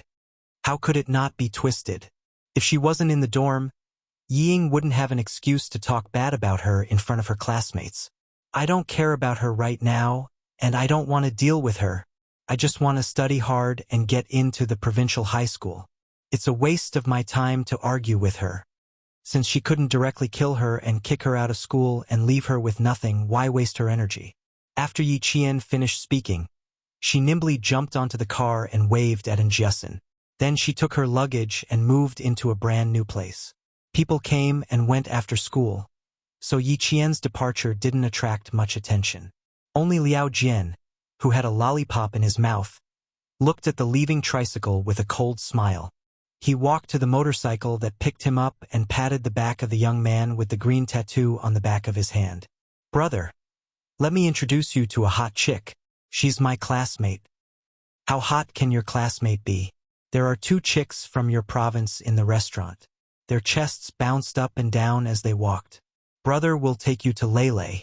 Brother Fei was a famous hooligan in town and had a good relationship with Liao Jian's father. He often took Liao Jian to have fun.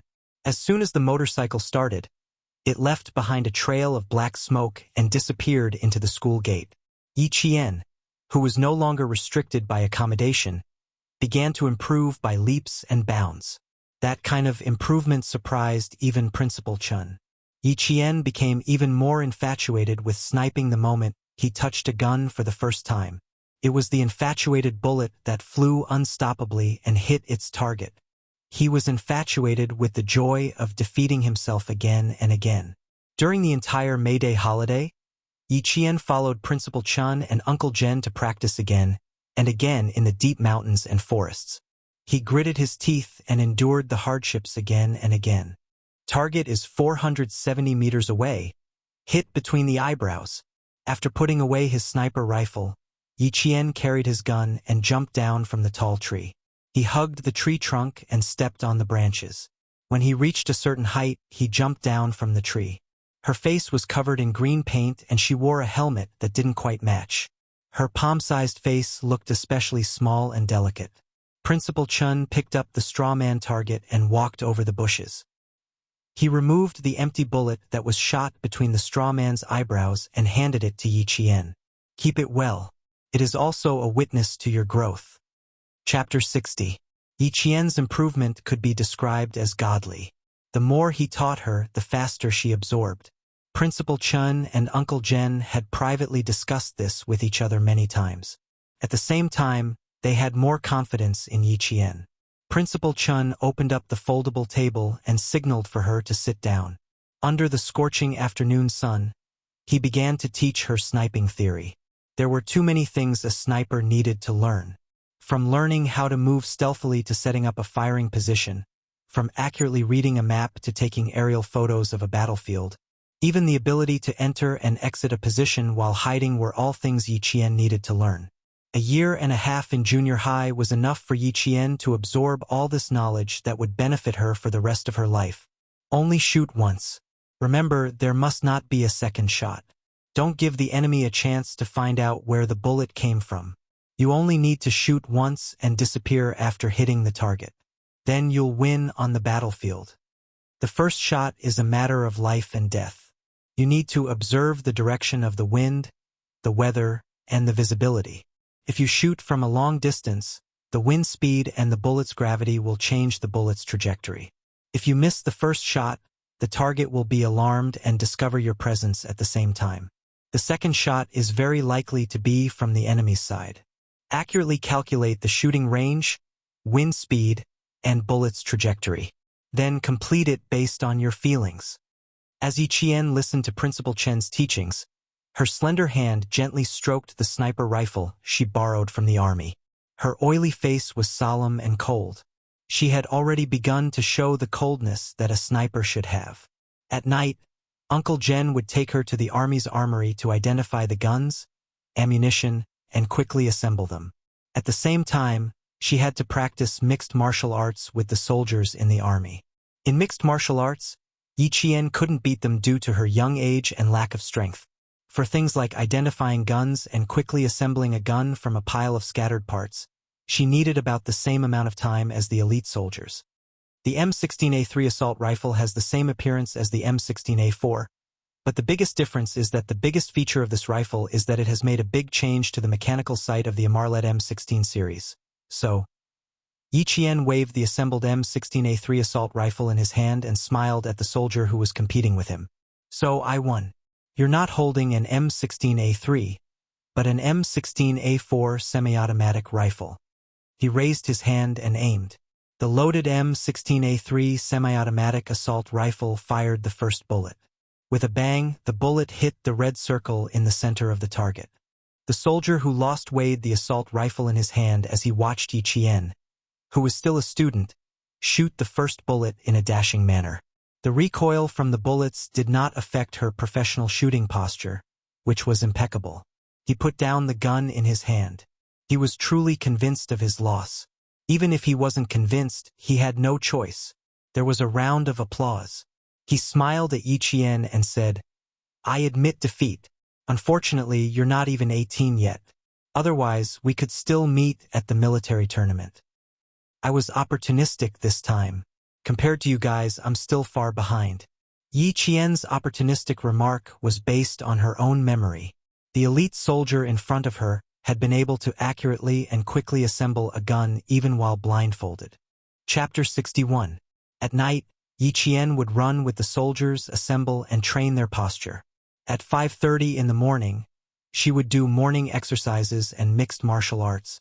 Here, Yi Qian was like a real soldier, blending in with the troops. Yi Jian was like a role model when she came up to inspect the military posture and military etiquette. She made the veterans feel that they should work harder to succeed. She stood like a pine tree, sat like a bell, and walked like the wind. From her body, one could tell what the most standard military posture was and what the most qualified posture was. You're just short of a military uniform. After the morning training, the young soldier smiled at Yi Qian, who was the same age as his sister. He pointed at her uniform and said, "This uniform doesn't suit you." Yi Qian, who spoke and acted like a soldier, wearing a uniform, was indeed a little strange. Wearing a uniform that gave off the vibe of a military uniform, wasn't that strange? Yi Qian was still sweating. She wiped her sweat with her sleeve and said with a bright smile, "I promise to wear a military uniform when I'm 18. Her goal was to get into the military's Tsinghua University, the University of Science and Technology of China. It'll take another 4 years. After 4 years, we'll all be discharged." After the soldiers laughed, they felt a little sad. The troops were made of iron, but the soldiers were like water. After 4 years, the recruits here would have changed 4 rounds. Yi Qian looked at them, her dark eyes shining like diamonds under the sunlight. She gently shook her head and said slowly, "No, in my heart, you're like the sun that never sets. You'll never be discharged. 10 years from now, in my memory, you'll still be wearing a military uniform. You'll still be indomitable men." Under the sunlight, her face was beautiful, and her voice was clear and melodious. Her voice and her smile were like the gurgling spring water in a mountain stream, flowing into the hearts of good men. "We're all looking forward to seeing you in a military uniform in 4 years. Come, come, come, let's give you a high five." The leader was a squad leader. They were all scouts who had trained in mixed martial arts. Their tanned faces were serious when they were on duty, but when they were resting, they were like the brothers next door taking care of Yi Qian. In the sound of applause, Yi Jian ended her May Day holiday in the army. After the summer vacation, she would come back again and spend another unforgettable military life with this group of adorable and respectable soldiers.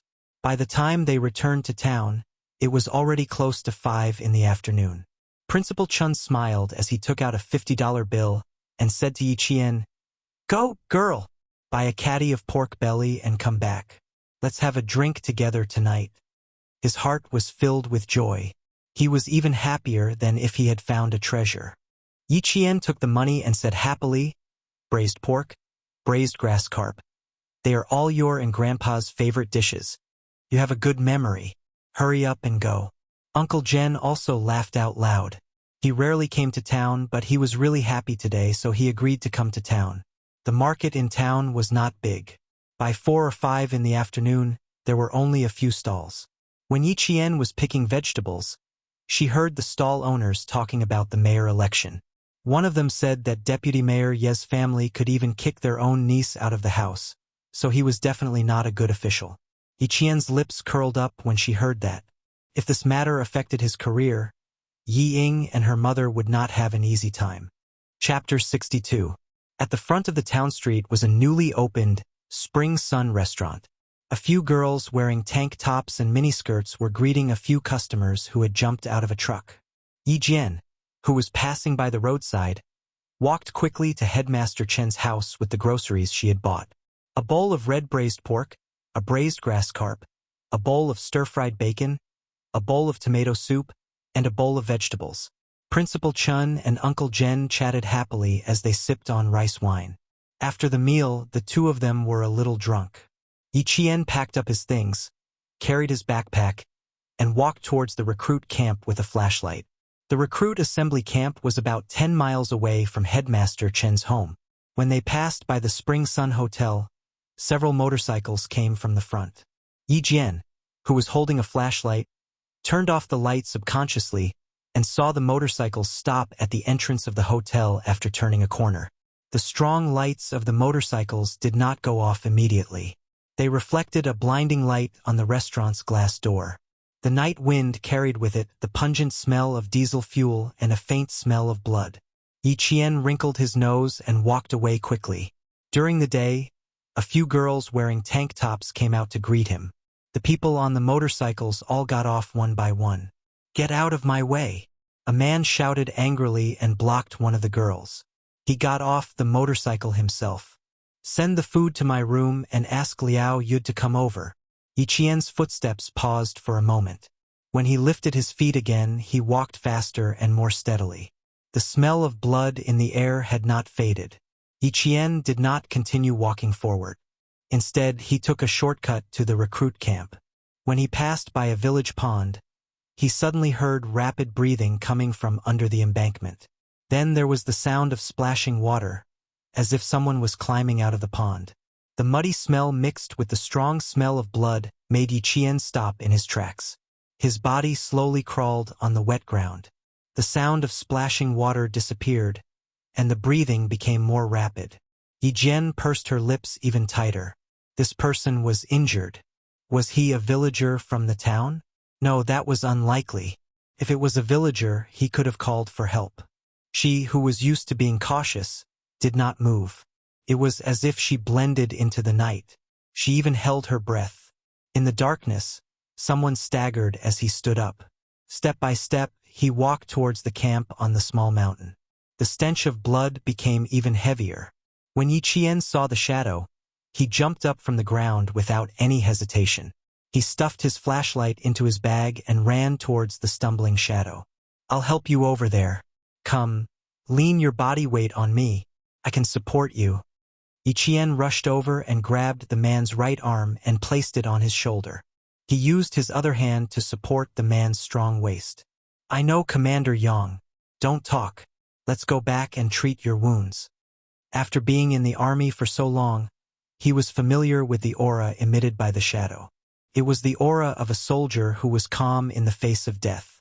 Chapter 63.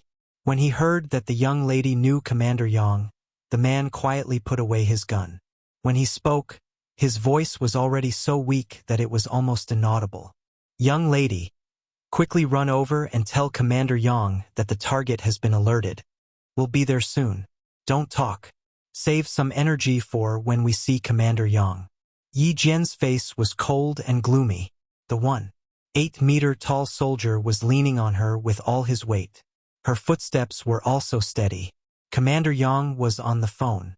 When he heard the cold voice coming from the phone, his expression was unprecedentedly serious. Okay. I'll immediately send troops to search. Report as soon as there's any news. The target is the #1 overseas event in the southern province. Please be careful. A deep male voice came from the other end of the phone. It was filled with boundless killing intent. In 10 minutes, I'll arrive at Fujian town.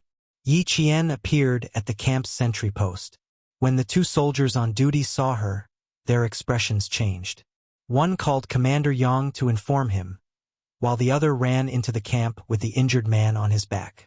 Inside, Commander Yang just happened to run out with the military doctor. He immediately placed the injured man on a stretcher. There's a gunshot wound on his left shoulder. He lost too much blood and fainted. The wound may be infected. It needs immediate anti-inflammatory treatment. When Yi Qian saw Commander Yang, she immediately told him all the details she knew. There's a problem with the Spring Sun restaurant. 5 foreign men came to the restaurant. One of the foreign men spoke with a Hongkou accent. He's injured. Hongkou accent.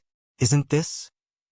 Commander Yang looked deeply at Yi Qian and said in a low voice, Young lady, you might have to work hard tonight. Go back to the dormitory first. The military doctor will come and treat this soldier's wound. Yi Qian slightly narrowed her eyes and said in a low voice, Uncle Yang, you only have one military doctor here? I'm afraid one isn't enough. I know a little about how to treat gunshot wounds. Let me go with you. When this young lady spoke, her expression and words always gave people an inexplicable sense of confidence. Commander Yang nodded without hesitation. Okay, you can help. Yi Qian had been in the medical school for more than a year, and his professional knowledge was even better than the medical students. How could he really just be an assistant? But it was true that he could only be an assistant. The 14-year-old Yi Qian had never been exposed to gunshot wounds before. He had only learned some theoretical knowledge in the army. Anti-inflammation, intravenous drip, wound cleaning, removing the bullet and cleaning the wound again. As long as the military doctor needed anything, she would immediately hand it over. She would even use a disinfectant cloth to wipe the sweat of the military doctor who was removing the bullet. When Xia Jinyuan came in, he saw a slender figure standing by the operating table like a sentinel. When she heard his footsteps, she turned around with a scalpel in her hand and looked at him coldly. It's me, Xia Jinyuan, he said in a low voice and took off his combat helmet, revealing his handsome face. He was wearing an army combat uniform. He did not have the elegance he had when he was in the military uniform. Instead, he walked in with the cold air of the dark night, filling the infirmary with the murderous aura of a powerful army. Yi Qian let out a sigh of relief. So it was him. The military doctor was doing a thorough debridement of the devitalized tissue in the contusion area of the wounded soldier's shoulder. Without looking up, he said to Yi Qian, Left camera. Prepare the one-time pulse debridement and rinse device. Yi Qian, who only met his gaze, immediately passed the left camera to the military doctor. At the same time, he prepared the one-time pulse debridement and rinse device.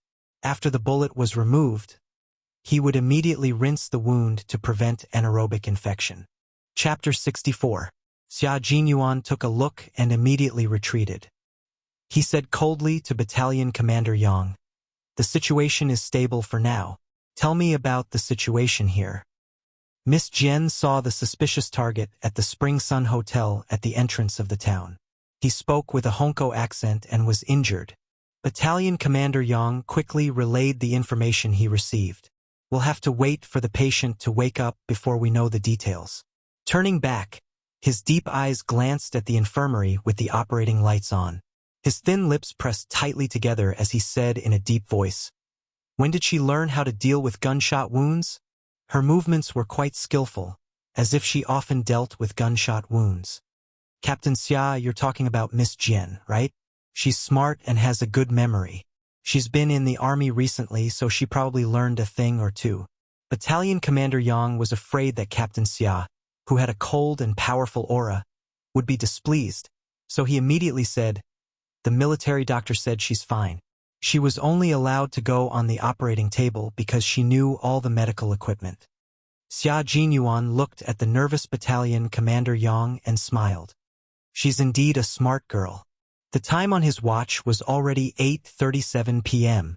He put on his combat helmet and fastened his safety belt. He said to Battalion Commander Yang, "Increase the security in the camp tonight. Don't let that girl escape." "If I don't escape, do you know what those people look like?" Yi Qian walked out of the infirmary and removed his mask. He smiled faintly at the tall figure who had already walked into the night. "Of course, if you knew what they looked like, I wouldn't have to run out." Why did this girl? Ever since he had tested her in school, she had been treating him like a little hedgehog. Xia Jinyuan turned around again and smiled at the girl who looked like a little hedgehog. His lips curled into a beautiful arc. "Little girl, can you tell me? Height, appearance, characteristics, we need to know all of them." He had to go along with her. She was a girl who cared about her reputation. As a man, it was gentlemanly of him to go along with her. Yi Qian, who wasn't targeting him, ignored his gentlemanly behavior and said to Battalion Commander Yang, "Uncle Yang, please wait for a moment. I'll be there in 5 minutes." After saying that, she ran towards the dormitory where she slept. Yi Qian turned on the light, laid out the paper, and picked up a pencil. He closed his eyes slightly and recalled the scene at the entrance of the restaurant around 8 o'clock. Speeding motorcycles, glaring headlights, smiling waitresses, gloomy men, and that heavily accented "get lost." The memories in his mind froze on the faces of the 5 people, and he began to draw on his homework with the pencil. Yi Qian had drawn her face, facial features, and even her hairstyle. Her drawing speed was very fast. There was not a trace of stagnation in her drawing, nor was there any sign that she needed to erase and redraw. In 2 minutes, she had already drawn a picture. A pair of slender hands quietly took away the finished sketch for her. The owner of the hands just picked it up and looked at it carefully without disturbing Yi Qian. Xia Jinyuan's dark eyes, which were as deep as the sea, lowered slightly. He glanced at the little girl who was seriously focused on drawing under the table lamp and didn't seem to notice his appearance at all. A faint smile flitted across his eyes. This little girl was indeed good-looking. Her thick eyelashes were like the feathers of a crow. When she didn't speak, she was elegant and beautiful with a lively temperament. Chapter 65. Yi Qian's drawing skills also surprised him. He only took a second glance at the night, yet he was able to memorize the other party's face and draw it clearly. This was truly amazing. This portrait is of a man with a Hongkou accent. He has an injury probably around his waist. When he got off the motorcycle, he consciously covered his right waist. Yi Qian handed the sketch to Yi Qian. "There are 3 more. Give me a moment." Yi Qian, who had entered a state of concentration, had a cold look in his eyes. When he drew with the pencil, a cold light flashed across his eyes. I checked the wounded man's pistol. It was a QSZ-92 semi-automatic pistol with a total of 15 bullets. Only 1 shot was fired. If this bullet hit the man with a Hongkou accent, he should still be in the restaurant and won't leave for the time being. The Type QSZ-92 semi-automatic pistol used the Type DAP 92 9mm hard steel core ordinary bullet. The bullet had a low density and strong penetrative power. After penetrating a 1.3mm thick helmet steel plate at a distance of 50 meters, it could still penetrate a 50mm thick pine board. Other pistol bullets could not penetrate steel plate. Based on this, if the other party was really shot, what he had to do now was stop the bleeding and then move. Xia Jinyuan's sharp gaze was already scanning Yi Qian's face a few times. Then, He raised his eyebrows and asked with a smile. Looks like you learned a lot in the army. You even know this. There are still 2 more portraits. Finish them in 4 minutes? Is that okay? When he met her cold and calm gaze, Xia Jinyuan decided to use a coaxing and questioning tone to prevent this little girl from having any opinions about him. Young Master Xia, who had lived for 20 years, had always been the one being looked down upon. He never thought that in a small village, he would have to look down upon a little girl. His cold tone softened, making Yi Qian a little uncomfortable. He raised his eyes to look at Xia Jinyuan, then indifferently retracted his gaze. The other 4 are all side faces. Let me try to see if I can get their faces. Since they are the targets, don't you have any information on them? You don't even have a picture? Her pencil didn't stop moving. She drew on the paper with rustling sounds, but targeted questions came one after another. Although I don't know how you arranged it, alerting the target and letting your comrades get hurt is the mistake of the higher-ups. The rest of the paintings were still being painted. Xia Jinyuan, who was beside her, was still silent. If it wasn't for his strong aura, she would have thought that he had already left. You're right, it was my mistake. In the end, there won't be a next time, Xia Jinyuan said coldly. Gradually, his voice became low. He took the portrait from the side and drew a portrait from the front. Xia Jinyuan looked at Yi Jian in surprise again. Every time we meet, you always give me a surprise. Rolling up the workbook, Jun Yen looked at her with a solemn and cold expression. He warned, tonight might not be peaceful. Stay in the barracks and don't walk around. Yi Qian put down his pencil and stared at him. He frowned and said worriedly, how did you get into the restaurant? Liao Jian's father is already there. Don't worry, we will make arrangements. There won't be any more injuries to our comrades. Xia Jinyuan nodded slightly at Yi Qian. His tone was cold, firm, and solemn, as if he was making a promise.